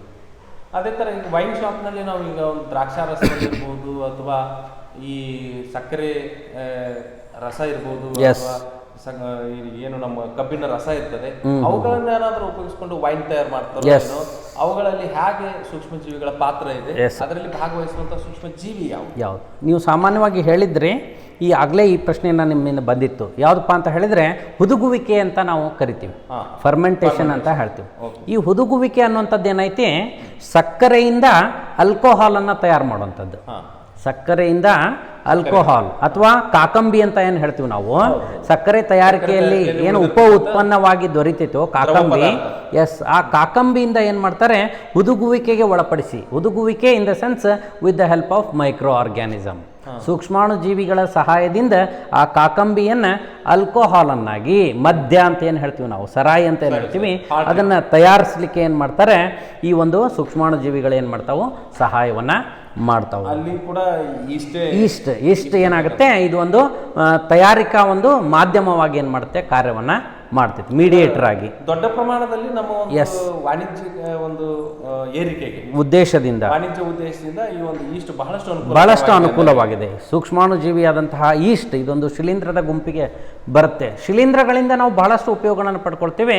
ಅದಕ್ಕೆ ಬೆಸ್ಟ್ ಎಕ್ಸಾಂಪಲ್ ಪೆನ್ಸಿಲಿನ್ ತಗೋಬಹುದು ನೀವು, ಮುಂದೆ ಬರುತ್ತೆ ಅದು ನಾವು ಹೇಳ್ತೀವಿ. Yes, okay sir. ಹಾಗಾದ್ರೆ ಈಗ ನೀವು ನಮ್ಮ ಒಂದು ಸೂಕ್ಷ್ಮ ಜೀವಿಗಳಲ್ಲಿ ಬ್ಯಾಕ್ಟೀರಿಯಾಗಳ ಉಪಯೋಗ ಹೇಳ್ಕೊಂಡ್ರಿ, ಆಮೇಲೆ ಈ ಒಂದು ಫಂಗಸ್ ಅಥವಾ ಮೈಕೋಟಾ ಫ್ಯಾಮಿಲಿ ಸೇರಿರ್ತಕ್ಕಂಥ ಈಸ್ಟ್ಗಳ ಹೇಳ್ಕೊಂಡ್ರಿ. ಅದೇ ರೀತಿಯಾಗಿ ಈಗ ನಾವು ಇದೇ ಸೂಕ್ಷ್ಮ ಜೀವಿಗಳನ್ನ ಬಳಸ್ಕೊಂಡು ನಾವು ಏನಾದರೂ ಈ ಚುಚ್ಚುಮದ್ದನ್ನು ಏನಾದರೂ ತಯಾರು ಮಾಡ್ಲಿಕ್ಕೆ ಸಾಧ್ಯ ಇದೆ? Yes, definitely. ಈ ಚುಚ್ಚುಮದ್ದು ಅಥವಾ ಇಂಜೆಕ್ಷನ್ ಅಂತ ಏನು ಹೇಳ್ತೀವಿ ನಾವು, ಈ ವ್ಯಾಕ್ಸಿನ್ಗಳನ್ನು ಮತ್ತು ಇಂಜೆಕ್ಷನ್ಗಳನ್ನು, ಔಷಧಿಗಳ ತಯಾರಿಕೆಯಲ್ಲಿ ಕೂಡ ನಾವು ಸೂಕ್ಷ್ಮಾಣು ಜೀವಿಗಳನ್ನು ಬಳಕೆ ಮಾಡ್ತೀವಿ. ಅದಕ್ಕೆ ಸಾಮಾನ್ಯವಾಗಿ ಸೂಕ್ಷ್ಮಾಣು ಜೀವಿ ಶಾಸ್ತ್ರ ಅಂತ ಏನು ಹೇಳಿದೆ, ಅದರಲ್ಲಿ ಸಾಮಾನ್ಯ ಸೂಕ್ಷ್ಮಾಣು ಜೀವಿ ಶಾಸ್ತ್ರ ಒಂದಿದ್ರೆ, ಅಂದರೆ ಸೂಕ್ಷ್ಮಾಣು ಜೀವಿಗಳ ಬಗ್ಗೆ ಅಧ್ಯಯನ ಮಾಡುವಂಥದ್ದು ಅನ್ವಯಿಕ ಸೂಕ್ಷ್ಮಾಣು ಜೀವಿ ಶಾಸ್ತ್ರ ಅಂತ ಒಂದೈತಿ, applied microbiology. In the sense ಅದನ್ನು ಮಾನವನ ಒಳಿತಿಗಾಗಿ ಯಾವ ರೀತಿಯಾಗಿ ಸೂಕ್ಷ್ಮಾಣು ಜೀವಿಗಳನ್ನು ಬಳಸ್ಕೊಳ್ಬೋದು ಅನ್ನೋದನ್ನೇ ನಾವು ಡಿಟೇಲ್ ಆಗಿ ಏನು ಮಾಡ್ತೀವಿ, ಆ ಒಂದು ಶಾಸ್ತ್ರದೊಳಗೆ ಅಭ್ಯಾಸ ಮಾಡ್ತಾ ಹೋಗ್ತೀವಿ. ಸೂಕ್ಷ್ಮಾಣು ಜೀವಿಗಳನ್ನು ತಗೊಂಡು ಮಾನವನ ಒಳಿತಿಗೆ ಏನ್ರಿ ಯಾವ ರೀತಿಯಾಗಿ ನಾವು ಬಳಕೆಯನ್ನು ಮಾಡ್ಬೋದು. ನಿಮಗೊಂದು ಬೆಸ್ಟ್ ಎಕ್ಸಾಂಪಲ್ ಹೇಳೋದಾದರೆ, ಇತ್ತೀಚಿನ ದಿನಮಾನಗಳಲ್ಲಿ BT ಹತ್ತಿ ಅಂತ ತಯಾರು ಮಾಡಿದ್ದಾರೆ. BT ಹತ್ತಿ ಅಂತ, ಹತ್ತಿಗೆ ಬಹಳಷ್ಟು ಕೀಟ ಬಾಧೆ ಕಾಡ್ತಾ ಇತ್ತು. ಅಂಥ ಸಂದರ್ಭದಲ್ಲಿ ಬ್ಯಾಸಿಲಸ್ ತುರಿಂಜೆನ್ಸಿಸ್ ಅನ್ನುವಂಥ ಒಂದು ಬ್ಯಾಕ್ಟೀರಿಯಾದ ಜೀವಾಣುವನ್ನು, DNA ಅದಕ್ಕೆ ಒಂದು ಸ್ವಲ್ಪ ಜೀನ್ಗಳನ್ನು ಅದಕ್ಕೆ ಸೇರಿಸೋದ್ರ ಮೂಲಕ ವಿಷಕಾರಿಯಾದಂತಹ ಒಂದು ಅಂಶ ಆ ಒಂದು ಯಾವುದರಲ್ಲಿ, ಹತ್ತಿ ಗಿಡದಲ್ಲಿ ಉತ್ಪತ್ತಿ ಆಗುವಂಗೆ ಮಾಡಿದರು. ಅದರರ್ಥ ಕೀಟ ಬಾಧೆಯಿಂದ ರಕ್ಷಣೆಯನ್ನು ಪಡೀಲಿಕ್ಕೆ, ಸತ್ತು ಹೋಗ್ತಾವು, ಅವುಗಳ ಒಂದು ರಕ್ಷಣೆಯನ್ನು ಪಡೀಲಿಕ್ಕೆ ಏನು ಮಾಡ್ತಾರೆ, BT ಹತ್ತಿಯನ್ನು ಏನು ಮಾಡಿದ್ದಾರೆ, ತಯಾರಿಸಿದ್ದಾರೆ. ನೋಡಿ, ಇದೊಂದು ಉಪಯುಕ್ತತೆ. ಯಾವುದರಿಂದಾಗಿ, ಸೂಕ್ಷ್ಮಾಣು ಜೀವಿಯಿಂದಾಗಿ ಮಾನವನ ಒಂದು ಒಳಿತಿಗೆ ಯಾವ ರೀತಿಯಾಗಿ ಮಾಡ್ಕೋಬೇಕು ಅನ್ನೋದನ್ನ ಏನು ಮಾಡ್ತಾರೆ, ತಯಾರಿಸ್ತಾರೆ. ನಿಮಗೊಂದು ಎಕ್ಸಾಂಪಲ್ ಆಗಲೇ ಹೇಳಿದ್ದೆ ನಾನು, ಅಲೆಕ್ಸಾಂಡರ್ ಫ್ಲೆಮಿಂಗ್ ಅನ್ನುವಂಥ ಒಂದು ಸೈಂಟಿಸ್ಟ್. ಅಲೆಕ್ಸಾಂಡರ್ ಫ್ಲೆಮಿಂಗ್ ರವರು ಏನು ಮಾಡಿದ್ರಪ್ಪ ಅಂತ ಹೇಳಿದ್ರೆ, 1929ರಲ್ಲಿ ಮೊಟ್ಟ ಮೊದಲ ಬಾರಿಗೆ ಅವರು ತಮ್ಮ ಪ್ರಯೋಗಾಲಯದೊಳಗೆ ಬ್ಯಾಕ್ಟೀರಿಯಾಗಳ ಒಂದು ಕೃಷಿ ಚಟುವಟಿಕೆಯಲ್ಲಿ ತೊಡಗಿದಾಗ, ಕೃಷಿ ಇನ್ ದ ಸೆನ್ಸ್ ಬೆಳೆಸುವಂಥದ್ದು, ಈ ಬ್ಯಾಕ್ಟೀರಿಯಾಗಳನ್ನು ಕೃಷಿ ಮಾಡುವಂಥ ಸಂದರ್ಭದಲ್ಲಿ ಅವರು ವಾಚ್ ಗ್ಲಾಸ್, ತಟ್ಟೆ ಅಂತ ಏನು ಹೇಳ್ತೀವಿ ನಾವು, ಆ ಒಂದು ವಾಚ್ ಗ್ಲಾಸ್ ಒಳಗಡೆ ಇಟ್ಟಂತಹ ಬ್ಯಾಕ್ಟೀರಿಯಾಗಳು ಯಾವುದೋ ಒಂದು ಶಿಲೀಂಧ್ರದ ಬೆಳವಣಿಗೆಯಿಂದಾಗಿ ಆ ಬ್ಯಾಕ್ಟೀರಿಯಾಗಳು ಸತ್ತಿದ್ದು. ಸಾಮಾನ್ಯವಾಗಿ ನಮ್ಮಂಥವ್ರು ನಾವೇನು ಮಾಡ್ತೀವಿ ಅಂದರೆ ಅದನ್ನು ಸ್ವಚ್ಛಗೆ ತೊಳೆದು ಮತ್ತೊಂದು ಬೆಳೆಸ್ತೀವಿ. ಆದರೆ ಅವ್ರು ಹಂಗೆ ಮಾಡಲಿಲ್ಲ. ಈ ಶಿಲೀಂಧ್ರ ಬೆಳೆದಿದ್ದ ಕಾರಣದಿಂದಾಗಿ ಈ ಬ್ಯಾಕ್ಟೀರಿಯಾಗಳು ಏನಾಗ್ಯಾವು, ಸತ್ತಿದಾವು. ಅಂದ್ರೆ ಒಂದು ಸೂಕ್ಷ್ಮ ಜೀವಿಯಿಂದ ಮತ್ತೊಂದು ಸೂಕ್ಷ್ಮ ಜೀವಿಯನ್ನು ಅನ್ನುವಂಥ ಒಂದು ವಿಚಾರವನ್ನು ಅವ್ರು ಏನು ಮಾಡ್ತಾರೆ. ಹಾಗಾದ್ರೆ ಈ ಶಿಲೀಂಧ್ರವನ್ನು ಬಳಸಿಕೊಂಡು ಬ್ಯಾಕ್ಟೀರಿಯಾಗಳನ್ನು ನಾವೇನು ಮಾಡ್ಬೋದು, ಕೊಲ್ಬೋದು ಅನ್ನುವಂಥ ಒಂದು ಐಡಿಯಾ ಅವ್ರಿಗೇನಾಗುತ್ತೆ, ಬರ್ತೈತಿ. ಎಸ್ ಸರ್, ಎಸ್, ಪ್ರತಿ ಕಾಯಗಳು ಅಂತ ನಾವೇನು ಮಾಡ್ತೀವಿ ಹೇಳ್ತೀವಿ. ಆಂಟಿಬಯೋಟಿಕ್ಸ್ ಒಂದು ಜೀವಾಣುವಿನ ವಿರುದ್ಧ ಹೋರಾಡುವಂಥ ಒಂದು ಶಕ್ತಿಯನ್ನು ನಾವೇನು ಮಾಡ್ತೀವಿ, ಒದಗಿಸುವಂಥ ಒಂದು ಕ್ರಿಯೆಯನ್ನು ಈ ಸೂಕ್ಷ್ಮಾಣು ಜೀವಿಯನ್ನು ಬಳಸಿಕೊಂಡು. ಹಾಗಂದ್ರೆ ಆ ಬೆಳೆದಿರುವಂತಹ ಶಿಲೀಂಧ್ರ ಯಾವುದು ಅಂತ ನೋಡಿದರೆ, ಆ ಶಿಲೀಂಧ್ರ ಬಂದು ಪೆನ್ಸಿಲಿಯಂ ನೊಟೇಟಮ್ ಅನ್ನುವಂಥ ಒಂದು ಶಿಲೀಂಧ್ರ. ಒಂದು ಶಿಲೀಂಧ್ರದ ಹೆಸರು ಪೆನ್ಸಿಲಿಯಂ ನೊಟೇಟಮ್. ಆ ಪೆನ್ಸಿಲಿಯಂ ನೊಟೇಟಮ್ ಶಿಲೀಂಧ್ರ ಬಳಸ್ಕೊಂಡು ಬ್ಯಾಕ್ಟೀರಿಯಾಗಳನ್ನು ಕೊಲ್ಲುವಂತಹ ಒಂದು ಚುಚ್ಚುಮದ್ದನ್ನು ಅಥವಾ ನಾವೇನು ಹೇಳ್ತೀವಿ, ಇದು ಆಂಟಿಬಯೋಟಿಕ್ಕನ್ನು ಏನು ಜೀವ ನಿರೋಧಕವನ್ನು ಏನು ತಯಾರಿಸಿದ್ರು, ಅದಕ್ಕೆ ಪೆನ್ಸಿಲಿನ್ ಅಂತ ಹೆಸರು ಕೊಟ್ಟರು. ಇಂಜೆಕ್ಷನ್ ರೆಡಿ ಆಯಿತು. ಅದು ಬಹಳಷ್ಟು ಉಪಯೋಗ ಆಯಿತು. ನಮ್ಮ ಮಹಾಯುದ್ಧಗಳಲ್ಲಿ ಬಹಳಷ್ಟು ಸೈನಿಕರ ಗಾಯಗೊಂಡಂಥ ಸಂದರ್ಭದಲ್ಲಿ, ಬೇರೆ ಬೇರೆ ತೊಂದರೆಗೊಳಪಟ್ಟಂಥ ಸಂದರ್ಭದಲ್ಲಿ ಇವರಿಗೆ ವರದಾನವಾಗಿ ಈ ಒಂದು ಚುಚ್ಚುಮದ್ದನ್ನು ಏನು ಮಾಡಿದ್ರೆ, ಬಳಸೋ ಮೂಲಕ ಬಹಳಷ್ಟು ಜನರಿಗೆ ಜೀವದಾನವನ್ನು ಮಾಡ್ತು ಅಂತಲೇ ನಾವು ಹೇಳ್ಬೋದು. ಎಸ್, ಉಳಿಸಿದ್ರು. ಆ ರೀತಿಯಾಗಿ ಆಂಟಿಬಯೋಟಿಕ್ಗಳನ್ನು ನಾವೇನು ಮಾಡ್ತೀವಿ, ಬಳಕೆ ಮಾಡ್ತೀವಿ. ಅಂದರೆ ವೈರಾಣುಗಳ ವಿರುದ್ಧ ಹೋರಾಡುವಂತಹ ಆಂಟಿವೈರಲ್ಗಳನ್ನು ತಯಾರು ಮಾಡಿದ್ದಾರೆ. ಫಂಗಸ್ ಅಂದರೆ ಶಿಲೀಂಧ್ರಗಳ ವಿರುದ್ಧ ಹೋರಾಡುವಂತಹ ಆಂಟಿ ಫಂಗಲ್ ಔಷಧಗಳನ್ನು ತಯಾರು ಮಾಡಿದ್ದಾರೆ. ಬ್ಯಾಕ್ಟೀರಿಯಾಗಳ ವಿರುದ್ಧ ಹೋರಾಡುವಂತಹ ಆಂಟಿ ಬ್ಯಾಕ್ಟೀರಿಯಲ್ ಔಷಧಗಳನ್ನು ತಯಾರು ಮಾಡಿದ್ದಾರೆ. ಇವೆಲ್ಲವೂ ನಮ್ಮ ಒಂದು ಅನ್ವಯಿಕ ಸೂಕ್ಷ್ಮಾಣು ಜೀವಿ ಶಾಸ್ತ್ರದ ಕೊಡುಗೆನೆ.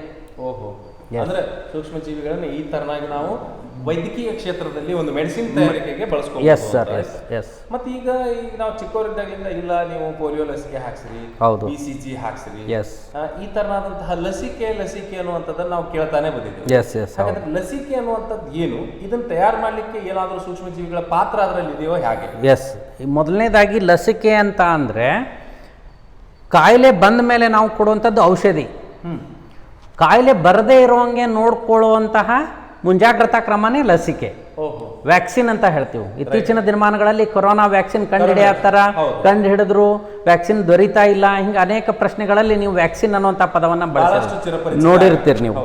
ಹಾಗಂದ್ರೆ ಈ ವ್ಯಾಕ್ಸಿನ್ ಅಂದ್ರೆ ಏನು ಅಂತ ನೋಡೋದಾದ್ರೆ, ಈ ವ್ಯಾಕ್ಸಿನ್ಗಳನ್ನು ಆ ಸೂಕ್ಷ್ಮಾಣು ಜೀವಿಯನ್ನ ಸತ್ತ ಅಥವಾ ದುರ್ಬಲಗೊಳಿಸಿದ ರೂಪದೊಳಗೆ ಒಂದು ಜೀವಿಗೆ ಏನು ಮಾಡುವಂಥದ್ದು ಹಾಕುವಂಥದ್ದು. ಎಸ್, ಈಗ ಕೊರೋನಾ ವೈರಸ್ ಐತಿ, ಆ ಕೊರೋನಾ ವೈರಸ್ ವಿರುದ್ಧ ಹೋರಾಡುವಂತಹ ಒಂದು ಯಾವುದನ್ನು ಕೊರೋನಾ ಕೋವಿಡ್ ಅನ್ನುವಂಥ ಒಂದು COVID-19 ಅನ್ನುವಂಥ ಒಂದು ಜೀವಿಯನ್ನು ಏನು ಮಾಡುವಂಥದ್ದು ಆ ದೇಹಕ್ಕೆ ಹಾಕೋದು, ದೇಹದ ಒಳಗೆ. ಎಸ್, ದೇಹದ ಒಳಗಡೆ ಹಾಕಿದಾಗ ಅದನ್ನು ಆ ಜೀವಿಗೆ ತೊಂದರೆ ಮಾಡಬಾರ್ದು, ಬಟ್ ನಮ್ಮ ದೇಹದ ಒಳಗಡೆ ಇರುವಂತಹ ರೋಗ ನಿರೋಧಕ ಶಕ್ತಿ ಹೆಚ್ಚಾಗಬೇಕು. ರೋಗ ನಿರೋಧಕ ಶಕ್ತಿ ಹೆಚ್ಚಾಗೋದು ಇನ್ ದ ಸೆನ್ಸ್ ಆ ರೋಗಾಣುಗಳ ವಿರುದ್ಧ ಹೋರಾಡುವಂಥ ಒಂದು ಶಕ್ತಿ ಹೆಚ್ಚಾಗಬೇಕು. ಪ್ರತಿ ಜೀವಿಗೂ ರೋಗ ನಿರೋಧಕ ಶಕ್ತಿ ಅನ್ನುವಂಥ ಒಂದು ವಿಶೇಷ ಒಂದು ಗುಣವನ್ನು ದೇವರು ನಮಗೇನು ಮಾಡಿದ್ದಾನೆ, ದಯಪಾಲಿಸಿದಾನೆ. ಆ ರೋಗ ನಿರೋಧಕ ಶಕ್ತಿ ಏನು ಮಾಡ್ತೈತಿ ಅಂದರೆ ನಮ್ಮ ದೇಹಕ್ಕೆ ಫಾರಿನ್ ಬಾಡೀಸ್ ಅಂತ ಏನು ಹೇಳ್ತೀವಿ ನಾವು, ಅಂದರೆ ಬೇಡವಾದ ಜೀವಿಗಳು ಏನು ಬಂದಿರ್ತಾವೆ, ಬೇರೆ ಜೀವಿಗಳು ಏನು ಬಂದಿರ್ತಾವೆ, ಅವುಗಳ ವಿರುದ್ಧ ಹೋರಾಟ ಮಾಡುವಂಥ ಒಂದು ಶಕ್ತಿಯನ್ನು ಏನು ಮಾಡಿದ್ದಾನೆ, ಕೊಟ್ಟಿದ್ದಾನೆ. ಆ ಒಂದು ಶಕ್ತಿಗೆ ಆ ಒಂದು ಬೇರೆಯಿಂದ ಹೊರಗಡೆಯಿಂದ ಬಂದಂಥ ಒಂದು ವೈರಾಣುಗಳ ಅಥವಾ ಬ್ಯಾಕ್ಟೀರಿಯಾಗಳ ಪರಿಚಯವನ್ನು ಮಾಡಬೇಕು. ಬಟ್ ಆ ಪರಿಚಯ ಹೆಂಗಾಗಬೇಕು ಅಂದರೆ ಅದು ನಮ್ಮ ಮೇಲೆ ದಬ್ಬಾಳಿಕೆ ದಾಳಿಯನ್ನು ಮಾಡಬಾರ್ದು, ದುರ್ಬಲಗೊಳಿಸಿ ಅಥವಾ ಎಸ್ ಸರ್ ಡೆಫಿನೆಟ್ಲಿ. ಆ ರೀತಿಯಾಗಿ ನಾವು ವ್ಯಾಕ್ಸಿನ್ಗಳನ್ನು ಹಾಕೋದ್ರ ಮೂಲಕ ಒಳಗಡೆ ಆಂಟಿಬಾಡೀಸ್ ಅಂತ ಏನು ಹೇಳ್ತೀವಿ ನಾವು, ಪ್ರತಿಕಾಯಗಳಂತ ಏನು ಹೇಳ್ತೀವಿ, ಅವು ತಯಾರಾಗ್ತಾವೆ. ಮುಂದಿನ ದಿನಮಾನಗಳಲ್ಲಿ, ಮುಂದಿನ ನಮ್ಮ ಜೀವನ ಪರ್ಯಂತ ಯಾವಾಗಾದರೂ ಆ ಸೂಕ್ಷ್ಮಾಣು ಜೀವಿ ನಮ್ಮೊಳಗೆ ಬಂದರೆ ಇವಕ್ಕೆ ಆಲ್ರೆಡಿ ಗೊತ್ತಿರ್ತಾವೆ, ಪರಿಚಯ ಇರ್ತಾವೆ, ಅವುಗಳ ವಿರುದ್ಧ ಏನು ಮಾಡ್ತಾವೆ, ಹೋರಾಟ ಮಾಡುವಂಥ ಒಂದು ಶಕ್ತಿ ಇರೋದ್ರಿಂದ ನಮಗೆ ಪ್ರಾಣಾಪಾಯ ಆಗದೆ ಇರೋ ರೀತಿ ಒಳಗೆ ನಾವೇನು ಮಾಡ್ಬೋದು, ಗುಣಮುಖರಾಗ್ಬೋದು ಅಂತ ನಾವು ಅವುಗಳ ವಿರುದ್ಧ ಹೋರಾಡಿ ಅವುಗಳನ್ನು ಕೊಂದ್ಬಿಡುವಂಥ ಒಂದು ಪರಿಚಯವನ್ನು ಮಾಡಿಕೊಡುವಂಥ ಒಂದು ಪದ್ಧತಿ ವ್ಯಾಕ್ಸಿನ್, ಲಸಿಕೆ ಅಂತ ಹೇಳ್ತೀವಿ. ನೀವೆಲ್ಲ ಗೊತ್ತಿರ್ಬೋದು, ಸಾಮಾನ್ಯವಾಗಿ ಮಕ್ಕಳು ಹುಟ್ಟಿದ ಕೂಡಲೇ ನಿರ್ದಿಷ್ಟ ಸಮಯಕ್ಕೆ 3 ತಿಂಗಳಿಗೆ, 6 ತಿಂಗಳಿಗೆ, 1 ವರ್ಷಕ್ಕೆ, 15 ತಿಂಗಳು, 18 ತಿಂಗಳು, ಈ ರೀತಿಯಾಗಿ BCG ಅಂತ ಹೇಳ್ತೀವಿ ನಾವು, ಪೋಲಿಯೋ ಅಂತ ಹೇಳ್ತೀವಿ ನಾವು. ಅದೇ ರೀತಿಯಾಗಿ ಬೇರೆ ಬೇರೆ ಲಸಿಕೆಗಳನ್ನು ನಾವೇನು ಮಾಡ್ತಾ ಹೋಗ್ತೀವಿ, ಟೆಟಾನಸ್ ಅಂತ ಹೇಳ್ತೀವಿ, ಲಸಿಕೆಗಳನ್ನು ಹಾಕ್ತಾ ಬಂದಿದ್ದೇವೆ. ಅದಕ್ಕೆ ಸರ್ಕಾರ ನಮ್ಮ ಎಲ್ಲ ಒಂದು ಸಮಾಜದೊಳಗೆ ಬದುಕುವಂಥ ಎಲ್ಲ ಜೀವಿಗಳು, ಅದರರ್ಥ ನಾವು ಮನುಷ್ಯರು ಸದೃಢವಾಗಿರಲಿ, ಇಂಥ ಕಾಯಿಲೆಗಳಿಗೆ ತುತ್ತಾಗದೇ ಇರಲಿ ಅಂತಂದು ಇಂದ್ರಧನುಷ್ ಅನ್ನುವಂಥ ಒಂದು ಮಹತ್ವಾಕಾಂಕ್ಷಿ ಯೋಜನೆಯ ಮೂಲಕ ಏನು ಮಾಡ್ತಾರಪ್ಪ ಅಂತ ಹೇಳಿದ್ರೆ ಎಲ್ಲ ಮಕ್ಕಳಿಗೂ ಉಚಿತವಾಗಿ ಲಸಿಕೆಯನ್ನು ಕೊಡುವಂಥ ಒಂದು ಪದ್ಧತಿ ಐತಿ. ಇಲ್ಲಿವರೆಗೂ ಎಸ್ ಸೂಕ್ಷ್ಮ ಜೀವಿಗಳಿಂದ ಬರುವಂತಹ ರೋಗಗಳನ್ನು ತಡೆಗಟ್ಟುವುದಕ್ಕೋಸ್ಕರವಾಗಿ ಸರ್ಕಾರ ಪ್ರತಿಯೊಬ್ಬರಿಗೂ ಸಣ್ಣ ಮಕ್ಕಳಿಗೆ ಹುಟ್ಟಿದ ತಕ್ಷಣ ಲಸಿಕೆಯನ್ನು ಏನು ಮಾಡ್ತಾರೆ, ಕೊಡ್ತಾ ಬರ್ತಾರೆ. ಮಾರಕ ಒಂದು ರೋಗಗಳನ್ನ ನಿಯಂತ್ರಣ ಮಾಡಲಿಕ್ಕೆ. ಎಸ್, ಪೋಲಿಯೋ ಅಂತ ಹೇಳ್ತೀವಿ, ಪೋಲಿಯೋ ಹನಿಯನ್ನು ಹಾಕ್ತಾರೆ ನೀವು ನೋಡು, ಅದು ಕೂಡ ವ್ಯಾಕ್ಸಿನ್, ಬಾಯಿ ಮೂಲಕ ಕೊಡುವಂಥ ಒಂದು ವ್ಯಾಕ್ಸಿನ್. ಆ ಪೋಲಿಯೋ ವೈರಸ್ ಸಾಮಾನ್ಯವಾಗಿ ಗಾಳಿಯ ಮೂಲಕ ಬರುತ್ತೆ. ಆ ಗಾಳಿಯ ಮೂಲಕ ಬರುವಂಥ ಒಂದು ವೈರಸ್ ನಮ್ಮ ದೇಹವನ್ನು ಪ್ರವೇಶ ಮಾಡಿದರೂ ಕೂಡ ನಮಗೆ ಅದು ಏನು ಮಾಡೋದಿಲ್ಲ, ತೊಂದರೆ ಮಾಡೋದಿಲ್ಲ. ಯಾಕಂದರೆ ನಾವು ಸಣ್ಣವರಿದ್ದಾಗ ಏನು ಪೋಲಿಯೋ ಹನಿ ಹಾಕಿದಾರ ಅದರ ವಿರುದ್ಧ ಹೋರಾಡುವಂಥ ಆಂಟಿಬಾಡೀಸ್ ಏನಾಗಿದ್ದಾವೆ, ತಯಾರಾಗಿದ್ದಾವೆ. ಇನ್ ಕೇಸ್ ಪೋಲಿಯೋ ವೈರಸ್ ನಮ್ಮ ದೇಹದೊಳಗೆ ಬಂದರೂ ಕೂಡ ಅವುಗಳ ವಿರುದ್ಧ ಹೋರಾಟವನ್ನು ಮಾಡಿ ನಮ್ಮನ್ನು ಆ ಕಾಯಿಲೆಯಿಂದ ರಕ್ಷಣೆಯನ್ನು ಮಾಡ್ತಾವೆ ಅಂತ. ಈಗ ಈ ಒಂದು ಸೂಕ್ಷ್ಮ ಜೀವಿಗಳಿಂದ ಲಸಿಕೆಗಳನ್ನು ತಯಾರು ಮಾಡ್ತಾರೆ ಅಂತ ಹೇಳಿದ್ರಿ. ಇನ್ನು ಇವುಗಳಿಂದ ನಮ್ಮ ಒಂದು ರೈತನಿಗೆ, ಯಾಕಂದ್ರೆ ದೇಶದ ಬೆನ್ನೆಲುಬು ಅಂತ ಕರಿತೀವಿ, ವಿಶೇಷವಾಗಿ ಭಾರತ ಕೃಷಿ ಪ್ರಧಾನವಾದಂತಹ ರಾಷ್ಟ್ರ, ಇಲ್ಲಿ ರೈತನಿಗೆ ಯಾವುದಾದ್ರೂ ರೀತಿಯಿಂದ ಈ ಒಂದು ಸೂಕ್ಷ್ಮ ಜೀವಿ, ನಾವು ಸಾಕಷ್ಟು ಬಾರಿ ಕೇಳಿದ್ವಿ, ಇಲ್ರಿ ಕೀಟ ಹತ್ತಿದ್ವು, ರೋಗ ಬಂತು, ಹಾನಿ ಆಯಿತು, ಹೀಗಾಗಿ ರೈತರ ಆತ್ಮಹತ್ಯೆಗಳು ಸಾಕಷ್ಟು ಅನ್ನುವಂಥದ್ದು ಒಟ್ಟಾರೆಯಾಗಿ ನಾವು ಇಲ್ಲಿವರೆಗೂ ನೋಡ್ತಕ್ಕಂಥದ್ದು ನಮ್ಗೆ ಬಿಂಬಿಸಿರ್ತಕ್ಕಂಥದ್ದು ಏನಪ್ಪಾ ಅಂತಂದ್ರೆ ಸೂಕ್ಷ್ಮ ಜೀವಿಗಳಿಂದ ಕೇವಲ ರೋಗಗಳು ಮಾತ್ರ ಬರ್ತವೆ, ಉಪಯೋಗಗಳು ಇಲ್ಲ ಅನ್ನುವಂಥದ್ದನ್ನೇ ನಾವು ಎಲ್ಲ ಮಾಧ್ಯಮದ ಮೂಲಕ ಆಗಿರ್ಬೋದು, ನಮ್ಮ ಒಂದು ಪತ್ರಿಕಾ ಮಾಧ್ಯಮದ ಮೂಲಕ ಆಗಿರ್ಬೋದು, ನಾವು ಇದನ್ನೇ ನೋಡ್ತಾ ಬಂದಿದ್ದೀವಿ. ಹಾಗಾದ್ರೆ ಇಲ್ಲಿ ಸೂಕ್ಷ್ಮ ಜೀವಿಗಳು ರೈತ ರೈತನಿಗೆ ಯಾವುದಾದ್ರೂ ರೀತಿಯಲ್ಲಿ ಒಂದು ಮಿತ್ರನಂತೆ, ಒಂದು ಸ್ನೇಹಿತನಂತೆ ಕೆಲಸ ಮಾಡುವಂತ ಯಾವುದಾದ್ರೂ ಸೂಕ್ಷ್ಮಜೀವಿಗಳು ಇವೆಯಾ? ಇದ್ರೆ ಅವು ಯಾವ ರೀತಿ ಕೆಲಸ ಮಾಡ್ತವೆ ಅನ್ನುವಂಥದ್ದನ್ನ ಸ್ವಲ್ಪ ತಿಳಿಸ್ಕೊಡಿ. ಈ ಸೂಕ್ಷ್ಮಾಣು ಜೀವಿಗಳೇನಿದಾವಲ್ಲ ರೈತನ ಮಿತ್ರ ಅಂತಲೇ ಹೇಳ್ಬೋದು. ಅಕಸ್ಮಾತ್ ಸೂಕ್ಷ್ಮಾಣು ಜೀವಿಗಳು ಇಲ್ಲದೇ ಇದ್ದರೆ ಭೂಮಿ ಮೇಲೆ ಸಸ್ಯಗಳ ಬೆಳವಣಿಗೆ ಕಷ್ಟಕರ ಆಗ್ತಾ ಇತ್ತು. ಆ ಸೂಕ್ಷ್ಮಾಣು ಜೀವಿಗಳ ಬೆಳವಣಿಗೆ ಇಲ್ಲದೆ ಸಸ್ಯಗಳ ಬೆಳವಣಿಗೆ ಕುಂಠಿತ ಆಗ್ತಾ ಇತ್ತು, ಸಸ್ಯಗಳ ಬೆಳವಣಿಗೆ ಆಗ್ತಾ ಇರಲಿಲ್ಲ. ಒಂದು ಬೆಸ್ಟ್ ಎಕ್ಸಾಂಪಲ್ ಹೇಳೋದಾದ್ರೆ ನಿಮಗೆ ಲೆಗ್ಯೂಮ್ನಸ್ ಜಾತಿಯ ಸಸ್ಯಗಳು, ಅದರ ಅರ್ಥ ಬೀನ್ಸ್ ಇರ್ಬೋದು, ವಟಾಣಿ ಇರ್ಬೋದು, ದ್ವಿದಳ ಧಾನ್ಯಗಳು, ನೆಲಗಡಲೆ ಇರ್ಬೋದು, ಈ ಒಂದು ಕಾಳುಗಳ ಏನು ಮಾಡ್ತಾವೆ ಬೆಳವಣಿಗೆಯನ್ನು ಹೊಂತಾವಲ್ಲ, ಈ ಒಂದು ಸಸ್ಯಗಳ ಬೇರು ಗಂಟುಗಳಲ್ಲಿ, ಬೇರಿನ ಒಳಗಡೆ ಇರುವಂತಹ ಗಂಟುಗಳಲ್ಲಿ ರೈಸೋಬಿಯಂ ಅನ್ನುವಂಥ ಒಂದು ಬ್ಯಾಕ್ಟೀರಿಯಾ ವಾಸ ಮಾಡುತ್ತೆ. ನೋಡ್ರಿ, ಇದೊಂದು ಬ್ಯಾಕ್ಟೀರಿಯಾ ರೈಸೋಬಿಯಂ ಬ್ಯಾಕ್ಟೀರಿಯಾ ಏನು ಮಾಡುತ್ತೆ, ವಾಸವನ್ನ ಮಾಡುತ್ತೆ. ಈ ಒಂದು ಬ್ಯಾಕ್ಟೀರಿಯಾ ಏನು ಮಾಡ್ತೈತಿ ಕೆಲಸ ಅಂತ ಕೇಳಿದ್ರೆ ನಿಮಗೆಲ್ಲ ಗೊತ್ತಿರೋ ಹಾಗೆ ಗಾಳಿಯ ಘಟಕಗಳಲ್ಲಿ 78% ನೈಟ್ರೋಜನ್ ಐತಿ. ಶೇಕಡ 78% ನೈಟ್ರೋಜನ್ ಇದ್ರೂ ಕೂಡ ಸಸ್ಯಗಳಿಗೆ ಹೀರಿಕೊಳ್ಳಬಲ್ಲಂತ ರೂಪದೊಳಗಿಲ್ಲ.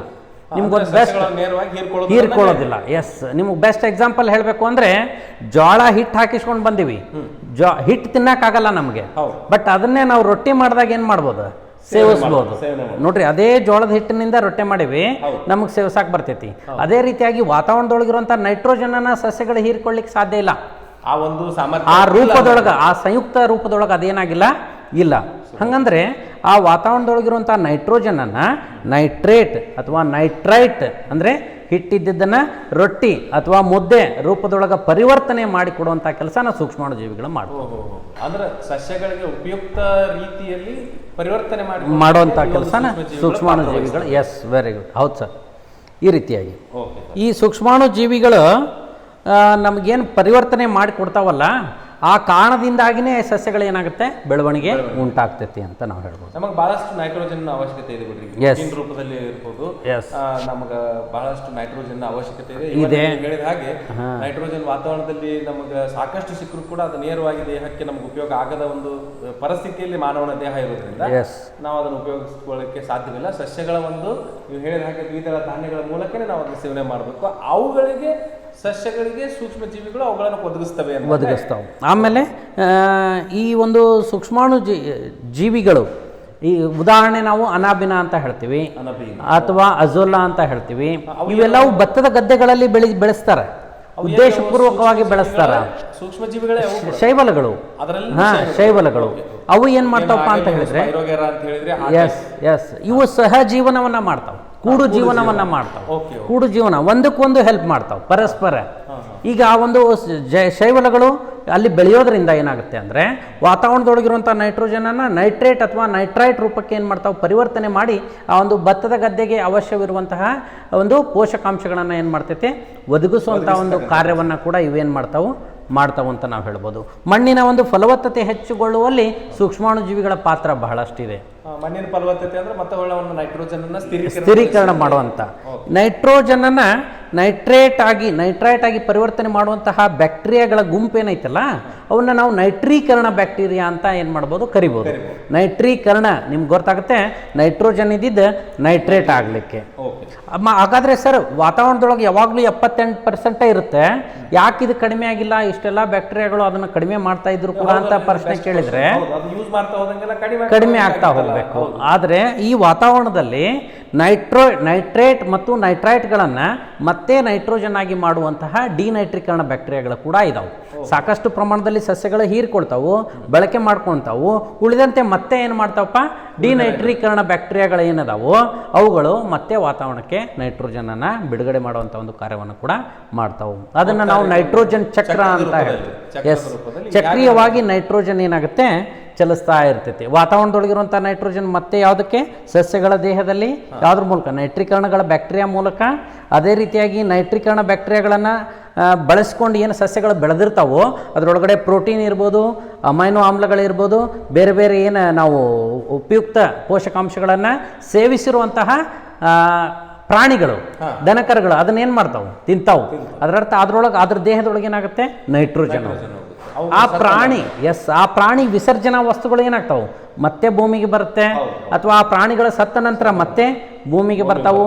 ಆ ಭೂಮಿಯಲ್ಲಿರುವಂತಹ ನೈಟ್ರೋಜನ್ ಅನ್ನ ಡಿನೈಟ್ರೀಕರಣ ಬ್ಯಾಕ್ಟೀರಿಯಾಗಳು ಮತ್ತೆ ವಾತಾವರಣಕ್ಕೆ ನೈಟ್ರೋಜನ್ ರೂಪಕ್ಕೆ ಪರಿವರ್ತನೆ ಮಾಡುವಂತಹ ಕೆಲಸವನ್ನ ಮಾಡ್ತಾವೆ. ಈ ರೀತಿಯಾಗಿ ನೈಟ್ರೋಜನ್ ಚಕ್ರ ಒಂದು ವರದಾನ ಅಂತ ನಾವೇನು ಮಾಡ್ಬೋದು ಹೇಳ್ಬೋದು. ಅದಕ್ಕೆ ಪ್ರಮುಖ ಕಾರಣ ಯಾರಾದರೂ ಇದ್ರೆ ಸೂಕ್ಷ್ಮಾಣುಜೀವಿಗಳು. ಎಸ್, ಹೀಗೆ ಒಟ್ಟಾರೆಯಾಗಿ ನೈಟ್ರೋಜನ್ ಚಕ್ರವನ್ನ ಸತತವಾಗಿ ಒಂದು ಪರಿಸರದಲ್ಲಿ ಇಡುವುದರ ಮೂಲಕವಾಗಿ ರೈತನಿಗೆ ಒಂದು ವರವಾಗಿ, ರೈತನಿಗೆ ಒಂದು ಮಿತ್ರವಾಗಿ ಸೂಕ್ಷ್ಮಜೀವಿಗಳು ಕೆಲಸ ಮಾಡ್ತವೆ.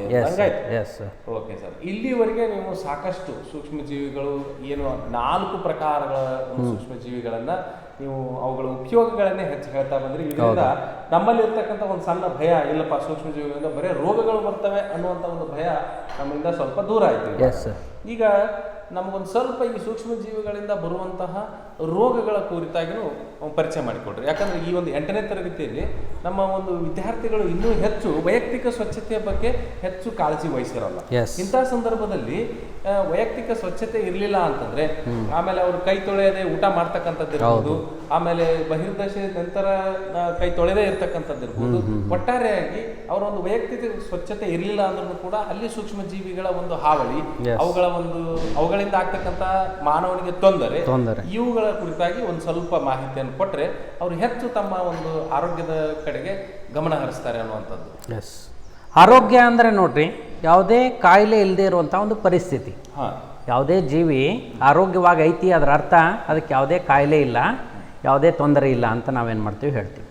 ಆರೋಗ್ಯವಾಗಿ ಇರಬೇಕು ಅಂದರೆ ಪ್ರಮುಖವಾಗಿ 2 ಕಾರಣಗಳಿದಾವೆ. ಒಂದು ಉತ್ತಮ ಆಹಾರ ಪದ್ಧತಿ, ಇನ್ನೊಂದು ಶುಚಿತ್ವ. ಇವು ಎರಡನ್ನ ಯಾರು ಕಾಪಾಡ್ಕೊಳ್ತಾರೋ ಅವರು ಸಾಮಾನ್ಯವಾಗಿ ಆರೋಗ್ಯದಿಂದ ಇರ್ತಾರೆ. ಈ ಆರೋಗ್ಯ ಯಾವಾಗ ಕೆಡ್ತೈತಿ, ಕಾಯಿಲೆಗಳು ಯಾವಾಗ ಬರ್ತಾವ ಅಂದ್ರೆ ಇದೇ 2 ಕಾರಣದಿಂದ. ಒಂದು ನ್ಯೂನ ಪೋಷಣೆ ಅಂದ್ರೆ ಪೋಷಕಾಂಶಗಳ ಕೊರತೆ, ಎರಡನೇದ್ದು ಸೂಕ್ಷ್ಮಾಣು ಜೀವಿಗಳ ದಾಳಿ. ಅಂದ್ರೆ ಸೂಕ್ಷ್ಮಾಣುಜೀವಿಗಳಿಂದ ನಮಗೆ ರೋಗ ಅಂತೂ ಬರ್ತಾವೆ. ಎಸ್, ನ್ಯೂನ ಪೋಷಣೆ, ಆಹಾರದಲ್ಲಿ ಕೊರತೆ, ಸರಿಯಾದ ಆಹಾರವನ್ನ ಸರಿಯಾದ ಸಮಯಕ್ಕೆ ಸರಿಯಾದ ಪೋಷಕಾಂಶ ಯುಕ್ತ ಆಹಾರವನ್ನ ನಾವು ಸೇವಿಸದೇ ಇರುವಂಥದ್ದು. ಅದರರ್ಥ ಸರಿಯಾದ ಆಹಾರವನ್ನು ನಾವು ಹೆಚ್ಚು ತರಕಾರಿ ಇರುವಂತಹ, ಹೆಚ್ಚು ಹಣ್ಣು ಹಂಪಲುಗಳಿರುವಂತಹ, ಹೆಚ್ಚು ಧಾನ್ಯಗಳನ್ನು ಮತ್ತು ಹಾಲಿನ ಉತ್ಪನ್ನಗಳನ್ನು ಸರಿಯಾದ ಸಮಯಕ್ಕೆ ಸರಿಯಾಗಿ ಸೇವಿಸಿದ್ದೇ ಆದರೆ ನಮ್ಮ ರೋಗ ನಿರೋಧಕ ಶಕ್ತಿ ಸ್ಟ್ರಾಂಗ್ ಆಗ್ತೈತೆ, ಹೆಚ್ಚಾಗ್ತೈತೆ. ರೋಗ ನಿರೋಧಕ ಶಕ್ತಿ, ರೋಗದ ವಿರುದ್ಧ ಹೋರಾಡುವಂಥ ಒಂದು ಶಕ್ತಿ ಏನಾಗುತ್ತೆ, ಹೆಚ್ಚಾಗ್ತೈತೆ. ಅವಾಗ ಅಕಸ್ಮಾತ್ ಯಾವುದಾದ್ರೂ ಸೂಕ್ಷ್ಮಾಣು ಜೀವಿಗಳು ನಮಗೆ ಬಂದರೂ ಕೂಡ ಅಷ್ಟೊಂದು ತೊಂದರೆಯನ್ನು ಉಂಟು ಮಾಡದೆ ಅವುಗಳನ್ನು ನಾವೇನು ಮಾಡ್ಬೋದು, ಸರಿಪಡಿಸ್ಬೋದು, ಹೋರಾಡಬಹುದು ಅಂತ ನಾವು ಇಲ್ಲಿ ಹೇಳ್ತೀವಿ. ಎರಡನೇದು ಪ್ರಮುಖ ಕಾರಣ ಉಂಟು ಮಾಡತಕ್ಕಂಥ ಸೂಕ್ಷ್ಮ ಜೀವಿಗಳಿಗೆ ನಾವು ರೋಗಕಾರಕ ಸೂಕ್ಷ್ಮ. ಹೌದು, ರೋಗಕಾರಕ ಸೂಕ್ಷ್ಮ ಜೀವಿಗಳು ಎಂದರೇನು ಅಂತ ಕೇಳಿದ್ರೆ, ನಮಗೆ ರೋಗವನ್ನು ಉಂಟು ಮಾಡುವಂತಹ ಸೂಕ್ಷ್ಮಾಣು ಜೀವಿಗಳು. ನಮಗೆ ಅದರ ಅರ್ಥ ಇಲ್ಲಿ ಬರೀ ಪ್ರಾಣಿಗಳಿಗೆ ಅಷ್ಟೇ ಅಲ್ಲ, ಸಸ್ಯಗಳಿಗಿರ್ಬೋದು, ಪ್ರಾಣಿಗಳಿಗಿರ್ಬೋದು, ಅಥವಾ ಸೂಕ್ಷ್ಮ ಜೀವಿಗಳಿಗಿರ್ಬೋದು. ರೋಗವನ್ನು ತರುವಂತಹ ರೋಗಕಾರಕ ಜೀವಿ ಏನಾಯಿತು ಅದನ್ನು ನಾವು ರೋಗಾಣುಕಾರಕ ಅಥವಾ ಯಾವುದು ಪ್ಯಾಥೋಜನ್ ಅಂತ ನಾವೇನು ಮಾಡ್ತೀವಿ, ಕರಿತೀವಿ ಸರ್. S, okay sir. ಹಾಗಾದರೆ ಈ ಮಾನವನಲ್ಲಿ ಉಂಟಾಗ್ತಕ್ಕಂಥ ಸೂಕ್ಷ್ಮ ಜೀವಿಗಳಿಂದ ಬರ್ತಕ್ಕಂತಹ ಕೆಲವು ರೋಗಗಳನ್ನು ಒಂದೊಂದಾಗಿ ನನಗೆ ವೈರಸ್ನಿಂದ ಒಂದಿಷ್ಟು ರೋಗಗಳನ್ನು ಹೇಳಿ, ವೈರಸ್ನಿಂದ ಯಾವ ರೋಗಗಳು ಬರ್ತಾವೆ ಅನ್ನುವಂಥದ್ದನ್ನು ಈಗ ಆಲ್ರೆಡಿ ನೀವು ಪ್ರಾರಂಭದಲ್ಲಿ ಒಂದಿಷ್ಟು ತಿಳಿಸಿದ್ದೀರಾ. ಈಗ ವಿಶೇಷವಾಗಿ ಬರೀ ರೋಗಗಳ ಕುರಿತಾಗಿ ನಾವು ಮಾತಾಡ್ತಿರ್ಬೇಕಾದ್ರೆ ವೈರಸ್ನಿಂದ ಬರುವ ಕೆಲವು ರೋಗಗಳು, ಒಂದು 4-5 ರೋಗಗಳು ಒಂದು ಸ್ವಲ್ಪ ಚಿರಪರಿಚಿತ ಇರ್ತಿರ್ಬೇಕು, ಅಂತಹ ರೋಗಗಳ ಒಂದಿಷ್ಟು ಉದಾಹರಣೆಗಳನ್ನ ನಮಗೆ ಹೇಳಿ. ಇನ್ನೊಂದು ನಾವು ನೋಡೋದಾದ್ರೆ ರೋಗ ಹೆಂಗೆ ಬರ್ತಾವೆ ಅನ್ನೋದ್ರ ಮೂಲಕ ನಾವು ಅದನ್ನ ಏನು ಮಾಡಬೇಕು, ವಿಭಾಗಗಳನ್ನಾಗಿ ಮಾಡ್ಬೋದು. ಹೆಂಗೆ ಬರ್ತಾವೆ ರೋಗಗಳಿಗೆ, ಮಾಧ್ಯಮ ಯಾವುದು, ಯಾವ ಮಾಧ್ಯಮದ ಮೂಲಕ ರೋಗಗಳು ಬರ್ತಾವೆ ಅನ್ನೋದನ್ನ ನೋಡೋದಾದ್ರೆ, ಸಾಮಾನ್ಯವಾಗಿ ರೋಗಗಳು ಗಾಳಿಯ ಮೂಲಕ ಬರ್ತಾವೆ, ನೀರಿನ ಮೂಲಕ ಬರ್ತಾವೆ, ಕೀಟಗಳ ಮೂಲಕ ಬರ್ತಾವೆ ರೋಗಗಳು, ಸಂಪರ್ಕದ ಮೂಲಕ ಬರ್ತಾವೆ, ಎಸ್, ಮಣ್ಣಿನ ಮೂಲಕ ಬರ್ತಾವೆ, ಟೆಟಾನಸ್ ಅಂತ ಹೇಳ್ತೀವಿ ನಾವು, ಟೆಟಾನಸ್ ವೈರಸ್. ಆ ರೀತಿಯಾಗಿ ಈ ಒಂದು ಗಾಳಿಯ ಮೂಲಕ ಬರುವಂಥ ರೋಗಗಳಿಗೆ ನಿಮಗೆಲ್ಲ ಬೆಸ್ಟ್ ಉದಾಹರಣೆ ಈಗ ಸದ್ಯ ಇರುವಂಥ ಕೊರೋನಾ ವೈರಸ್. ಗಾಳಿಯಲ್ಲಿ ಅವ್ರೇನು ಸೀನ್ತಾರೆ, ಎಸ್, ಮಾಸ್ಕ್ ಅನ್ನು ಹಾಕೊಳ್ಳೋ ಉದ್ದೇಶನೇ ಅದು. ಆ ರೋಗಾಣು ಇನ್ನೊಬ್ಬರು ಸೀನಿದ್ರಿಂದ ಏನಾಗುತ್ತೆ, ಇವ್ರಿಗೆ ರೋಗ ಬರುವಂಥದ್ದನ್ನು ಏನು ಮಾಡ್ಬೋದು, ತಡೆಗಟ್ಟಲಿಕ್ಕೆ ಮಾಸ್ಕ್ ಅನ್ನು ಏನು ಮಾಡ್ತೀವಿ ನಾವು, N95 ಮಾಸ್ಕ್ ಅನ್ನು ಬಳಸ್ರಿ ಅಂತ ಸಜೆಷನ್ ಅನ್ನು ಮಾಡ್ತೇವೆ ಎಲ್ಲರಿಗೂ. ಅದೇ ರೀತಿಯಾಗಿ ಗಾಳಿಯ ಮೂಲಕ ಬರುವಂಥ ಒಂದು ರೋಗಕ್ಕೆ ಬೆಸ್ಟ್ ಎಕ್ಸಾಂಪಲ್ ಅಂದರೆ ನೆಗಡಿ. ಕೆಮ್ಮು ಸಾಮಾನ್ಯವಾಗಿ ನೋಡಿ, ಒಬ್ಬ ವ್ಯಕ್ತಿ ಒಂದೇ ಡೆಸ್ಕ್ ಒಳಗೆ ಸೇರಿರಂತ 3 ವಿದ್ಯಾರ್ಥಿಗಳು ಮಧ್ಯದವನಿಗೆ ಏನಾದರೂ ನೆಗಡಿ ಬಂದಿತ್ತು ಅಂತ ಹೇಳಿದ್ರೆ ಬಲಗಡೆ ಇರೋವನಿಗೆ ಬರದೇ ಇರ್ಬೋದು, ನಾಳೆ ಎಡಗಡೆ ಇರೋವನಿಗೆ ಬಂದೈತಿ ಅಂತ ಅದರ ಅರ್ಥ ಎಡಗಡೆಯವನಲ್ಲಿ ರೋಗ ನಿರೋಧಕ ಶಕ್ತಿ ಕಡಿಮೆ ಐತೆ, ಬಲಗಡೆಯವರಲ್ಲಿ ರೋಗ ನಿರೋಧಕ ಶಕ್ತಿ ಹೆಚ್ಚಿಗೆ ಐತಿ ಅನ್ನೋದನ್ನ ನಾವು ಇಲ್ಲಿ ಸಿಂಪಲ್ ಆಗಿ ತಿಳ್ಕೊಬಹುದು. ಗಾಳಿಯ ಮೂಲಕ ರೋಗಗಳು ಬರ್ತಾವು, ನೀರಿನ ಮೂಲಕ ರೋಗಗಳು ಬರ್ತಾವು. ಉದಾಹರಣೆ ಕಾಲರ ನೀವು ತಗೋಬಹುದು, ಡಿಸೀಸ್ ಅಂತ ನಾವು ಹೇಳ್ಬೋದು. ಈಗ ನೀರಿನ ಮೂಲಕ ಹರಡುವಂಥ ರೋಗಗಳು ನೀವೆಲ್ಲ ನೋಡ್ಬೋದು. ಸಾಮಾನ್ಯವಾಗಿ ನೀರಿನ ಮೂಲಕ ಹರಡುವಂಥ ರೋಗಗಳು ಕಾಲರ ಬೆಸ್ಟ್ ಎಕ್ಸಾಂಪಲ್ ನೀವು ತಗೊಳ್ಬೋದು. ಕಾಲ್ರಾ, ಆ ಒಂದು ಕಾಲ್ರಾ ಪೀಡಿತನಾದಂತಹ ವ್ಯಕ್ತಿಯ ಒಂದು ಮಲ ಇರ್ಬೋದು ಅಥವಾ ಒಂದು ತ್ಯಾಜ್ಯ ಇರ್ಬೋದು, ವಿಸರ್ಜನಾ ವಸ್ತು ಇರ್ಬೋದು, ಅದು ನೀರಿನ ಮೂಲವನ್ನು ಸೇರಿ ಆ ನೀರನ್ನು ಎಲ್ಲ ಊರಿನ ಜನ ಏನು ಮಾಡಿದಾಗ ಬಳಕೆಯನ್ನು ಮಾಡಿದಾಗ ಆ ಎಲ್ಲ ಜನರಿಗೂ ಆ ಒಂದು ಕಾಯಿಲೆ ಬರುವಂಥ ಒಂದು ಸಾಧ್ಯತೆ ಇರುತ್ತೆ. ಆ ಕಾರಣಕ್ಕಾಗಿ ನೀರಿನ ಮೂಲಕ ಏನಾಗ್ತಾವೆ, ಸಾಕಷ್ಟು ರೋಗಗಳು ಹರಡ್ತಾವೆ. ಅದೇ ರೀತಿಯಾಗಿ ಕಮ್ಯುನಿಕೇಬಲ್ ಡಿಸೀಸ್, ಸಂಪರ್ಕದಿಂದ ಹರಡುವಂಥ ರೋಗಗಳು. ಸಂಪರ್ಕ ಇರಲ್ಲ ಅಂದ್ರೆ ಸಂಪರ್ಕ ಇದ್ರೂ ಕೂಡ ಹರಲಾರಂತ ರೋಗಗಳನ್ನು ಕೂಡ ಇದಾವಂದಂಗ. ಹೌದು, ನೇರ ಸಂಪರ್ಕ ಇಲ್ಲದೆ ಇದ್ರೂ ಕೂಡ ಹರಡುವಂಥ ರೋಗಗಳು ಗಾಳಿಯಿಂದ ಬರುವಂಥವು, ನೀರಿನಿಂದ ಬರುವಂಥ ರೋಗಗಳನ್ನು ನಾವೇನು ಮಾಡ್ಬೋದು ಹೇಳ್ಬೋದು. ಅಂದರೆ ಪರಸ್ಪರ ಇಬ್ಬರ ನಡುವೆ ಸಂಪರ್ಕ ಏರ್ಪಟ್ಟಿರ್ತೈತೆ, ಮಾಧ್ಯಮ ಏನಾಗಿರ್ತೈತೆ ಬೇರೆ ಆಗಿರ್ತೈತಿ ಅನ್ನೋದನ್ನು ನಾವಿಲ್ಲೇ ಹೇಳ್ಬೋದು. ಮತ್ತೆ ನಾವು ಬೇರೆ ಬೇರೆ ರೋಗಗಳನ್ನು ಹೇಳೋದಾದ್ರೆ HIV, HBV ಅಂತ ರೋಗಗಳು ಇವು ನೇರ ಎಸ್ ಸರ್ ನೇರ ಸಂಪರ್ಕ ಬಂದಾಗ ಏನು ಮಾತ್ರ ಏನಾಗ್ತಾವೆ, ಇವು ಉಂಟಾಗ್ತಾವೆ. ಲೈಂಗಿಕ ರೋಗಗಳು ಅಂತ ಏನು ಹೇಳ್ತೀವಿ ನಾವು, ಗೊನೋರಿಯಾ ಅಂತ ಬ್ಯಾಕ್ಟೀರಿಯಾದಿಂದ ಬರುತ್ತೆ, ಸಿಫಿಲಿಸ್ ಅಂತ ಬರುತ್ತೆ, HIV ಅಂತ ಬರುತ್ತೆ. ಇವೆಲ್ಲ ಏನಪ್ಪಾ ಅಂದ್ರೆ ನೇರ ಸಂಪರ್ಕ ಅಥವಾ ಅಸುರಕ್ಷಿತ ಲೈಂಗಿಕ ಸಂಪರ್ಕದಿಂದ ಬರುವಂತಹ ಒಂದು ಕಾಯಿಲೆಗಳಿದಾವೆ. ಇವು ಸಾಮಾನ್ಯವಾಗಿ ಗಾಳಿಯಿಂದ ನೀರಿನಿಂದ ಬರೋದಿಲ್ಲ. ಬಟ್ ನೀವು ಮಲೇರಿಯಾದಂಥ ರೋಗಗಳನ್ನು ನೀವು ನೋಡ್ಬೋದು. ಸಾಮಾನ್ಯವಾಗಿ ಇವು ಕೀಟ ಮಾಧ್ಯಮದಿಂದ ಬರ್ತಾವೆ. ಕೀಟಗಳು ಮಾಧ್ಯಮದಂತೆ ವರ್ತನೆಯನ್ನ ಮಾಡ್ತಾವೆ. ಇವನ್ನ ವಾಹಕ ಅಂತ ಹೇಳ್ತೀವಿ ನಾವು. ಕೀಟಗಳೇ ರೋಗಿಯ ವ್ಯಕ್ತಿಯಿಂದ ತಂದು ಕೊಡ್ತಾವೆ. ವಾಹಕ ಅಂತ ಹೇಳ್ತೀವಿ ನಾವು. ವಾಹಕ ಅದರ ಅರ್ಥ ಆ ಒಂದು ರೋಗಾಣುಕಾರಕ ಸೂಕ್ಷ್ಮಾಣು ಜೀವಿಯನ್ನ ಆರೋಗ್ಯವಂತ ವ್ಯಕ್ತಿಗೆ ಯಾರಿಂದ ರೋಗಿಯಿಂದ ತರುವಂತಹ ಒಂದು ಕೆಲಸವನ್ನು ಈ ಒಂದು ಯಾವುದು ಕೀಟಗಳು ಏನಾಗ್ತಾವೆ ಮಾಡ್ತಾವೆ. ನಿಮಗೆ ಬೆಸ್ಟ್ ಎಕ್ಸಾಂಪಲ್ ನೋಡೋದಾದ್ರೆ ಯಾವುದಪ್ಪ ಅಂತ ಹೇಳಿದ್ರೆ ಮಲೇರಿಯಾ.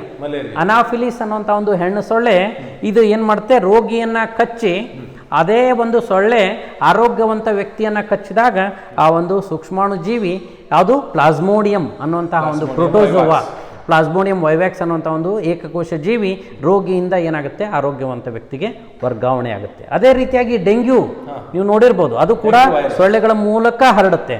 ಆದರೆ ಸೊಳ್ಳೆ ರೋಗಕಾರಕ ಜೀವಿ ಅಲ್ಲ. ಡೆಂಗ್ಯೂ ವೈರಸ್ ಟ್ರಾನ್ಸ್ಫರ್ ವಾಹಕ ಅಂತ ನಾವೇನ್ ಮಾಡ್ತೀವಿ ಹೇಳ್ತೀವಿ. ಆ ಒಂದು ಡೆಂಗ್ಯೂ ವೈರಸ್ ಏನಾಗುತ್ತಪ್ಪ, ಅದು ಕೂಡ ಒಂದು ಸೂಕ್ಷ್ಮಾಣು ಜೀವಿ.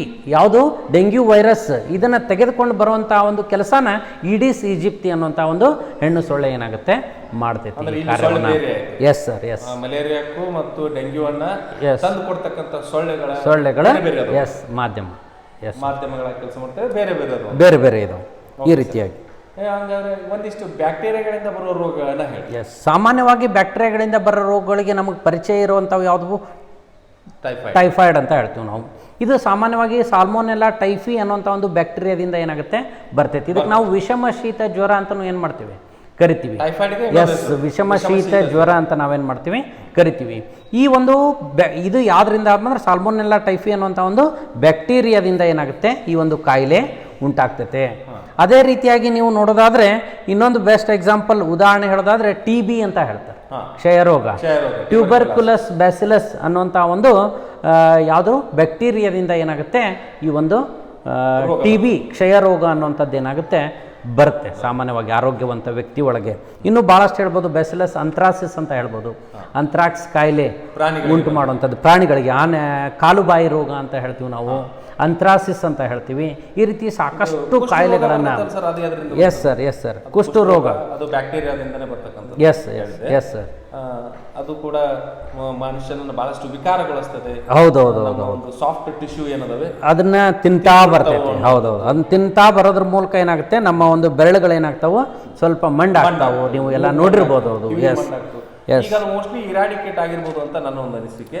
ಆದ್ರೂ ಕೂಡ ಇನ್ನೂ ಅವುಗಳ ಒಂದು ಮೇಲೆ ಸರ್ಕಾರ ಸಾಕಷ್ಟು ಕೆಲಸ ಮಾಡ್ತಾ ಇದೆ. ಕುಷ್ಠರೋಗ ನಿರ್ಮೂಲನಾ ದಿನಾಚರಣೆ ಅಂತ ಮಾಡ್ತೈತೆ, ಮಕ್ಕಳಲ್ಲಿ ತಿಳುವಳಿಕೆಯನ್ನ ಕೊಡ್ತೈತೆ, ಕುಷ್ಠರೋಗಿಗಳ ಜೊತೆಗೆ ಯಾವ ರೀತಿಯಾಗಿ ನಾವು ನಡ್ಕೊಳ್ಬೇಕು ಅಥವಾ ಅವ್ರದ್ದು ನೇರ ಸಂಪರ್ಕಕ್ಕೆ ಬರದೇ ಇರುವಂಗೆ ಯಾವ ರೀತಿ ಮುಂಜಾಗ್ರತಾ ಕ್ರಮಗಳನ್ನು ತೆಗೆದುಕೊಳ್ಬೇಕು, ಮಲೇರಿಯಾ ವಿರುದ್ಧ ಯಾವ ರೀತಿಯಾಗಿ ಹೋರಾಡಬೇಕು ಅಂತ ಮಲೇರಿಯಾ ಮಾಸಾಚರಣೆ ಅಂತ ಮಾಡುತ್ತೆ, HIV ಇನ್ನು ಯಾವ ರೀತಿಯಾಗಿ ಇರಾಡಿಕೇಟ್ ದೂರ ಮಾಡಬೇಕು ಅನ್ನುವಂಥ ವಿರುದ್ಧ ಜಾಗೃತಿಯನ್ನು ಮೂಡಿಸುವಂಥ ಒಂದು ಕೆಲಸವನ್ನು ಸರ್ಕಾರ ವಿವಿಧ ಹಂತಗಳಲ್ಲಿ ಮಾಡ್ತಾ ಇದೆ.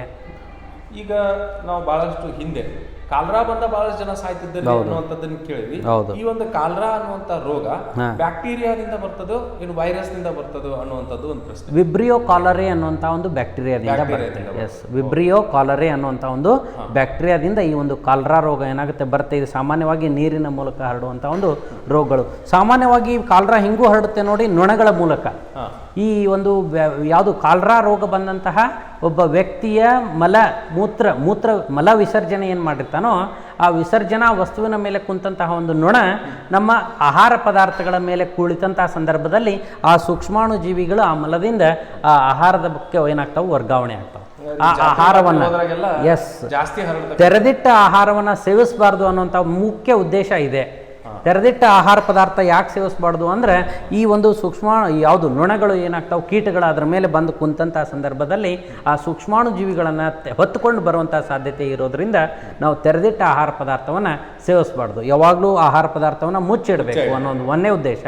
ಎರಡನೇದು ಬಿಸಿಯಾದ ಆಹಾರ, ಫ್ರೆಶ್ ಆಗಿರುವಂಥ ಆಹಾರವನ್ನು ಸೇವಿಸಿದಾಗ ಅನೇಕ ರೋಗಾಣುಗಳ ವಿರುದ್ಧ ಬರುವಂಥ ರೋಗಾಣುಗಳಿಂದ ಬರುವಂಥ ಕಾಯಿಲೆಗಳಿಂದ ನಾವೇನು ಮಾಡ್ಬೋದು, ರಕ್ಷಣೆಯನ್ನು ಪಡ್ಕೊಳ್ಬೋದು ಅಂತ. ಆಮೇಲೆ ಇನ್ನೊಂದು ರೋಗ ಬಹಳಷ್ಟು ನಮಗೆ ಕಾಡ್ತಿತ್ತು ಹಿಂದೆ ಅಂತಂದ್ರೆ, ನಾವೆಲ್ಲ ಅದಕ್ಕೆ ವ್ಯಾಕ್ಸಿನೇಷನ್ ಕೂಡ ಅಂದ್ರೆ ಲಸಿಕೆ ಕೂಡ ಹಾಕಿಸ್ತಿದ್ವಿ. ಅದು ಹೆಪಾಟೈಟಿಸ್ ಬಿ ಅನ್ನೋದು. ಇದು ಏನು ಬ್ಯಾಕ್ಟೀರಿಯಾದಿಂದ ಬರ್ತಕ್ಕಂಥದ್ದು ವೈರಸ್ ಇಂದ ಬರ್ತಕ್ಕಂಥ ಹೆಪಾಟೈಟಿಸ್ ಬಿ ಅನ್ನುವಂಥದ್ದು ಒಂದು ವೈರಸ್. ಈ ಹೆಪಾಟೈಟಿಸ್ ಬಿ ಅನ್ನೋಂಥ ಈ ಒಂದು ವೈರಸ್ ಏನೈತಲ್ಲ, ನಾವು ಸಾಮಾನ್ಯವಾಗಿ ಬಿಳಿ ಕಾಮಣಿ ಅಂತಲೂ ಕರಿತೀವಿ. ಬಿಳಿ ಕಾಮಣಿ ಅಂತಲೂ ನಾವೇನು ಮಾಡ್ತೀವಿ, ಕರಿತೀವಿ. ಸಾಮಾನ್ಯವಾಗಿ ಕಾಮಣಿ ಬಂದಾಗ ಏನಾಗ್ತೈತೆಪ್ಪ ಅಂದ್ರೆ ಕಣ್ಣು ಮತ್ತು ಚರ್ಮ ಏನಾಗುತ್ತೆ, ಸ್ವಲ್ಪ ಹಳದಿ ಬಣ್ಣಕ್ಕೆ ತಿರುಗುತ್ತೆ. ಬಟ್ ಈ ಬಿಳಿ ಕಾಮಣಿ ಆದ್ರ ಲಕ್ಷಣಗಳೇ ಗೊತ್ತಾಗೋದಿಲ್ಲ. ಆ ರೀತಿಯಾಗಿ ಅವನಿಗೇನಾಗುತ್ತೆ, ಬೇಗನೆ ಲಕ್ಷಣಗಳು ಕಾಣೋದಿಲ್ಲ. ಹೀಗಾಗಿ ಅವನ ಮೇಲೆ ಹೆಚ್ಚು ಪ್ರಭಾವವನ್ನು ಬೇರೆ ತೊಂದರೆಯನ್ನು ಉಂಟು ಮಾಡುವಂಥದ್ದು. ಇವಾಗ ಹೆಪಟೈಟಿಸ್ ಬಿಗೂ ಕೂಡ ವ್ಯಾಕ್ಸಿನ್ ಅನ್ನು ಕಂಡುಹಿಡಿದಿದ್ದಾರೆ. ಸಾಮಾನ್ಯವಾಗಿ ವ್ಯಾಕ್ಸಿನ್ ಏನಾಗಿದೆ, ಅವೈಲೇಬಲ್ ಇದೆ. ಸರ್ಕಾರದವರು ಅದನ್ನು ಕೊಡುವಂಥ ಒಂದು ಪ್ರಯತ್ನವನ್ನು ಮಾಡ್ತಾ ಇದ್ದಾರೆ. ಒಂದು ಸಮಯದೊಳಗೆ ಜಾಸ್ತಿ ಆದಾಗ ಸರ್ಕಾರದವರು ಹತ್ತಿರದ ಒಂದು ಪ್ರದೇಶದೊಳಗೆ ಗುಡಿ ಒಳಗೋ ಅಥವಾ ಸಮುದಾಯ ಭವನದೊಳಗೋ ಎಲ್ಲ ಜನರನ್ನ ಕರೆಸಿ ಏನು ಮಾಡಿದ್ರು, ಆ ಒಂದು ವ್ಯಾಕ್ಸಿನೇಷನನ್ನು ಕೊಡುವಂಥ ಒಂದು ಕೆಲಸವನ್ನು ಕೂಡ ಮಾಡಿದರು.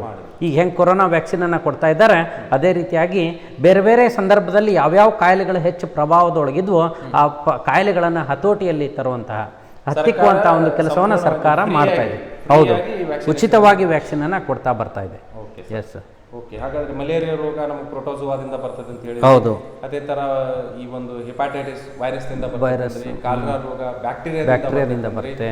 ಸೊ ಹೀಗೆ ವೈರಸ್ ನಿಂದ ಬರುವಂತ ಮತ್ತೆ ಬೇರೆ ಬೇರೆ ರೋಗಗಳನ್ನ, ಕೊರೋನಾ ಇರ್ಬೋದು, ಏಡ್ಸ್ ಇರ್ಬೋದು, ಇವುಗಳ ಬಗ್ಗೆ ಸಾಕಷ್ಟು ಮಾಹಿತಿಯನ್ನ ತಿಳಿಸ್ಕೊಟ್ರಿ ಸರ್. ಇನ್ನು ಸಸ್ಯಗಳಲ್ಲಿ ಈಗ ಸಸ್ಯಕ್ಕೆ ಈಗ ಒಂಥರ ಸುಟ್ಟು ರೋಗ ಬಂದೈತೆ ಅಂತ ಕರಿತೀವಿ, ಅಥವಾ ನಾವು ಕೇಳಿದ ಪ್ರಕಾರ ಪೇಪರ್ನಲ್ಲಿ ಸಿಟ್ರಸ್ ಕ್ಯಾಂಕರ್ ಅನ್ನುವಂತಹ ರೋಗ ಇರ್ಬೋದು, ತುಕ್ಕು ರೋಗ ಅಥವಾ ಈ ಒಂದು ಎಲೆ ಚುಕ್ಕೆ ರೋಗ, ಇಂಥವು ರೋಗಗಳು ಕೂಡ ಬರಲು, ಈ ರೋಗಗಳು ಸಸ್ಯಗಳಿಗೆ ಬರಲು ಕೂಡ ಸೂಕ್ಷ್ಮ ಜೀವಿಗಳೇ ಕಾರಣನೋ ಏನೋ ಈ ಒಂದು ರೈತ ಅವುಗಳಿಗೆ ಹಾಕ್ತಕ್ಕಂಥ ಗೊಬ್ಬರಗಳಿರ್ಬೋದು ಅಥವಾ ರಾಸಾಯನಿಕಗಳ ಸಿಂಪಡಣೆಯಿಂದ ಬರ್ತದೆ.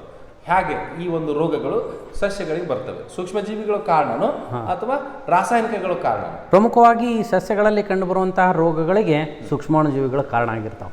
ಅದಕ್ಕೆ ಬೆಸ್ಟ್ ಒಳ್ಳೆ ಉದಾಹರಣೆಯನ್ನ ಹೇಳೋದಾದ್ರೆ ಸಿಟ್ರಸ್ ಕ್ಯಾಂಕರ್ ಅಂತ ಹೇಳ್ತೀವಿ ನಾವು. ಅಂದ್ರೆ ಹುಳಿ ಹಣ್ಣುಗಳ ಜಾತಿಗೆ ಸೇರಿದ ಸಸ್ಯಗಳು, ಲಿಂಬೆ ಹಣ್ಣು ಇರ್ಬೋದು, ಕಿತ್ತಳೆ ಹಣ್ಣು ಇರ್ಬೋದು, ಮೋಸಂಬಿ ಹಣ್ಣು, ಈ ಗಿಡಗಳಿಗೆ ಸಾಮಾನ್ಯವಾಗಿ ಈ ಬ್ಯಾಕ್ಟೀರಿಯಾದಿಂದ ಬರುವಂತಹ ಈ ಒಂದು ಸಿಟ್ರಸ್ ಕ್ಯಾಂಕರ್ ಅನ್ನುವಂಥ ಒಂದು ಕಾಯಿಲೆ ಏನಾಗುತ್ತೆ, ಬರ್ತೈತೆ.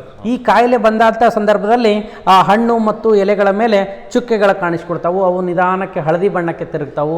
ಈ ರೀತಿಯಾಗಿ ಅದರ ಕಾಯಿಲೆಯಿಂದಾಗಿ ಆ ಒಂದು ಸಸ್ಯದ ಬೆಳವಣಿಗೆ ಕುಂಠಿತ ಆಗುತ್ತೆ ಮತ್ತು ಇಳುವರಿ ಅನ್ನುವಂಥದ್ದು ಏನಾಗುತ್ತೆ, ಬೆಳೆ ಇಳುವರಿ ಕಡಿಮೆ ಆಗ್ತಾ ಬರ್ತೈತೆ. ಇದು ಬ್ಯಾಕ್ಟೀರಿಯಾಗಳಿಂದ ಸಸ್ಯಗಳ ಮೇಲೆ ಉಂಟು ಮಾಡುವಂಥ ಒಂದು ಕಾಯಿಲೆ. ಆದರೆ ಅದೇ ರೀತಿಯಾಗಿ ಗೋಧಿಯ ಮೇಲೆ ತುಕ್ಕು ರೋಗ ಅಂತ ಬರ್ತೈತೆ. ಗೋಧಿಯ ಎಲೆ ಮೇಲೆ ತುಕ್ಕು ಜಂಗು ಹಿಡ್ದಂಗೆ ಏನಾಗುತ್ತದೆ ಕಾಣ್ತೈತೆ. ಎಸ್, ಸುಟ್ಟಂಗೆ ಕಾಣ್ತಿರ್ತೈತಲ್ಲ. ಎಸ್ ಸರ್, ಅದು ಸಾಮಾನ್ಯವಾಗಿ ಶಿಲೀಂಧ್ರದಿಂದ ಬರುವಂಥ ಒಂದು ರೋಗ. ಈ ಗೋಧಿಯ ಮೇಲೆ ಎಲೆ ಮೇಲೆ ತುಕ್ಕು ರೋಗ ಏನು ಬರ್ತೈತಲ್ಲ, ಇದು ಶಿಲೀಂಧ್ರದಿಂದ ಬರುತ್ತೆ. ಈ ಎಲ್ಲ ರೋಗಗಳಿಗೂ ಬೇರೆ ಬೇರೆ ರಾಸಾಯನಿಕಗಳನ್ನು ಬಳಸಿ ನಾವೇನು ಮಾಡ್ಬೋದು, ಸಂರಕ್ಷಣೆಗಳನ್ನು ಬಡಿಬೋದು. ಅದ್ರ ಬಗ್ಗೆ ನಾವು ಮುಂದಿನ ತರಗತಿಗಳಲ್ಲಿ ಅಥವಾ ಮುಂದಿನ ಒಂದು ಇದು ಹೈಯರ್ ಕ್ಲಾಸ್ನಲ್ಲಿ ಡಿಟೇಲ್ ಆಗಿ ಏನು ಮಾಡ್ತೀವಿ, ಅಭ್ಯಾಸವನ್ನು ಮಾಡ್ತೀವಿ. ಬೆಂಡೆ ಗಿಡದೊಳಗೆ ಆ ಒಂದು ನಾಳಗಳಿಗೆ ಮೊಸೈಕ್ ರೋಗ ಅಂತ ಬರ್ತೈತೆ. ಹಳದಿ ಬಣ್ಣಕ್ಕೆ ತಿರುಗ್ತಾವೆ. ಬೆಂಡೆ ಗಿಡದ ಎಲೆ, ಬೆಂಡೆ ಬಳ್ಳಿಯ ಒಂದು ಈ ಗಿಡದ ಎಲೆಗಳು ಏನಾಗ್ತಾವಪ್ಪ ಅಂತ ಹೇಳಿದ್ರೆ, ಸಾಮಾನ್ಯವಾಗಿ ಅವುಗಳ ನಾಳಗಳಂತ ಏನು ಹೇಳ್ತೀವಿ ನಾವು, ಆ ನಾಳಗಳು ಹಳದಿ ಬಣ್ಣಕ್ಕೆ ತಿರುಗ್ತಾವೆ.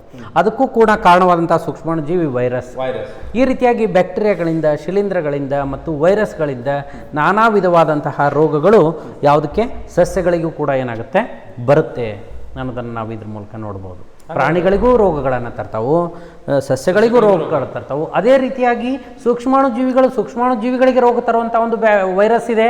ಯಾವುದಾದ್ರೂ ಇದ್ರೆ ಅದಕ್ಕೆ ಬೆಸ್ಟ್ ಎಕ್ಸಾಂಪಲ್ ಬ್ಯಾಕ್ಟೀರಿಯೋಫೇಜ್ ಅಂತ ಹೇಳ್ತೀವಿ. ವೈರಸ್, ಎಸ್, ಬ್ಯಾಕ್ಟೀರಿಯೋಫೇಜ್ ಅನ್ನುವಂಥದ್ದು ಒಂದು ವೈರಸ್. ಅದಕ್ಕೆ ಹೆಸರು ಯಾಕ್ರಿ ಬ್ಯಾಕ್ಟೀರಿಯೋಫೇಜ್ ಅಂದರೆ, ಬ್ಯಾಕ್ಟೀರಿಯಾಕ್ಕೆ ಅದು ಕಾಯಿಲೆಯನ್ನು ತರುತ್ತೆ. ಬ್ಯಾಕ್ಟೀರಿಯಾಕ್ಕೆ ಕಾಯಿಲೆಯನ್ನು ತರುವಂಥ ಒಂದು ವೈರಸ್ ಬ್ಯಾಕ್ಟೀರಿಯೋಫೇಜ್ ವೈರಸ್ ಅಂತ ನಾವೇನು ಮಾಡ್ತೀವಿ, ಹೇಳ್ತೀವಿ. ಟೊಬ್ಯಾಕೋ ಗಿಡಕ್ಕೆ ಅಂದರೆ ತಂಬಾಕು ಗಿಡಕ್ಕೆ ಟೊಬ್ಯಾಕೋ ಮೊಸೈಕ್ ವೈರಸ್ ಅನ್ನುವಂಥ ಒಂದು ವೈರಸ್ ಏನಾಗುತ್ತೆ, ಕಾಯಿಲೆಯನ್ನು ಏನು ಮಾಡುತ್ತೆ, ಉಂಟು ಮಾಡ್ತೈತೆ.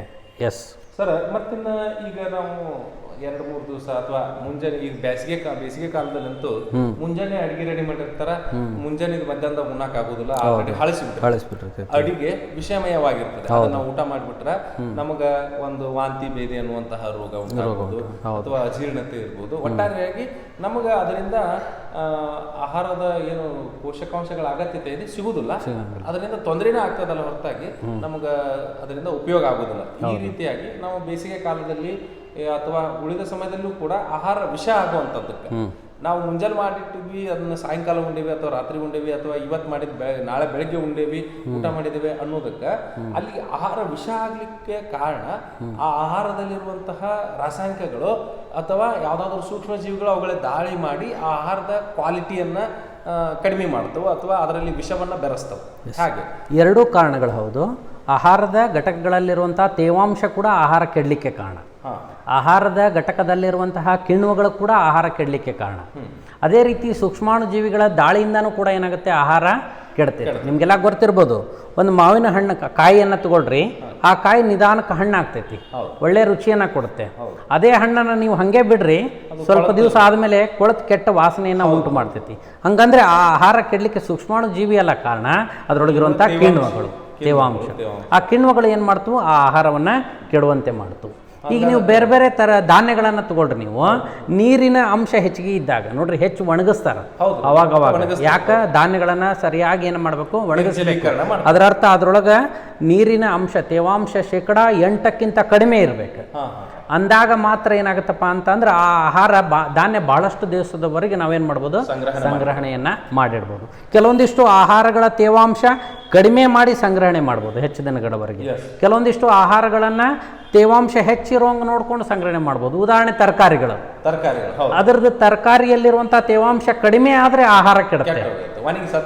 ಈ ಜೋಳ ಗೋಧಿ ಇವೆಲ್ಲವೂ ಆ ತೇವಾಂಶ ಹೆಚ್ಚಾಗೋದ್ರಿಂದ ಆಹಾರ ಏನಾಗುತ್ತೆ, ಕೆಡ್ತೈತಿ, ಬೂಳ್ಸ್ ಬರ್ತೈತಿ ಅಂತ ನಾವೇನು ಮಾಡ್ತೀವಿ, ಹೇಳ್ತೀವಿ. ಈ ರೀತಿಯಾಗಿ ಆಹಾರವನ್ನು ಸಂರಕ್ಷಣೆ ಮಾಡಲಿಕ್ಕೆ ಬೇರೆ ಬೇರೆ ಬೇರೆ ವಿಧಾನಗಳನ್ನು ನಾವು ಅಳವಡಿಸ್ಕೊಳ್ತೀವಿ.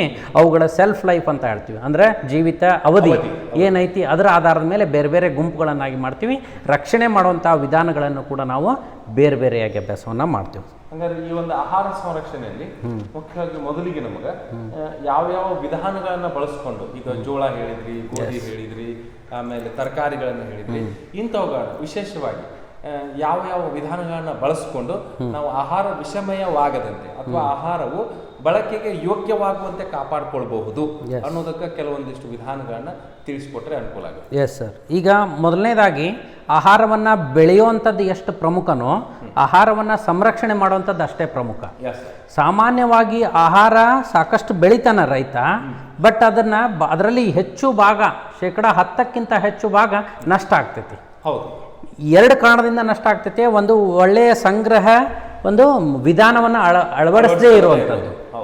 ಎರಡನೇದು ಏನಪ್ಪ ಅಂತ ಹೇಳಿದ್ರೆ ಬೇರೆ ಬೇರೆ ಬಾಹ್ಯ ಕಾರಣಗಳಿಂದಾಗಿ ಸೂಕ್ಷ್ಮಾಣು ಜೀವಿಗಳಿರ್ಬೋದು ಅಥವಾ ದಂಶಕಗಳಿರ್ಬೋದು, ವಾತಾವರಣದೊಳಗಿರುವಂಥ ಒಂದು ಇರ್ಬೋದು. ಈ ರೀತಿಯಾಗಿ ಕೂಡ ಆಹಾರ ಏನಾಗುತ್ತೆ, ನಷ್ಟವಾಗುತ್ತೆ. ಆದರೆ ನೀವು ಸಾಮಾನ್ಯವಾಗಿ ನೋಡಿರ್ತೀರಿ, ನಾವು ಮನೆ ಒಳಗಡೆ ಉಪ್ಪಿನಕಾಯಿ ಮಾವಿನ ಹಣ್ಣನ್ನು ಅಥವಾ ಮಾವಿನಕಾಯಿನ ತಂದು ಇಟ್ಟಂಥ ಸಂದರ್ಭದಲ್ಲಿ 4 ದಿನನೋ 5 ದಿನನೋ ನಾವು ಅದನ್ನ ಇಡ್ಬೋದು. ಅದೇ ಮಾವಿನಕಾಯಿ ಅಥವಾ ಮಾವಿನ ಹಣ್ಣು 4-5 ದಿನಗಳ ನಂತರ ನೋಡಿದರೆ ತಿನ್ನಲಿಕ್ಕೆ ಯೋಗ್ಯ ಇಲ್ಲದೆ ಇರುವಂಥ ಮಟ್ಟಕ್ಕೆ ಏನಾಗಿರ್ತದೆ, ಕೆಟ್ಟಿರ್ತೈತಿ, ಕೊಳತು ಹೋಗಿರ್ತೈತಿ. ಬಟ್ ಅದೇ ಮಾರ್ಕೆಟಿಂದ ತಂದಿರುವಂತಹ ಉಪ್ಪಿನಕಾಯಿ ನೋಡ್ರಿ, ಅದ್ರದ್ದು ಶೆಲ್ಫ್ ಲೈಫ್ 3 ತಿಂಗಳು 6 ತಿಂಗಳವರೆಗೂ ಏನಾಗಿರ್ತೈತೆ, ಹೆಚ್ಚಾಗಿರ್ತೈತಿ ಇರ್ತಕ್ಕಂಥದ್ದನ್ನು ನಾವು ನೋಡ್ತೀವಿ. ಇದಕ್ಕೆ ಕಾರಣ ಏನಪ್ಪಾ ಅಂತ ಕೇಳಿದ್ರೆ ಸಂರಕ್ಷಣೆ ಮಾಡುವಂಥ ವಿಧಾನ. ಸಾಮಾನ್ಯವಾಗಿ ಸಂರಕ್ಷಣೆ ಮಾಡುವಂಥ ಒಂದು ವಿಧಾನ. ಅದರಲ್ಲಿ ಉಪ್ಪನ್ನು ಬಳಸಿಕೊಳ್ಳುವ ಮೂಲಕ, ಹೆಚ್ಚು ಉಪ್ಪನ್ನು ಸೇರಿಸುವ ಮೂಲಕ ಸೂಕ್ಷ್ಮಾಣು ಜೀವಿಗಳ ಬೆಳವಣಿಗೆಯನ್ನು ತಡೆ ಹಿಡಿತಾರೆ. ಉಪ್ಪು ಒಂದು ಸಂರಕ್ಷಕವಾಗಿ ನಾವೇನ್ ಮಾಡ್ತೀವಿ, ಉಪ್ಪಿನಕಾಯಿ ತಯಾರಿಕೆಯಲ್ಲಿ ಬಳಕೆಯನ್ನ ಮಾಡ್ತೀವಿ. ಎಣ್ಣೆ, ಈ ಒಂದು ಮೀನುಗಳೇನಿರ್ತಾವಲ್ಲ ಅವುಗಳನ್ನ ದೂರದ ಸ್ಥಳಗಳಿಗೆ ರವಾನೆ ಮಾಡುವಂಥ ಸಂದರ್ಭದಲ್ಲಿ ಮಂಜುಗಡ್ಡೆ, ಐಸು ಮತ್ತು ಉಪ್ಪನ್ನು ಏನು ಮಾಡಿರ್ತಾರೆ, ಅದಕ್ಕೆ ಪ್ಯಾಕ್ ಮಾಡಿ ಕಳಿಸ್ಲಿಕ್ಕೆ ಉಪಯೋಗವನ್ನು ಮಾಡಿಕೊಡ್ತಾರೆ. ಈ ಉಪ್ಪನ್ನು ಸೇರಿಸೋದ್ರಿಂದ ಏನಾಗುತ್ತಪ್ಪ ಅಂತ ಹೇಳಿದ್ರೆ, ಆ ಒಂದು ಮೀನಿನ ಮೇಲ್ಗಡೆ ಏನು ಸೂಕ್ಷ್ಮಾಣು ಜೀವಿಗಳ ದಾಳಿ ಮಾಡ್ತಾ ಇರ್ತಾವೋ ಆ ಸೂಕ್ಷ್ಮಾಣು ಜೀವಿಯ ತೇವಾಂಶವನ್ನು ಹೀರಿಕೊಳ್ಳೋದ್ರ ಮೂಲಕ ಆ ಸೂಕ್ಷ್ಮಾಣು ಜೀವಿನ ನಿಷ್ಕ್ರಿಯ ಮಾಡುವಂಥ ಕೆಲಸನ ಈ ಉಪ್ಪು ಮಾಡ್ತೈತೆ. ಸಾಮಾನ್ಯವಾಗಿ ಸೂಕ್ಷ್ಮಾಣು ಜೀವಿಗಳು ಬದುಕುವಂತಹ ಒಂದು ತಾಪ ಏನೈತಲ್ಲ ಅದು 10ರಿಂದ 40 ಡಿಗ್ರಿ ಸೆಲ್ಸಿಯಸ್. 10ರಿಂದ ಸಾಮಾನ್ಯವಾಗಿ ಅಂತ ಹೇಳ್ತಾ ಇದ್ದೀನಿ ನಾ ಆಗಲೇ ಹೇಳಿದೆ, ಧ್ರುವ ಪ್ರದೇಶಗಳಲ್ಲಿ ಕೂಡ ಇರ್ತಾವು, ಮತ್ತೆ ಉಷ್ಣವಲಯ ಮರುಭೂಮಿಗಳಲ್ಲಿ ಕೂಡ ಇರ್ತಾವು ಅಂತ ಹೇಳಿದೆ. ಸೂಕ್ಷ್ಮಾಣು ಜೀವಿಗಳು ಎಲ್ಲ ಕಡೆಗೂ ಇರ್ತಾವು, ಆದರೆ ಸಾಮಾನ್ಯ ಒಂದು ತಾಪ 10ರಿಂದ 40 ಡಿಗ್ರಿ ಸೆಲ್ಸಿಯಸ್. ಅದಕ್ಕೆ ನೋಡ್ರಿ ನಾವು ಮನೆ ಒಳಗಡೆ ಫ್ರಿಡ್ಜ್ ಇಡ್ತೀವಿ. ಯಾಕೆ ಫ್ರಿಡ್ಜ್ ಅನ್ನ ಬಳಕೆ ಮಾಡ್ತೀವಿ ಅಂದ್ರೆ ಅದರೊಳಗಿರುವಂತಹ ತಾಪ 6ರಿಂದ 8 ಡಿಗ್ರಿ ಸೆಲ್ಸಿಯಸ್ ಮೇಂಟೈನ್ ಮಾಡ್ತೀವಿ ನಾವು. ಅದರರ್ಥ ನಮ್ಮ ಆಹಾರ ಪದಾರ್ಥ ಇಲ್ಲಿ ಹೊರಗಡೆ ಇಟ್ಟಂಥ ಸಂದರ್ಭದಲ್ಲಿ 12 ತಾಸು 18 ತಾಸಿಗೂ ಕೆಟ್ಟರೆ ಆ ಫ್ರಿಡ್ಜ್ ಒಳಗೆ ಇಟ್ಟಂಥ ಆಹಾರ ಪದಾರ್ಥ 36 ತಾಸು 48 ತಾಸುವರೆಗೂ ಏನು ಮಾಡ್ಬೋದು ನಾವು ಸಂಗ್ರಹಣೆಯನ್ನು ಮಾಡ್ಬೋದು. ಅದಕ್ಕೆ ಪ್ರಮುಖ ಕಾರಣ ಒಂದು ತಾಪವನ್ನು ಏನು ಮಾಡುವಂಥದ್ದು ನಿಯಂತ್ರಣ ಮಾಡೋದ್ರ ಮೂಲಕ ನಾವು ಮಾಡ್ತೀವಿ. ಇದು ಕೂಡ ಒಂದು ಸಂರಕ್ಷಣೆ ಮಾಡುವಂಥ ಒಂದು ವಿಧಾನ. ಶಾಖ ಮತ್ತು ತಂಪನ್ನು ಬಳಕೆ ಮಾಡೋದ್ರ ಮೂಲಕ. ಶಾಖಕ್ಕೆ ಉದಾಹರಣೆ ಆಗಲ್ಲೇ ಹೇಳಿದೆ ನಾನು, ಹಾಲನ್ನು ಪದೇ ಪದೇ ಈಗ ಇಬ್ರು ವ್ಯಕ್ತಿ ಅದಾರ ಅಂತ ಇಟ್ಕೊಳ್ರಿ, ಈ ವ್ಯಕ್ತಿ ಬೆಳಗ್ಗೆ ಹಾಲು ತೊಗೊಂಡು ಬಂದು ಕಾಯಿಸಿಟ್ಟು ರಾತ್ರಿ ಮನೆಗೆ ಬರಕ್ಕೆ ಆಗಲಿಲ್ಲ, ಮರುದಿವ್ಸ ಬಂದು ನೋಡಿದ್ರೆ ಆ ಹಾಲು ಕೆಟ್ಟಿರ್ತಾವೆ. ಆದರೆ ಬಿ ಅನ್ನೋಂಥ ವ್ಯಕ್ತಿ ಬೆಳಗ್ಗೆ ಕಾಯಿಸಿದ, ಮಧ್ಯಾಹ್ನ ಮತ್ತೊಂದು ಸರ್ತಿ ಕಾಯಿಸಿದ, ಸಾಯಂಕಾಲ ಮತ್ತೊಮ್ಮೆ ಕಾಯಿಸಿದ, ಮರುದಿವ್ಸ ಬೆಳಗ್ಗೆ ಮರುದಿವ್ಸ ಮಧ್ಯಾಹ್ನ ಎಷ್ಟೆಷ್ಟು ಸರ್ತಿ ಅವ್ನು ಕಾಯಿಸ್ತಾನೋ ಅಷ್ಟಷ್ಟು ಅದರದ್ದು ಬಾಳಿಕೆ ಏನಾಗುತ್ತೆ, ಬರ್ತಾ ಹೋಗ್ತೈತೆ. ಶಾಖ ಕೊಟ್ರೆ ಈ ಸೂಕ್ಷ್ಮ ಜೀವಿಗಳ ಬೆಳವಣಿಗೆಯನ್ನು ಈ ಒಂದು ಸೂಕ್ಷ್ಮಾಣು ಜೀವಿಗಳಿಗೆ ಶಾಖವನ್ನ ಕೊಟ್ಟು ಅವುಗಳನ್ನು ನಿಯಂತ್ರಣ ಮಾಡ್ಬೋದು ಅನ್ನೋದನ್ನ ಲೂಯಿಸ್ ಪಾಶ್ಚರ್ ಅವ್ರು ನಮಗೆ ತಿಳಿಸ್ಕೊಟ್ರು. ಅದಕ್ಕೆ ಅವರ ಹೆಸರನ್ನ ತೆಗೆದುಕೊಂಡು ಪಾಶ್ಚರೀಕರಣ ವಿಧಾನ ಅಂತ ಇದಕ್ಕೆ ಏನು ಮಾಡ್ತೀವಿ ನಾವು ಕರಿತೀವಿ. ಪಾಶ್ಚರೀಕರಣ ವಿಧಾನ ಅಂದರೆ ಸಾಮಾನ್ಯವಾಗಿ 70 ಡಿಗ್ರಿ ಸೆಲ್ಸಿಯಸ್ ತಾಪದೊಳಗೆ 15ರಿಂದ 20 ನಿಮಿಷದವರೆಗೂ ಆ ಒಂದು ವಸ್ತುವನ್ನು ಕಾಯಿಸೋದ್ರ ಮೂಲಕ ಅದರೊಳಗಿರುವಂಥ ಸೂಕ್ಷ್ಮಾಣು ಜೀವಿಗಳನ್ನು ನಾವು ಕೊಲ್ಲಬಹುದು. ಆದ್ದರಿಂದ ಆ ಒಂದು ಆಹಾರ ಕೆಡುವಿಕೆಯ ಒಂದು ಅವಧಿಯನ್ನು ಏನು ಮಾಡ್ಬೋದು, ಹೆಚ್ಚಿಸ್ಬೋದು ಅನ್ನುವಂಥದ್ದನ್ನು ಏನು ಮಾಡ್ತಾರೆ, ತಿಳಿಸ್ಕೊಡ್ತಾರೆ ಅವರು. ಹಾಗಾದ್ರೆ ಈಗ ನಾವು ಶೈತ್ಯಾಗಾರದಲ್ಲಿ ಇರೋದ್ರಿಂದ ಮತ್ತು ತಾಪವನ್ನ ಮೇಂಟೈನ್ ಮಾಡೋದ್ರಿಂದ, ತಾಪವನ್ನ ನಾವು ಹೆಚ್ಚು ತಾಪದಲ್ಲಿ ವಸ್ತುಗಳನ್ನ ಕಾಯಿಸುವುದರ ಮೂಲಕವಾಗಿ ಆಹಾರಗಳು ಕೆಡದಂತೆ ಸಂರಕ್ಷಿಸಬಹುದು, ಮಾಡಬಹುದು. 2 ವಿಧಾನಗಳನ್ನು ಹೇಳಿದ್ರಿ. ಉಪ್ಪನ್ನು ಹಚ್ಚುವುದರ ಮೂಲಕ, ಉಪ್ಪು ಒಂದು ರಾಸಾಯನಿಕ, ಅವುಗಳನ್ನು ಬಳಸುವುದರ ಮೂಲಕ ರಾಸಾಯನಿಕ ವಿಧಾನದ ಮೂಲಕ ನಾವು ಆಹಾರ ಸಂರಕ್ಷಣೆ ಮಾಡಬಹುದು.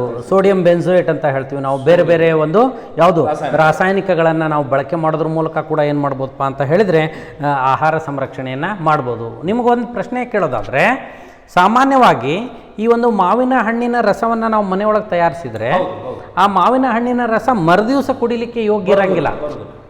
ಬಟ್ ಅದೇ ಏನು ಫ್ಯಾಂಟಾ ಅಂತ ಹೇಳ್ತೀವಿ ಅಥವಾ ಮಾಜಾ ಅಂತ ಹೇಳ್ತೀವಿ, ಈ ಮಾವಿನ ಹಣ್ಣಿನ ರಸ ನಾವೇನು ಅಂಗಡಿಯಿಂದ ತೊಗೊಂಡು ಬರ್ತೀವಿ, ಅವು 1 ತಿಂಗಳ ಹಿಂದೆನೋ 20 ದಿವಸದ ಹಿಂದೆನೋ 2 ತಿಂಗಳ ಹಿಂದೆನೋ ತಯಾರಾಗಿರ್ತಾವೆ, ಆದರೂ ಕೂಡ ಅವು ಕೆಟ್ಟಿರೋದಿಲ್ಲ.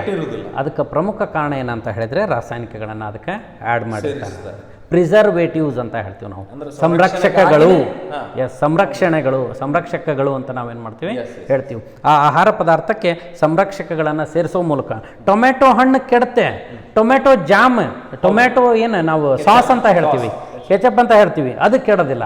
ಅದಕ್ಕೆ ಫ್ರೂಟ್ ಕೆಡುತ್ತೆ. ಫ್ರೂಟ್ ಜೆಲ್ಲಿ, ಸಾಸ್, ಜಾಮ್ ಏನು ತಯಾರಿಸ್ತಾರೆ ಅದು ಕೆಡೋದಿಲ್ಲ. ಅದು ಕೆಡದೇ ಇರೋದಕ್ಕೆ ಕಾರಣ ಅದರೊಳಗೆ ಸೇವಿಸಿರುವಂಥ ಸಂರಕ್ಷಕಗಳು. ಸಕ್ಕರೆಯನ್ನು ಕೂಡ ನಾವು ಸಂರಕ್ಷಕವಾಗಿ ಏನು ಮಾಡ್ತೀವಿ, ಬಳಕೆ ಮಾಡ್ತೀವಿ. ಹೆಚ್ಚು ಸಕ್ಕರೆಯನ್ನು ಸೇರಿಸೋದ್ರಿಂದ ಆ ಒಂದು ಆಹಾರ ಪದಾರ್ಥದೊಳಗಿರುವಂತಹ ಸೇರುವಂತಹ ಸೂಕ್ಷ್ಮಾಣು ಜೀವಿಗಳಿಂದ ಏನು ಮಾಡ್ತೈತೆ, ಅದು ರಕ್ಷಣೆಯನ್ನು ಒದಗಿಸುವಂಥ ತೇವಾಂಶವನ್ನು ಕಡಿಮೆ ಮಾಡಿ ನಾವು ಆಹಾರವನ್ನು ಸಂರಕ್ಷಣೆ ಮಾಡ್ಬೋದು ಅನ್ನೋದನ್ನು. ಎಸ್, ಇವೆಲ್ಲವನ್ನು ನಾವು ಹೆಚ್ಚು ದಿವಸ ಅದರದ್ದು ಬಾಳಿಕೆಯ ಒಂದು ಅವಧಿ, ಜೀವಿತಾವಧಿ ಹೆಚ್ಚಾಗುವಂಗೆ ನಾವೇನು ಮಾಡ್ಬೋದು, ನೋಡ್ಬೋದು. ಇವೆಲ್ಲ ಈ ಒಂದು ಸಂರಕ್ಷಣಾ ವಿಧಾನಗಳು. ಮತ್ತು ಬೇರೆ ಬೇರೆ ಟೈಪ್ ಉಪಯೋಗಿಸ್ತಾರೆ. ಯಾವುದಪ್ಪ ಅಂತ ಹೇಳಿದ್ರೆ ನಿಮಗೆ ಸಂಗ್ರಹಗಾರಗಳು ಅಂತ ಹೇಳ್ತೀವಿ, ಕೋಲ್ಡ್ ಸ್ಟೋರೇಜ್ ಅಂತ ಹೇಳ್ತೀವಿ. ನೀವೆಲ್ಲ ಕೇಳಿರ್ಬೋದು. ಬೇಗನೆ ಕೆಡುವಂತಹ ಆಹಾರ ಪದಾರ್ಥಗಳೇನಿದಾವು, ಕಡಿಮೆ ಕಾಲ ಬಾಳಿಕೆ ಬರುವಂಥ ಆಹಾರ ಪದಾರ್ಥಗಳನ್ನು ಸಾಮಾನ್ಯವಾಗಿ ಕೋಲ್ಡ್ ಸ್ಟೋರೇಜ್ ಒಳಗೆ ಇಡ್ತಾರೆ. ಅಂದರೆ ಪೂರ್ತಿ ಆ ಒಂದು ಗೋಡೌನ್ನೇ ಏನಾಗಿರ್ತೈತಪ್ಪ ಅಂದ್ರೆ ಕೋಲ್ಡ್ ಸ್ಟೋರೇಜ್ ಮಾಡಿರ್ತಾರೆ. ತಂಪು ಅಂದರೆ ಕಡಿಮೆ ಟೆಂಪ್ರೇಚರ್ನ ಏನು ಮಾಡಿರ್ತಾರೆ, ಕಡಿಮೆ ಟೆಂಪ್ರೇಚರ್ನ ಮೇಂಟೈನ್ ಮಾಡ್ತಾರೆ. ಅದರಿಂದ ಸೂಕ್ಷ್ಮಾಣು ಜೀವಿಗಳ ದಾಳಿಯಾಗಿ ಎಸ್ ಹಿಂಗೆ ಕೋಲ್ಡ್ ಸ್ಟೋರೇಜ್ ಅಥವಾ ಶೈತ್ಯಾಗಾರಗಳು ಅಂತ ನಾವೇನು ಹೇಳ್ತೀವಲ್ಲ, ಅದನ್ನು ಬಳಸೋದ್ರ ಮೂಲಕನೂ ಏನು ಮಾಡ್ತಾರೆ. ನಿಮ್ಗೆ ಇನ್ನೊಂದು ಬೆಸ್ಟ್ ಎಕ್ಸಾಂಪಲ್ ಪೊಟ್ಟಣ ಕಟ್ಟುವಿಕೆ ಅಂತ ಬರ್ತೈತೆ. ಪೊಟ್ಟಣ ಕಟ್ಟುವಿಕೆ ಅಂದರೆ ವಿಶೇಷ ಪ್ಯಾಕಿಂಗ್ ಮಾಡೋದ್ರ ಮೂಲಕ ಕೂಡ ನಾವು ಸೂಕ್ಷ್ಮಾಣು ಜೀವಿಗಳ ದಾಳಿಯನ್ನು ನಿಯಂತ್ರಣ ಮಾಡ್ಬೋದು, ಆಹಾರ ಪದಾರ್ಥಗಳನ್ನು ಸಂರಕ್ಷಣೆ ಮಾಡ್ಬೋದು. ಅದಕ್ಕೆ ಬೆಸ್ಟ್ ಎಕ್ಸಾಂಪಲ್, ನೀವು ಹಾಲನ್ನು ತೊಗೊಂಡು ಬರ್ತೀರಿ, 2 ದಿವಸದ ಹಿಂದೆ ತಯಾರಾಗಿದ್ದರೆ ನೀವು ಮನೆಗೆ ಬಂದು ಕಾಯಿಸೋಷ್ಟೊತ್ತಿಗೆ ಅದು ಒಡೆದು ಹೋಗ್ಬಿಡ್ತೈತೆ. ಆದರೆ ಅದೇ ಗುಡ್ ಲೈಫ್ ಅಂತ ಹಾಲು ನೀವು ನೋಡಿರ್ಬೋದು, ನಂದಿನಿದು ಗುಡ್ ಲೈಫ್ ಹಾಲು. ಅದು ಟೆಟ್ರಾ ಪ್ಯಾಕ್ನಿಂದ ಏನು ಮಾಡಿರ್ತಾರೆ, ಪ್ಯಾಕ್ ಮಾಡಿರ್ತಾರೆ. ಸುಮಾರು 3 ತಿಂಗಳವರೆಗೂ ಅದರದ್ದು ಜೀವಿತಾವಧಿ ಇರುತ್ತೆ, ಬಾಳಿಕೆ ಅವಧಿ ಆಗೋದಿಲ್ಲ. ನೀವು ಆ ಹಾಲನ್ನು ನೀವು 3 ತಿಂಗಳವರೆಗೂ ಇಟ್ಟು ಏನು ಮಾಡ್ಬೋದು, ನೀವು ಯಾವಾಗ ಕಾಯಿಸಿದ್ರು ಅದು ನಾರ್ಮಲ್ ಆಗಿ, ಸಾಮಾನ್ಯವಾಗಿ ಆ ಟೆಟ್ರಾ ಪ್ಯಾಕ್ನಿಂದ ಹೊರಗೆ ತೆಗೀರಿ, ಒಂದೇ ದಿವಸಕ್ಕೆ ಏನಾಗುತ್ತದೆ, ನೀವು ಬಳಕೆ ಮಾಡದೇ ಇದ್ರೆ ಕೆಟ್ಟು ಹೋಗುತ್ತೆ. ಬಟ್ ಆ ಪ್ಯಾಕ್ನಲ್ಲಿ ಇರುವಂಥ ಸಂದರ್ಭದಲ್ಲಿ ಸೂಕ್ಷ್ಮಾಣು ಜೀವಿಗಳನ್ನು ಯಾವುದು ರೇಡಿಯೇಷನ್ ಥೆರಪಿ ಯೂಸ್ ಮಾಡೋದ್ರ ಮೂಲಕ ಅವನ್ನ ಹೊಡೆದಿರ್ತಾರೆ. ಮತ್ತು ಹೊರಗಡೆಯಿಂದ ಸೂಕ್ಷ್ಮಾಣು ಜೀವಿಗಳು ದಾಳಿ ಮಾಡದೇ ಇರೋ ರೀತಿಯಲ್ಲಿ ಟೆಟ್ರಾ ಪ್ಯಾಕ್ನಲ್ಲಿ ಏನು ಮಾಡಿರ್ತಾರೆ, ಅದನ್ನು ಪೊಟ್ಟಣವನ್ನು ಕಟ್ಟಿರ್ತಾರೆ. ಪ್ಯಾಕಿಂಗ್ ಕೂಡ ಬಹಳಷ್ಟು ಮುಖ್ಯ. ನಾವು ಆಹಾರವನ್ನು ಏನು ಬೆಳೆದ ನಂತರ ಅಥವಾ ತಯಾರಿಸಿದ ನಂತರ ಬಹಳ ದಿನಗಳವರೆಗೆ ಸಂರಕ್ಷಣೆ ಮಾಡಬೇಕು. ಹೌದು, ಸಂರಕ್ಷಣೆಯಾಗಿ ಇಡಬೇಕು ಅಂತಂದ್ರೂ ಕೂಡ ನಾವು ಅದನ್ನ ಸಂಗ್ರಹಣೆ ಮಾಡುವಂತಹ ವಿಧಾನನೂ ಹೌದು. ಎಣ್ಣೆ ಸೌರ ಮೂಲಕ ನಾವು ಏನು ಮಾಡ್ಬೋದು, ನೀರಿನ ಅಂಶ ಹೊರಗಡೆ ಹೋಗೋದನ್ನ ಏನು ಮಾಡ್ಬೋದು, ಕಂಟ್ರೋಲ್ ಮಾಡ್ಬೋದು. ಮೇಣದ ಒಂದು ಲೇಪನ ಮಾಡೋದ್ರ ಮೂಲಕ ನೀವೆಲ್ಲ ನೋಡಿರ್ಬೋದು, ಸೇಬು ಹಣ್ಣಿನ ಮೇಲೆ ಮೇಣದ ಲೇಪನವನ್ನ ಏನು ಮಾಡಿರ್ತಾರೆ. ಆ ಮೇಣದ ಲೇಪನ ಮಾಡೋದ್ರಿಂದ ಆ ಸೇಬು ಹಣ್ಣಿನೊಳಗಿರುವಂಥ ನೀರಿನ ಅಂಶ ಏನಾಗಬಾರ್ದು, ಹೊರಗಡೆ ಹೋಗದೇ ಇರುವಂಗೆ ಅದನ್ನ ಏನು ಮಾಡ್ತಾರೆ, ಸಂರಕ್ಷಣೆಯನ್ನ ಮಾಡ್ತಾರೆ, ಒಳ್ಳೆ ಶೈನ್ ಆಗೋ ರೀತಿಯಲ್ಲಿ. ಆದರೆ ಆ್ಯಕ್ಚುಲ್ ಅದೇನಾಗ ನಮ್ಮ ಆರೋಗ್ಯಕ್ಕೆ ಹಾನಿ ಉಂಟು ಮಾಡುತ್ತೆ. ಆದರೆ ಹಾನಿ ಐತಿ. ಆದರೆ ಏನು ಮಾಡ್ತೀವಿ, ಅದರದ ಬಾಳಿಕೆ ಅವಧಿಯನ್ನು ಹೆಚ್ಚಿಸುವಂಥ ಒಂದು ಕಾರಣದಿಂದಾಗಿ, ಲಾಭದ ಉದ್ದೇಶದಿಂದಾಗಿ ಏನು ಮಾಡ್ತಾರೆ, ಅದನ್ನು ಮಾಡುವಂಥ ಒಂದು ಪರಿಕಲ್ಪನೆಯನ್ನು ನಾವು ನೋಡ್ತೀವಿ. ಈ ರೀತಿಯಾಗಿ ವೈವಿಧ್ಯಮಯ ಪರಿಕಲ್ಪನೆ ಯಾವುದೋ ವಿಧಾನಗಳನ್ನು ನಾವು ಅಳವಡಿಸೋದ್ರ ಮೂಲಕ ಆಹಾರವನ್ನು ಸಂರಕ್ಷಣೆ ಮಾಡ್ಬೋದು ಅನ್ನುವಂಥದ್ದನ್ನು ನಾವು ಈ ಒಂದು ಅಧ್ಯಾಯದಲ್ಲಿ ನೋಡ್ತಾ ಬರ್ತೇವೆ. ಇನ್ನು ಈ ಒಂದು ಅಧ್ಯಾಯದ ಕೊನೆಯ ಘಟಕ ಮತ್ತು ನಮ್ಮ ವಾತಾವರಣದಲ್ಲಿ ಹೆಚ್ಚು ಪ್ರಮಾಣದಲ್ಲಿ ಸಿಗ್ತಕ್ಕಂತಹ ಒಂದು ಮೂಲ ವಸ್ತು ನೈಟ್ರೋಜನ್. ನೀವು ಆಲ್ರೆಡಿ ಇದ್ರ ಕುರಿತಾಗಿ ಸ್ವಲ್ಪ ಮಾತನ್ನು ಹೇಳಿದಿರಿ ಈ ನಡುವೆ. ಆದರೂ ಕೂಡ ಈ ಒಂದು ನೈಟ್ರೋಜನ್ ಅನ್ನ ಈಗ ಹೇಗೆ ಜಲಚಕ್ರ, ನೀರು ಭೂಮಿಯಿಂದ ಮತ್ತೆ ಭೂಮಿಗೆ ಬರ್ತಕ್ಕಂಥದ್ದು, ಮೋಡಗಳಾಗಿ ಮೋಡಗಳು ಮಳೆ ರೂಪದಲ್ಲಿ ಭೂಮಿಗೆ ಬರ್ತಕ್ಕಂಥದ್ದು ಯಾವ ರೀತಿಯಾಗಿ ಒಂದು ಜಲಚಕ್ರ ಇದೆಯೋ ಅದೇ ತರನಾಗಿ ಈ ನೈಟ್ರೋಜನ್ ನೀವು ಆಗ್ಲೇ ಹೇಳಿದ ಹಾಗೆ ಏನ್ ಮಾಡುತ್ತೆ ಅಂತಂದ್ರೆ, ಈ ಒಂದು ಸೂಕ್ಷ್ಮ ಜೀವಿಗಳು ತಗೊಳ್ತವೆ, ಅದನ್ನ ಉಪಯುಕ್ತ ರೂಪಕ್ಕೆ ತಂದು ಸಸ್ಯಗಳಿಗೆ ಕೊಡ್ತವೆ. ನಂತರ ಸಸ್ಯ ಅವುಗಳನ್ನು ಉಪಯೋಗಿಸ್ಕೊಂಡು ಬೆಳೆಸ್ಕೊತವೆ, ಪ್ರಾಣಿಗಳು ಉಪಯೋಗ ಮಾಡ್ಕೋತವೆ, ಪ್ರಾಣಿಗಳಿಂದ ಮತ್ತೆ ವಾತಾವರಣಕ್ಕೆ ಹೋಗ್ತದೆ. ಹೀಗೆ ಸಾಕಷ್ಟು ಮಾಹಿತಿಯನ್ನು ನೀವು ಕೊಟ್ರಿ. ಇದನ್ನ ಇನ್ನೊಂದು ಸ್ವಲ್ಪ ವಿವರವಾಗಿ ನಮಗೆ ಇದನ್ನ ವಿದ್ಯಾರ್ಥಿಗಳಿಗೆ ತಿಳಿಸಿದ್ದೇ ಆದ್ರೆ, ಇದು ಈಗಷ್ಟೇ ಅಲ್ಲದೆ 8ನೇ ತರಗತಿಗಷ್ಟೇ ಅಲ್ಲದೆ ಇವನ್ ಸೆಕೆಂಡ್ PUC ಕೂಡ ನಾವು ನೈಟ್ರೋಜನ್ ಚಕ್ರ, ನೈಟ್ರೋಜನ್ ಸೈಕಲ್ ಅನ್ನುವಂತಹ ಒಂದು ಗ್ಯಾಸಿಯಸ್ ಸೈಕಲ್ ನಲ್ಲಿ ಅನಿಲ ಚಕ್ರಗಳಲ್ಲಿ ನಾವು ಇದನ್ನ ಅಭ್ಯಾಸ ಮಾಡ್ತೀವಿ. ಅದನ್ನ ಇನ್ನೊಂದು ಸ್ವಲ್ಪ ನೀಟಾಗಿ ನಮಗ ವಿದ್ಯಾರ್ಥಿಗಳಿಗೆ ತಿಳಿ ಮಾಡಿಕೊಟ್ರೆ ಈ ಒಂದು ಪಾಠದ ಕೊನೆಯ ಅಂಶ ಬಹಳಷ್ಟು ಸ್ಪಷ್ಟವಾಗಿರ್ತದೆ. ಒಟ್ಟಾರೆ ಎಲ್ಲ ಅಂಶಗಳು ಬಹಳ ಚೆನ್ನಾಗಿ ನೀವು ಇಲ್ಲಿವರೆಗೂ ತಿಳಿಸಿಕೊಟ್ಟಿದ್ದೀರಾ. ಇದು ಒಂದು ಅಂಶವನ್ನು ಕೊನೆಯದಾಗಿ ಅದನ್ನು ತಿಳಿಸಿಕೊಟ್ರೆ ಇನ್ನೂ ಅನುಕೂಲ ಆಗುತ್ತೆ ಅನ್ನುವಂಥ ಮಾತು. ಸಾಮಾನ್ಯವಾಗಿ ಭೂಮಿ ಮೇಲೆ ಇರುವಂತಹ ಪೋಷಕಾಂಶಗಳು ಚಕ್ರೀಯ ಚಲನೆಯನ್ನು ಹೊಂದಿರ್ತವೆ. ಆಕ್ಸಿಜನ್ ಕೂಡ ನೋಡಿ, ಇವಾಗ ಸಸ್ಯಗಳ ಆಕ್ಸಿಜನ್ ಅನ್ನ ಬಿಡುಗಡೆ ಮಾಡ್ತವೆ. ಬಿಡುಗಡೆ ಆದಂಥ ಆಕ್ಸಿಜನ್ ಪ್ರಾಣಿಗಳು ಉಸಿರಾಟದ ರೂಪದಲ್ಲಿ ಏನು ಮಾಡ್ತೀವಿ, ನಾವು ಅದನ್ನು ಶ್ವಾಸಕ್ರಿಯೆಯಲ್ಲಿ ತೆಗೆದುಕೊಳ್ತೀವಿ. ನಾವು ಇಂಗಾಲದ ಡೈಆಕ್ಸೈಡನ್ನು ಬಿಡುಗಡೆ ಮಾಡ್ತೀವಿ. ಆ ಇಂಗಾಲದ ಡೈಆಕ್ಸೈಡ್ನಲ್ಲಿ ಆಕ್ಸಿಜನ್ ಇರುತ್ತೆ, CO2. ಅದು ಮತ್ತೆ ವಾತಾವರಣಕ್ಕೆ ಏನಾಗುತ್ತೆ, ಹೋಗ್ತೈತಿ. ವಾತಾವರಣದಲ್ಲಿದ್ದಂತಹ ಸಸ್ಯಗಳು ಆ ಇಂಗಾಲದ ಡೈಆಕ್ಸೈಡನ್ನು ಯಾವುದೋ ದ್ವಿತೀಯ ಸಂಶ್ಲೇಷಣ ಕ್ರಿಯೆಗೆ ಅವಶ್ಯಕ ವಸ್ತುವಾಗಿ ಏನು ಮಾಡ್ತಾವೆ, ತೆಗೆದುಕೊಳ್ತಾವೆ. ಆ ಸಸ್ಯಗಳು ಮತ್ತೆ ವಾತಾವರಣಕ್ಕೆ ಆಕ್ಸಿಜನನ್ನು ಬಿಡುಗಡೆ ಮಾಡ್ತವೆ. ನೋಡ್ರಿ, ಇದು ಪ್ರಾರಂಭ ಆಗಿದ್ದು ಸಸ್ಯದಿಂದ, ಆ ವಾತಾವರಣದಲ್ಲಿರುವಂಥ ಆಕ್ಸಿಜನ್ ಸಸ್ಯಕ್ಕೆ ಬಂತು, ಪ್ರಾಣಿಗಳಲ್ಲಿ ಬಂತು, ಪ್ರಾಣಿಗಳಿಂದ ಮತ್ತೆ ವಾತಾವರಣಕ್ಕೆ ಬಂತು, ವಾತಾವರಣದಿಂದ ಮತ್ತೆ ಸಸ್ಯಕ್ಕೆ ಬಂತು, ಸಸ್ಯದಿಂದ ಮತ್ತೆ ವಾತಾವರಣಕ್ಕೆ. ಇದನ್ನೇ ನಾವು ಇದನ್ನೇ ನಾವು ಚಕ್ರೀಯ ಚಲನೆ ಅಂತ ಏನು ಮಾಡ್ತೇವೆ ಹೇಳ್ತೀವಿ. ಈ ಒಂದು ಕಾರ್ಬನ್ ಇರ್ಬೋದು, ಕಾರ್ಬನ್ನ ಚಕ್ರವನ್ನು ನೋಡ್ತೇವೆ, ಆಮ್ಲಜನಕ ಚಕ್ರವನ್ನು ನೋಡ್ತೇವೆ, ನೀರನ್ನು ನಾವು ನೋಡ್ತೀವಿ, ಜಲಚಕ್ರ. ನೀವೆಲ್ಲ ಸುಮಾರು 5ನೇ ತರಗತಿಯಿಂದಾನೇ ನೀವು ಜಲಚಕ್ರವನ್ನು, ವಾಟರ್ ಸೈಕಲನ್ನು ನೋಡ್ತಾ ಬಂದಿದ್ದೀರಿ. ಭೂಮಿ ಮೇಲಿರುವಂಥ ನೀರು ಆವಿಯಾಗಿ ವಾತಾವರಣವನ್ನು ಸೇರುತ್ತೆ, ವಾತಾವರಣದಲ್ಲಿರುವಂತಹ ನೀರು ಮೋಡವಾಗಿ ಅಲ್ಲಿ ಸಾಂದ್ರೀಕರಣಗೊಂಡು ಮತ್ತೆ ಮಳೆ ಅಥವಾ ಹಿಮದ ರೂಪದಲ್ಲಿ ಭೂಮಿಗೆ ಬರುತ್ತೆ. ನೋಡ್ರಿ, ಭೂಮಿಯ ಮೇಲಿನ ನೀರು ಒಂದು ಚಕ್ರದ ಮೂಲಕ ಕೊನೆಗೆ ಮತ್ತೆ ಅಲ್ಲಿಗೆ ಬಂತು, ಭೂಮಿಗೆ ಬಂತು. ಈ ರೀತಿಯಾಗಿ ನೈಟ್ರೋಜನ್ ಕೂಡ ವಾತಾವರಣದಲ್ಲಿ 78% ಇದ್ದು, ಇದು ಒಂದು ಸಂಪೂರ್ಣ ಚಕ್ರವನ್ನ ಮುಗಿಸಿ ಮತ್ತು ಹೊಳ್ಳಿ ಎಲ್ಲಿಗೆ ವಾತಾವರಣಕ್ಕೆ ಹೆಂಗೆ ಬರುತ್ತೆ ಅಂತ ಕೇಳಿದ್ರೆ, ನೈಟ್ರೋಜನ್ ವಾತಾವರಣದೊಳಗಿದ್ದು ಅಜೈವಿಕ ಘಟಕವಾದಂತಹ ವಾತಾವರಣದಲ್ಲಿದ್ದಂತಹ ಒಂದು ನೈಟ್ರೋಜನ್ ಜೈವಿಕ ಘಟಕವಾದಂತಹ ಸಸ್ಯ ಪ್ರಾಣಿಗಳಲ್ಲಿ ಹೋಗುವಂಥ ಒಂದು ಪ್ರಕ್ರಿಯೆ ಏನೈತಿ, ಇದನ್ನ ಸ್ಥಿರೀಕರಣ ಅಂತ ಹೇಳ್ತೀವಿ ನಾವು. ಫಿಕ್ಸ್ ಆಗುತ್ತೆ. ಎಸ್, ನೈಟ್ರೋಜನ್ ಫಿಕ್ಸೇಷನ್, ಸ್ಥಿರೀಕರಣ. ಎಸ್, ಸ್ಥಿರೀಕರಣ ಅಂದ್ರೆ ವಾತಾವರಣದೊಳಗಿದ್ದಂತಹ ನೈಟ್ರೋಜನ್ ಸಸ್ಯ ಮತ್ತು ಪ್ರಾಣಿಗಳ ದೇಹದಲ್ಲಿ ಬಂತು, ಇದು ನೈಟ್ರೋಜನ್ ಸ್ಥಿರೀಕರಣ. ಹೌದಾ? ಇದನ್ನ ಮಾಡುವಂತಹ ಬ್ಯಾಕ್ಟೀರಿಯಾಗಳಿದಾವೆ. ಉದಾಹರಣೆ ರೈಸೋಬಿಯಂ, ಅನಾಬೆನಾ, ನಾಸ್ಟಾಕ್ ಅಂತ ಹೇಳ್ತೀವಿ ನಾವು. ಇವೆಲ್ಲವು ಬ್ಯಾಕ್ಟೀರಿಯಾಗಳು ಏನಾಯ್ತು, ಸಸ್ಯ ಮತ್ತು ಪ್ರಾಣಿಗಳಲ್ಲಿ ಬಂತು, ಸಸ್ಯಗಳಿಗೆ ಕೊಡುವಂಥ ಕೆಲಸವನ್ನ ಮಾಡ್ತಾವೆ. ಈ ಸಸ್ಯಗಳು ಏನು ಮಾಡ್ತಾವು, ಆಹಾರದ ರೂಪದಲ್ಲಿ ಪ್ರಾಣಿಗಳು ಸೇವಿಸಿರ್ತಾವು, ಅಥವಾ ಸಸ್ಯಗಳು ಅದನ್ನು ದ್ವಿತೀಯ ಸಂಶ್ಲೇಷಣೆಯ ಮೂಲಕ ಆಹಾರ ತಯಾರಿಕೆಯಲ್ಲಿ ಬಳಕೆ ಮಾಡ್ತಾವು. ಅದು ಸಸ್ಯದಿಂದ ಪ್ರಾಣಿಯಿಂದ ಮತ್ತೆ ತ್ಯಾಜ್ಯ ಅಥವಾ ಸತ್ತ ಜೀವಿಯ ಒಂದು ದೇಹದ ರೂಪದೊಳಗೆ ಏನಾಗುತ್ತೆ, ಮತ್ತೆ ಮಣ್ಣಿಗೆ ಬರುತ್ತೆ. ಈ ಮಣ್ಣಿನಲ್ಲಿದ್ದಂತಹ ಒಂದು ನೈಟ್ರೋಜನ್ ಪುನಃ ನೋಡ್ರಿ ಮತ್ತೆ ಇನ್ನ ಹಾಫ್ ಸೈಕಲ್ ಏನೈತಲ್ಲ ಕೆಳಗಡೆ, ಯಾವುದು ವಾತಾವರಣಕ್ಕೆ ಕೊಡುವಂತಹ ಕೆಲಸವನ್ನ ಏನ್ ಮಾಡ್ತಲ್ಲ, ಈ ಪ್ರಕ್ರಿಯೆನ ಮರುಚಕ್ರೀಕರಣ. ಎಸ್, ಇದು ಸ್ಥಿರೀಕರಣ, ಮರುಚಕ್ರೀಕರಣ ಅಂತ ಹೇಳ್ತೀವಿ. ಮೊದಲಿಗೆ ಏನು ಎಲ್ಲಿ ಸಂಗ್ರಹವಾಗಿತ್ತು, ಸಂಗ್ರಹದಿಂದ ವಿನಿಮಯ ಮೂಲಕ ಬರೋದಕ್ಕೆ ಸ್ಥಿರೀಕರಣ, ವಿನಿಮಯ ಮೂಲದಿಂದ ಸಂಗ್ರಹ ಮೂಲಕ ಬರುವಂಥದ್ದು ಮರುಚಕ್ರೀಕರಣ. ಸಂಗ್ರಹ ಮೂಲದಿಂದ ವಿನಿಮಯ ಮೂಲಕ್ಕೆ ತರುವಂತಹ ಕೆಲಸನ ಮಾಡುವಂಥವು ಸೂಕ್ಷ್ಮಾಣುಜೀವಿಗಳು ನೈಟ್ರೀಕರಣ ಬ್ಯಾಕ್ಟೀರಿಯಾಗಳು. ವಿನಿಮಯ ಮೂಲದಿಂದ ಸಂಗ್ರಹ ಮೂಲಕ್ಕೆ ತರುವಂತಹ ಬ್ಯಾಕ್ಟೀರಿಯಾಗಳು ಯಾವುದು, ಡಿನೈಟ್ರೀಕರಣ ಬ್ಯಾಕ್ಟೀರಿಯಾಗಳು ಅಂತ ನಾವೇನು ಮಾಡ್ತೇವೆ ಹೇಳ್ತೀವಿ. ಈ ರೀತಿಯಾಗಿ ಏನಾಗ್ತೈತೆ, ನೈಟ್ರೋಜನ್ ಒಂದು ಸಂಪೂರ್ಣ ಚಕ್ರವನ್ನು ಏನಾಗುತ್ತೆ ಹೊಂದಿರುತ್ತೆ. ವಾತಾವರಣದಲ್ಲಿ ಇರ್ತಕ್ಕಂಥ ನೈಟ್ರೋಜನ್ ಸಸ್ಯಕ್ಕೆ ಬಂದು, ಭೂಮಿಗೆ ಬಂದು, ಸಸ್ಯಕ್ಕೆ ಬಂದು, ಮಾನವರಿಗೆ ಬಂದು, ಇತರೆ ಪ್ರಾಣಿಗಳಿಗೆ ಬಂದು, ಮತ್ತೆ ವಾತಾವರಣಕ್ಕೆ ಹೋಗುವಂಥದ್ದು. ಇದನ್ನ ಅಲ್ಲಿಗೆ ವಾಪಸ್ ಈ ಮೂಲಗಳ ಮೂಲಕ ವಿನಿಮಯ ಆಗ್ತಾ ವಾಪಸ್ ಅಲ್ಲಿಗೆ ಹೋಗುತ್ತೆ. ಸೊ ಇದನ್ನೇ ನೀವು ಒಂದು ಚಕ್ರದ ರೂಪದಲ್ಲಿ ತೋರಿಸ್ತೇವೆ, ನೈಟ್ರೋಜನ್ ಚಕ್ರ ಅಂತ ಹೇಳ್ತೇವೆ. ಸರಿ ಸರ್, ಹಾಗಾದ್ರೆ ಇಲ್ಲಿವರೆಗೆ ಸುಮಾರು 1 ಗಂಟೆಗಿಂತ ಹೆಚ್ಚು ಸಮಯ ತಾವು ನಮಗೆ ಈ ಒಂದು ಸೂಕ್ಷ್ಮ ಜೀವಿಗಳು ಶತ್ರು ಮತ್ತು ಮಿತ್ರ ಅನ್ನುವಂಥ ವಿಷಯಗಳನ್ನು ಬಹಳಷ್ಟು ವಿವರವಾಗಿ ತಿಳಿಸ್ಕೊಟ್ಟಿದ್ದಾರೆ. ಇದೇ ತರನಾಗಿ ಮುಂದೆ ಹಲವಾರು ವಿಷಯಗಳನ್ನ ತಾವು ನಮ್ಮ ವಿದ್ಯಾರ್ಥಿಗಳಿಗೆ ತಿಳಿಸ್ಬೇಕು ಅಂತ ತಮ್ಮಲ್ಲಿ ಕೇಳ್ತಾ, ಇಲ್ಲಿವರೆಗೂ ತಾವು ಸಾಕಷ್ಟು ಮಾಹಿತಿಯನ್ನು ತಿಳಿಸಿಕೊಟ್ಟಿದ್ದಕ್ಕಾಗಿ ವೈಯಕ್ತಿಕವಾಗಿ ಹಾಗೂ ನಮ್ಮ ಚಾನಲ್ ಪರವಾಗಿ ತಮಗೆ ತುಂಬ ಹೃದಯದ ಧನ್ಯವಾದಗಳನ್ನು ತಿಳಿಸ್ತೇನೆ. ಧನ್ಯವಾದ.